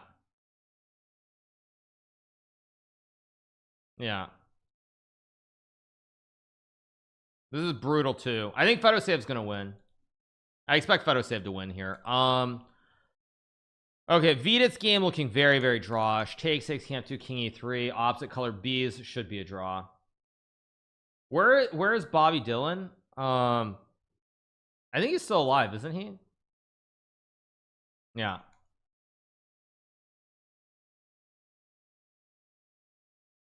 Fabiano's still a little bit better, but the rude boy has the bishop pair still. Queen e1, bishop e3, d4. Messy, very, very messy position. Do I like pickles? Sometimes. Dubov is not on 6.5. If he wins the game, he is, right? Yeah, but king e3. I mean, look at this, beautiful, just a beautiful from CAGNUS. Everything's gonna be on the opposite color of the bishop. Just amazing. Yeah, just amazing. Yeah. Okay, 3 minutes versus 20 seconds. She should be able to win this game, hopefully. Let's go back around. Magnus had knight f5 instead of knight d5, which was winning. What do you mean? Knight f5 where? Oh, you mean knight f5 was winning here? No, it wasn't winning. No. If Magnus played king f5, it was winning. What do you mean? Oh wait, did he blunder? Oh wait, did Magnus blunder? Wait, Magnus with knight f5 where? Knight f5. Oh, knight f5 here. Oh, here. Wait a second. No, wait a second. There's king h4. This might not be winning anymore. Because now Vinny gets an easy end game. He's gonna take and try to push p on the king side. This is very easy for Vinny to play now. Very easy for Vinny to play. Yeah, the bishop's holding the pawns. That sounds like a bad euphemism. Sounds like a really bad euphemism. Anyway, okay, let's get back to the game. Let's see. Jesus Christ. Jeez. Okay. Okay, let's see what Magnus does.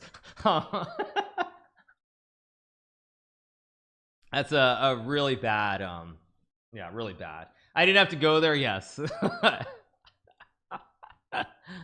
Yes. Okay, probably king e4, king h4 has, I mean, the next two moves have to be played. Oh, Magnus is furious. Yeah, I mean, I'm sure he's very mad at himself because now Vinny got the counterplay that he desperately needs. Back to the other games. Okay, it looks it's hanging by like the thinnest of threads here for Yu Yang Yi. If he goes king e7 takes, he can't take, so the fork to win the game. Thinnest of threads. Okay, let's see. Yeah, Magnus is probably upset here because he's probably upset here because now Vinny gets a pass pawn. Vinny's plans are very easy. Yeah, king h3, of course, you take. I mean, the thing is, Kamer just plays the next 10 moves like very, very quickly. I mean, it's still winnable. Make no mistake about it. It's still winnable. I assume you play like bishop b8, right? And then e4. Yeah, that's how you break through. Yeah, bishop b8. Maybe bishop c7 is also good enough. There's also bishop e7. Wait, is bishop e7 actually good? Wait, is black actually winning here? Wait, the bar is going down bigly. Wait, the bar is going down bigly here.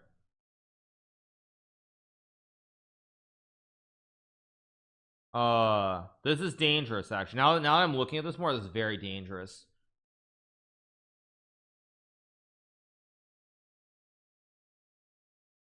I mean, he could lose, and the reason he could lose is because for Vinny, he has one idea: get a pass pawn on the H side, past H pawn. So like, he doesn't have a lot to think about. He's got only like 1 or 2 moves.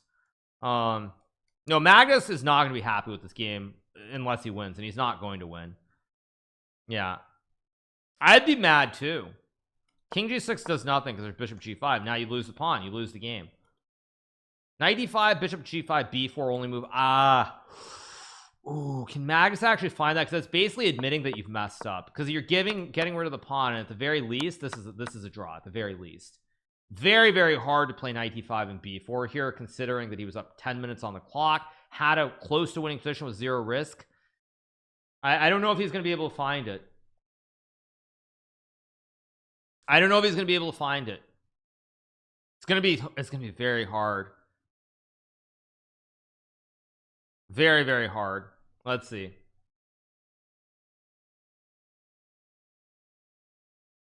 I don't know. I'm gonna predict a draw still, but next probably 3 or 4 moves we're gonna see if Magnus keeps his wits about him or not. Young Magnus would be very objective here, and he'd be able to find the best moves. Nice psychoanalysis. Yes. No, I think Magnus just missed king g5. He just thought g4 king. He only saw king e6 takes, which is winning. He just missed king g5 king h4 altogether. He just missed it. That's what he forgot. He just missed king g5 king h4. He goes b3. Refresh. I just refreshed the board. There we go. Okay.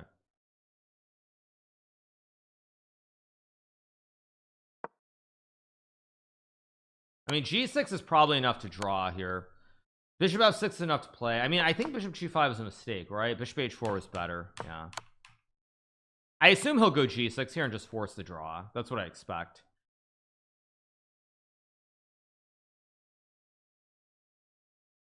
Vinny could win, but I don't think he's gonna go g6 and just make the draw. That's what I expect. I expect g6 here. Goes e4. Okay. E4 also a good move, by the way. Gets rid of one of his weak pawns in the center.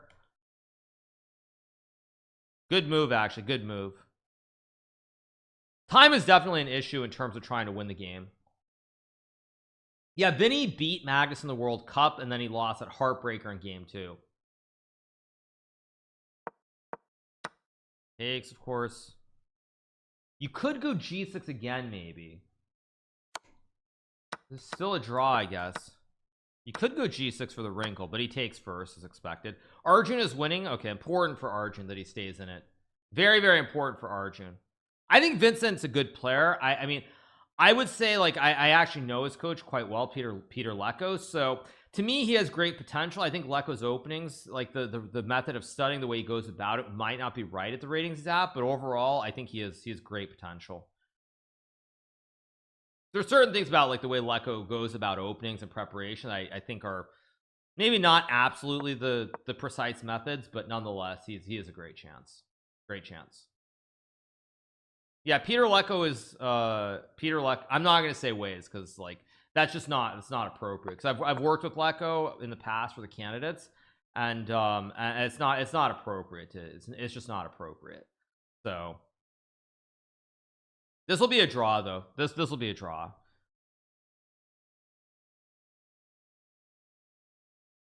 Gotta go h5. Maybe a bishop g7, but I would play h5. Okay, it goes there. Knight d6, knight e4. Still should be a draw.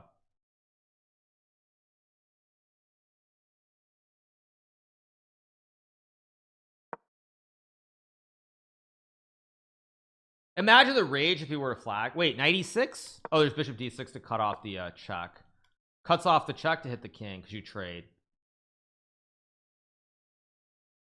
I mean, for Vincent, the good thing is he doesn't have many moves. They're like no moves. You move the bishop, or you push the pawn, or you move the king. It's like 1, 2, 3. That's it. You don't have options. Lecco has a pair of deadly katanas. Be careful. Yes, thank you. But I think Vincent, of the juniors I've seen, he's probably one of the ones who I had the least belief in, and he's proven me wrong. I did not have a lot of belief in Vincent. When I saw him going to school, rather than focusing on chess full time, I did not really expect him to get to where he's gotten to. So I am quite impressed with what he's done.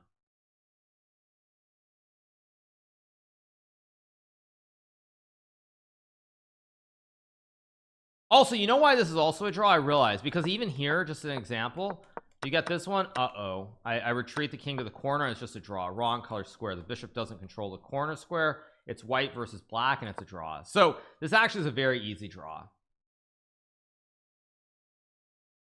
Oh, Vincent's dad is a nuclear scientist. Why is he playing chess then? What is his dad, like Warner von Braun or something? Fedosev up a pawn, good chances to win. Still looks like Vida has small chances to try and press, but I think this will be a draw pretty soon. Oh, sorry, yeah, von Braun was physics, more physics or astrophysics. Astrophysics. He was an astrophysicist, right? With the Saturn V rockets and all that other jazz. So okay. Anyway, okay, Fedosev has a small edge. It looks like I think this is going to be a draw probably. Although he's going to go e3 somewhere, maybe like bishop b6 to put the bishop on e3. Yu Yang Yi, yeah. Oh, sorry, you said Arjun's dad is a neuroscience? No, it's neurosurgeon. Okay, different. Okay, Fabiano won his game. Nice for Fabi. Let's take a look at the games. What do we have? Okay, Magnus's game is a draw. Magnus' game will be a quick draw. 94. Nothing Vinny can actually do. 94. Bishop e3. King f3. Bishop b4. King g4. Oh, Kamer's father is a pianist.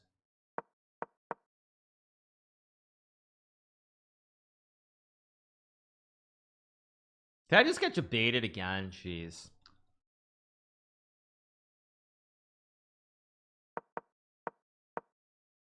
Thank you. He's a concert pianist and professor of music. Okay. You guys are hilarious. Okay, king d5 wins the game here, right?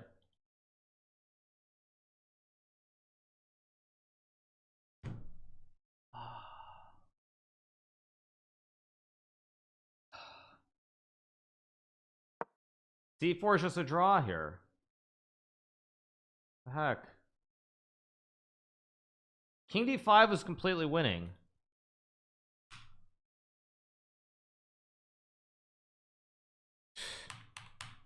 And this is why I don't watch these games. Sorry guys, this is why I don't watch these games, for this exact reason.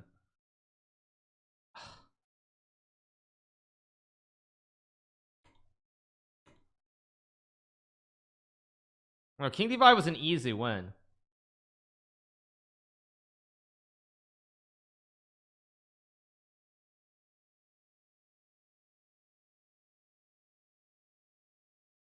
Anyway, back to the other game. See what we got here. Probably rook c1.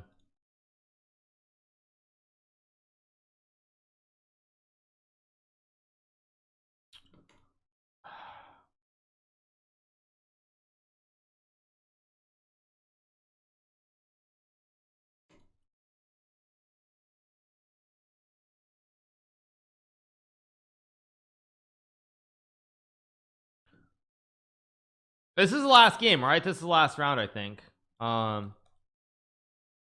Apparently Fedosev is winning here. I think he has knight f6 and e4 e5. Wait, Vidit's winning now, I guess, because there's rook a3 and there's rook g3, rook g4. Yes, Vidit actually is winning now.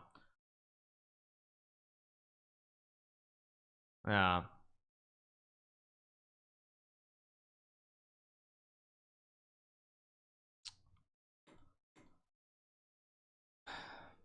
Yeah.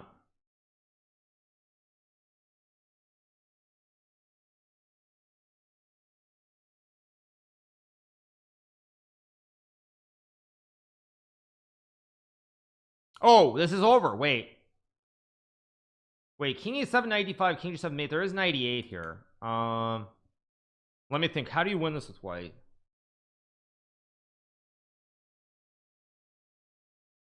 Probably you can delay, like, okay, rook e7. How do you win? Maybe it's f5. It's f5 takes and knight f6. That's how you win this. Yeah, king f2. Fedosev's gonna win this game.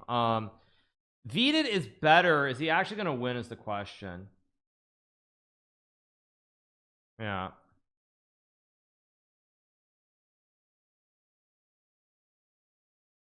Is it true you chose not to play this turn because only one can win? only one can wait, only one can win? What?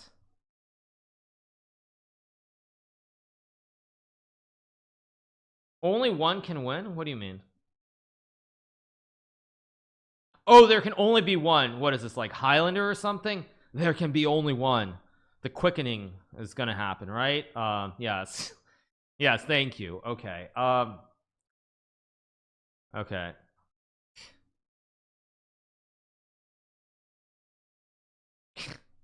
Yeah. These kids don't know Highlander. Well, you know, I lived in a better time, a better generation. Magnus drew his game. Yeah.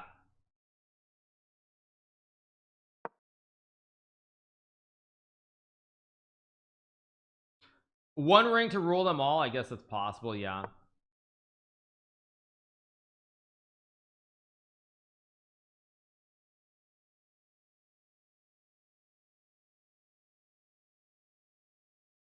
All right. Who is Faustino Oro doing? I don't know. I don't know. But I'm gonna go use the restroom quickly and I'll be right back.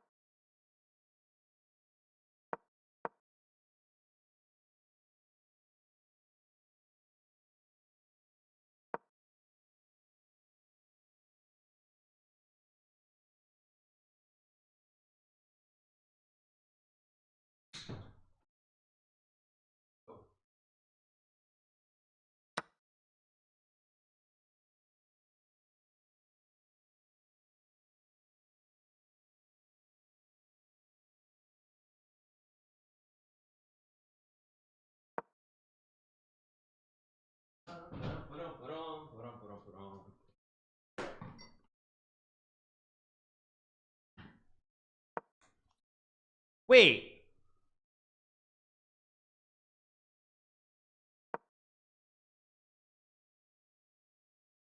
What the fridge did Fedoseev do?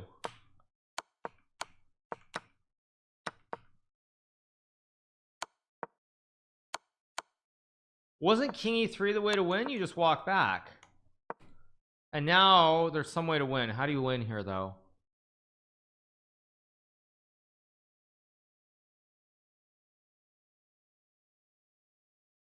Oh, you have Zugzwang. You just wait, right? Because black has to eat it and then you take. Yeah. Oh, this is actually very instructive. Wow. Oh, he cut his own king off. Wow. Yeah, he had the right concept, but he cut his king off. He needed this position with the king on the F file, not on the D file. He cut his king off. Wow, it's a draw. Brutal. Very lucky for Magnus, actually. Very lucky. Vita is still going. Tough end game. Very tough end game. Let's see if Vita can win this.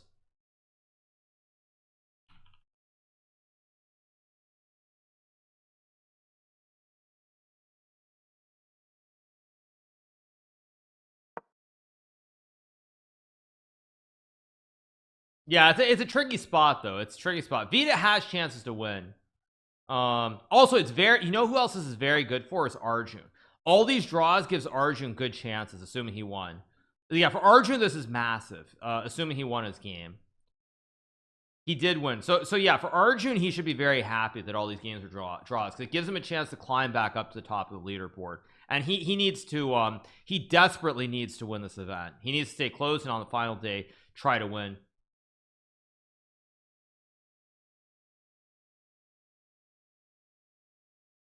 What are the rankings now? We have Magnus on 7 with a draw, Arjun on 6.5. This game's going to be a draw, so there still will be 3 people on 7. Anish is done. Anish is done, and not just in this tournament. Yeah, Anish drew again. I mean, it's not happening for Anish. He's got what's he have? He won a couple games in a row. He's got he was on even. He's won 2 games. He's got 5.5 points out of 9. He's 1.5 points back. I mean, there are only 4 rounds left. Like, he could come back with only 4. I don't see him picking up 1.5. I mean, there are going to be 2 more people at 7 in a second, but check the Tarjay tweet. What did Tarjay tweet? Carlson on starting what did he tweet? What did he tweet? What tweet? I don't know what tweet you're talking about. Yeah, I don't see any new tweet. Did I miss something?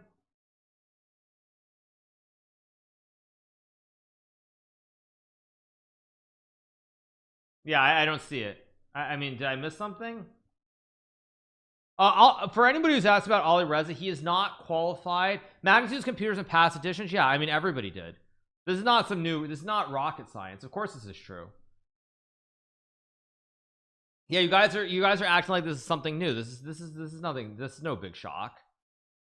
Ali Reza has not caught Wesley Soaks' games in France in the Chartreuse tournament are not going to be rated. So for anybody who thinks that those games are rated, they aren't. Yeah, I look tired. I'm a little bit tired. It's already been like a long stream. I've already been live like, I don't know, like what, how many hours? I've already been live like 5 hours, which is ridiculous. So I think all the games are done. Let's see. I don't really want to watch that because I'm just frustrated by the game. Fide posted a picture of Nepo on his phone during the games. Well, let me find it.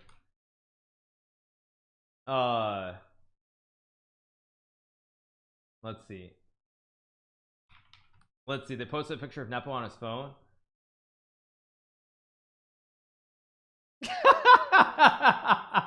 That's like the greatest thing I've ever seen. That's hilarious. I love it. Players can unwind in the lounge area between rounds of FIDE World Rap Champs, walk outside, enjoy snacks and drinks. They did him really dirty there. Yeah, they did him really dirty. But you know what's actually better about this is this reply from this guy Shaydoc, where he says, look at Nepo there casually racking up the dress code violation fines like a boss. And he's right. Look at Nepo. Look at the shoes. Look at the jeans. Look at the sweater. Nepo should be getting a big fine here for what he's wearing. But I bet he's not going to get fined, even though he should be. Whereas Anamaya did get fined. Like, yeah. As Shaydoc pointed out, he's right. Yeah, I mean, those aren't jeans. Oh, are those sweatpants? Those are sweatpants, actually, aren't they? Those aren't jeans. You're right. Those are like sweatpants. Sneakers, sweatpants, a hoodie. Nice. I mean, I don't care what he wears. I really don't care at all. But look, he doesn't get fined for this, and then Anna Maya gets fined for her shoes. Yeah. That actually, they should not have posted that, because now it really looks grossly unfair. Looks grossly unfair to Anna Maya. Yeah. I'm not going to tweet about it, but yeah, this is pretty bad. But I like this reply from Duke, actually. Now show us how Magus relaxes in his private presidential suite. I mean, it's true. Like, you don't have the privacy in the same way, but I mean, whatever. Those aren't sweatpants. They look like slacks. Those are sweatpants. Or there's, I can't tell if they're sweatpants or they're, I don't even know what they are actually, but whatever. Still, it says a lot. It says a lot, actually. It does. I can't tell what they are, but even if we disregard the pants, the shoes are not proper attire, and a hoodie is not proper attire either. So, anyway. All right. I think I'm going to play some Blitz. I think all the games are done, right? all the games are done or not? Damn it. Okay, all the games are, or no, Vita's still playing, but I mean Vita's better, but probably a draw. This is the last round of the day, I believe. It's 4 rounds, isn't it, or not? Or is it 5 again? Wait. 6 to 9. 6, 7, 6, 7, 8, 9. No, it's 4 rounds today, so no. Yeah.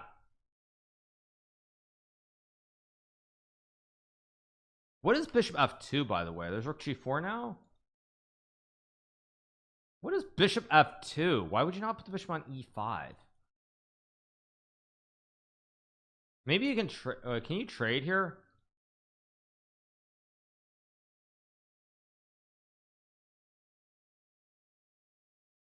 Ah, no, I understand what he's gonna do. He's just gonna sit with the bishop on the squares to guard the pawn. Yeah, it's the last round. I'm gonna play some blitz, and we have Arena Kings a little bit in about an hour and a half. I'll probably play some blitz until then. That's a long stream. Yeah, I mean, we'll see how I hold up in Arena Kings. Hopefully I don't lose all my points, but we'll see.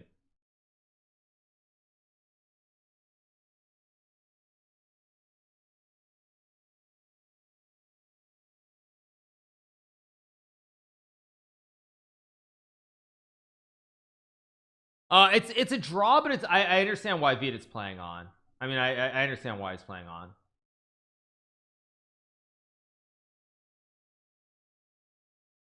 Shake it off. Did I eat anything other than protein bar? No, but I have my pineapple fried rice right here. I've got some leftovers from last night, so that's what I'll probably eat in a second. Most likely. Take it off.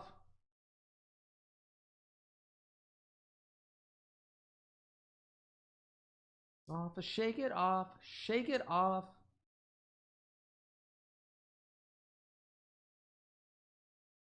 What do you think about the amount of rounds we played? I think it's okay. I think 5 rounds in one day is too much, but they only do it for 1 day, so like I'm not gonna like basically be super annoyed by it. But I think I think like in general 4 rounds is acceptable. I think 5 is generally too much. So yeah, I think 5 is too many. 5 is too many rounds to be played in 1 day, but I understand like why they have to do it for 1 day. If there were multiple days with 5 rounds, I'd have an issue with it, but I think 1 day with 5 rounds is okay.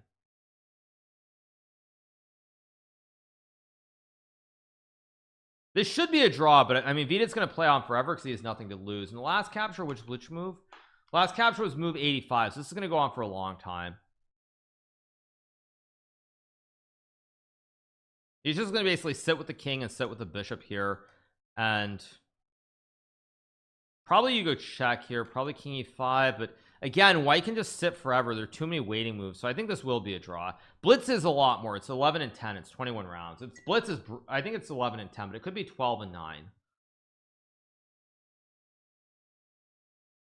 So there's a picture of her wearing Nike sports shoes in her tweet. She has different pair. Dress code still BS though. It's still not right though. That doesn't make it right, especially because Nepo's not, I guarantee Nepo's not getting a fine for that. Yeah, just bishop c5, still a draw. Just hold the juicer and just wait forever. Nepo will retire from chess next year. You think he'll retire if he doesn't win the candidates? I mean, I guess I could see it, but I doubt it. Mr. Dodgy, full respect to FIDE for finding a new way to generate revenue by introducing the sneaker tax. Grow the game. The sneaker tax.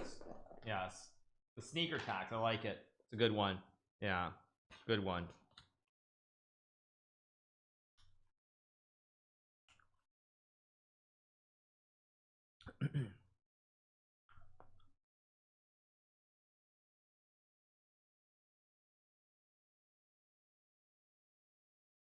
I looked at photos and tons of players wearing hoodies, including Anish. Well, it's probably very cold there, and no doubt it's very cold. I mean, I know very cold, but it's definitely cold. It's winter time. I've got no issue with hoodies, but then be fair, be straight about it. Would I be taxed if I showed up to feed event just like a pineapple man? Theoretically, yes. In reality, probably not.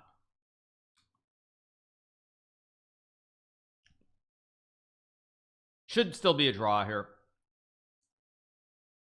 Hikaru, you're the one complaining about there not being enough money in chess. Sneaker tax is a good way to generate revenue. Yeah. Yeah. Yes, exactly. Good one. Yeah. Right. No, I'll show up wearing a Santa hat and we'll see if they find me.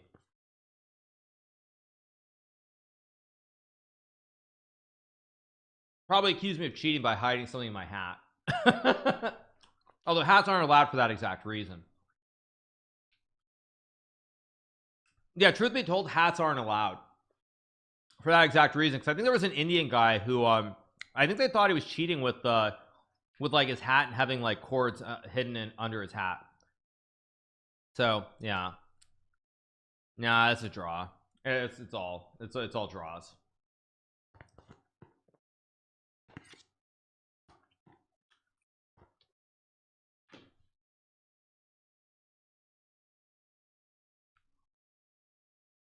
Can we go naked? They can't find then. Isn't that actually a crime? Isn't that actually a crime? It's probably, isn't that public, isn't that indecent exposure? Don't you actually go to jail for that? It's indecent exposure. So there's some law.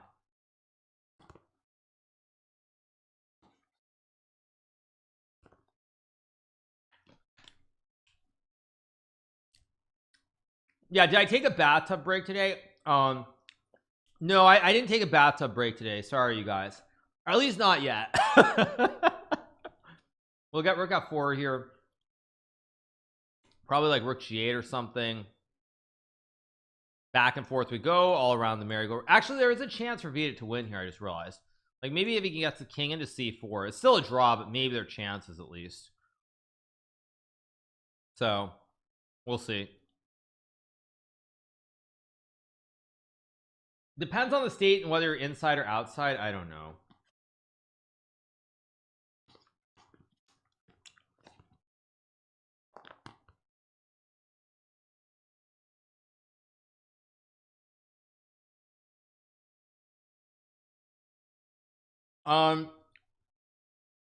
In Vermont it's legal to walk around nude. Wait, what?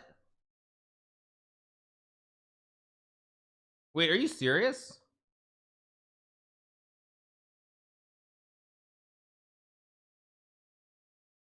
Wait, you there's no way that's legal. Well, I guess I mean it is Vermont, right? Isn't the state motto live free or die? So maybe that makes sense. Yeah, maybe I guess it makes sense. I mean, that's the state motto is live free or die. So I guess yeah, live nude or die, right? Anyway, probably king d4 here. Oh, that's New Hampshire. Sorry. Oh, it's New Hampshire. I don't know. Whatever. All right. Let's take the motto too far. Okay. Anyway, probably bishop e4 will be played here. King f4. I mean, it's all just a draw. Isn't that all of America's motto? Not exactly.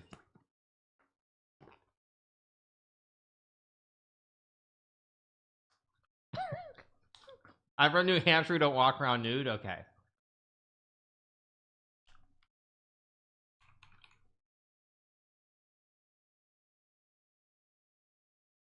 Now just king f4 and it'll be a draw. Or maybe rook g5 now. There's rook g5 or king f4. Why trying to win here? I'm confused. Maybe not. Probably bishop d3. But now there's also rook h6. It's getting a little bit scary here for Vidit maybe.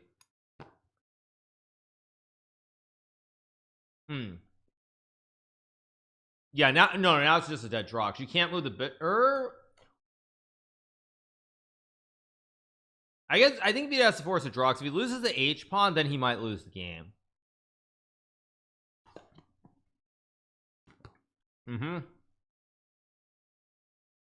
Yeah, now it'll be a draw.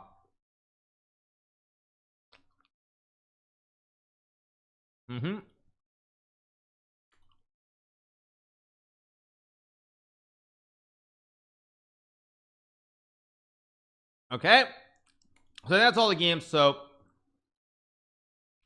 time to play some blitz. Let's see who's online and overrated. Chess Missile looks overrated. He's 2988, way overrated. So actually, to take one last look at the standings, what do we have? One last look at the standings, sorry. Before we move on, Magnus, Fedosev, and Yu Yang are all on 7 points, and there's a whole slew of people on 6.5. You've got Korobov, Andreikin, Puyi Donnie, Vincent Kamer, Timur Rajabov, Kirill Shevchenko, Voldemar Merzen. You've got Vidit, Dubov, Maximus, Cheparinov, Baras Subramaniam, Arjun, most importantly Arjun, of course. So yeah,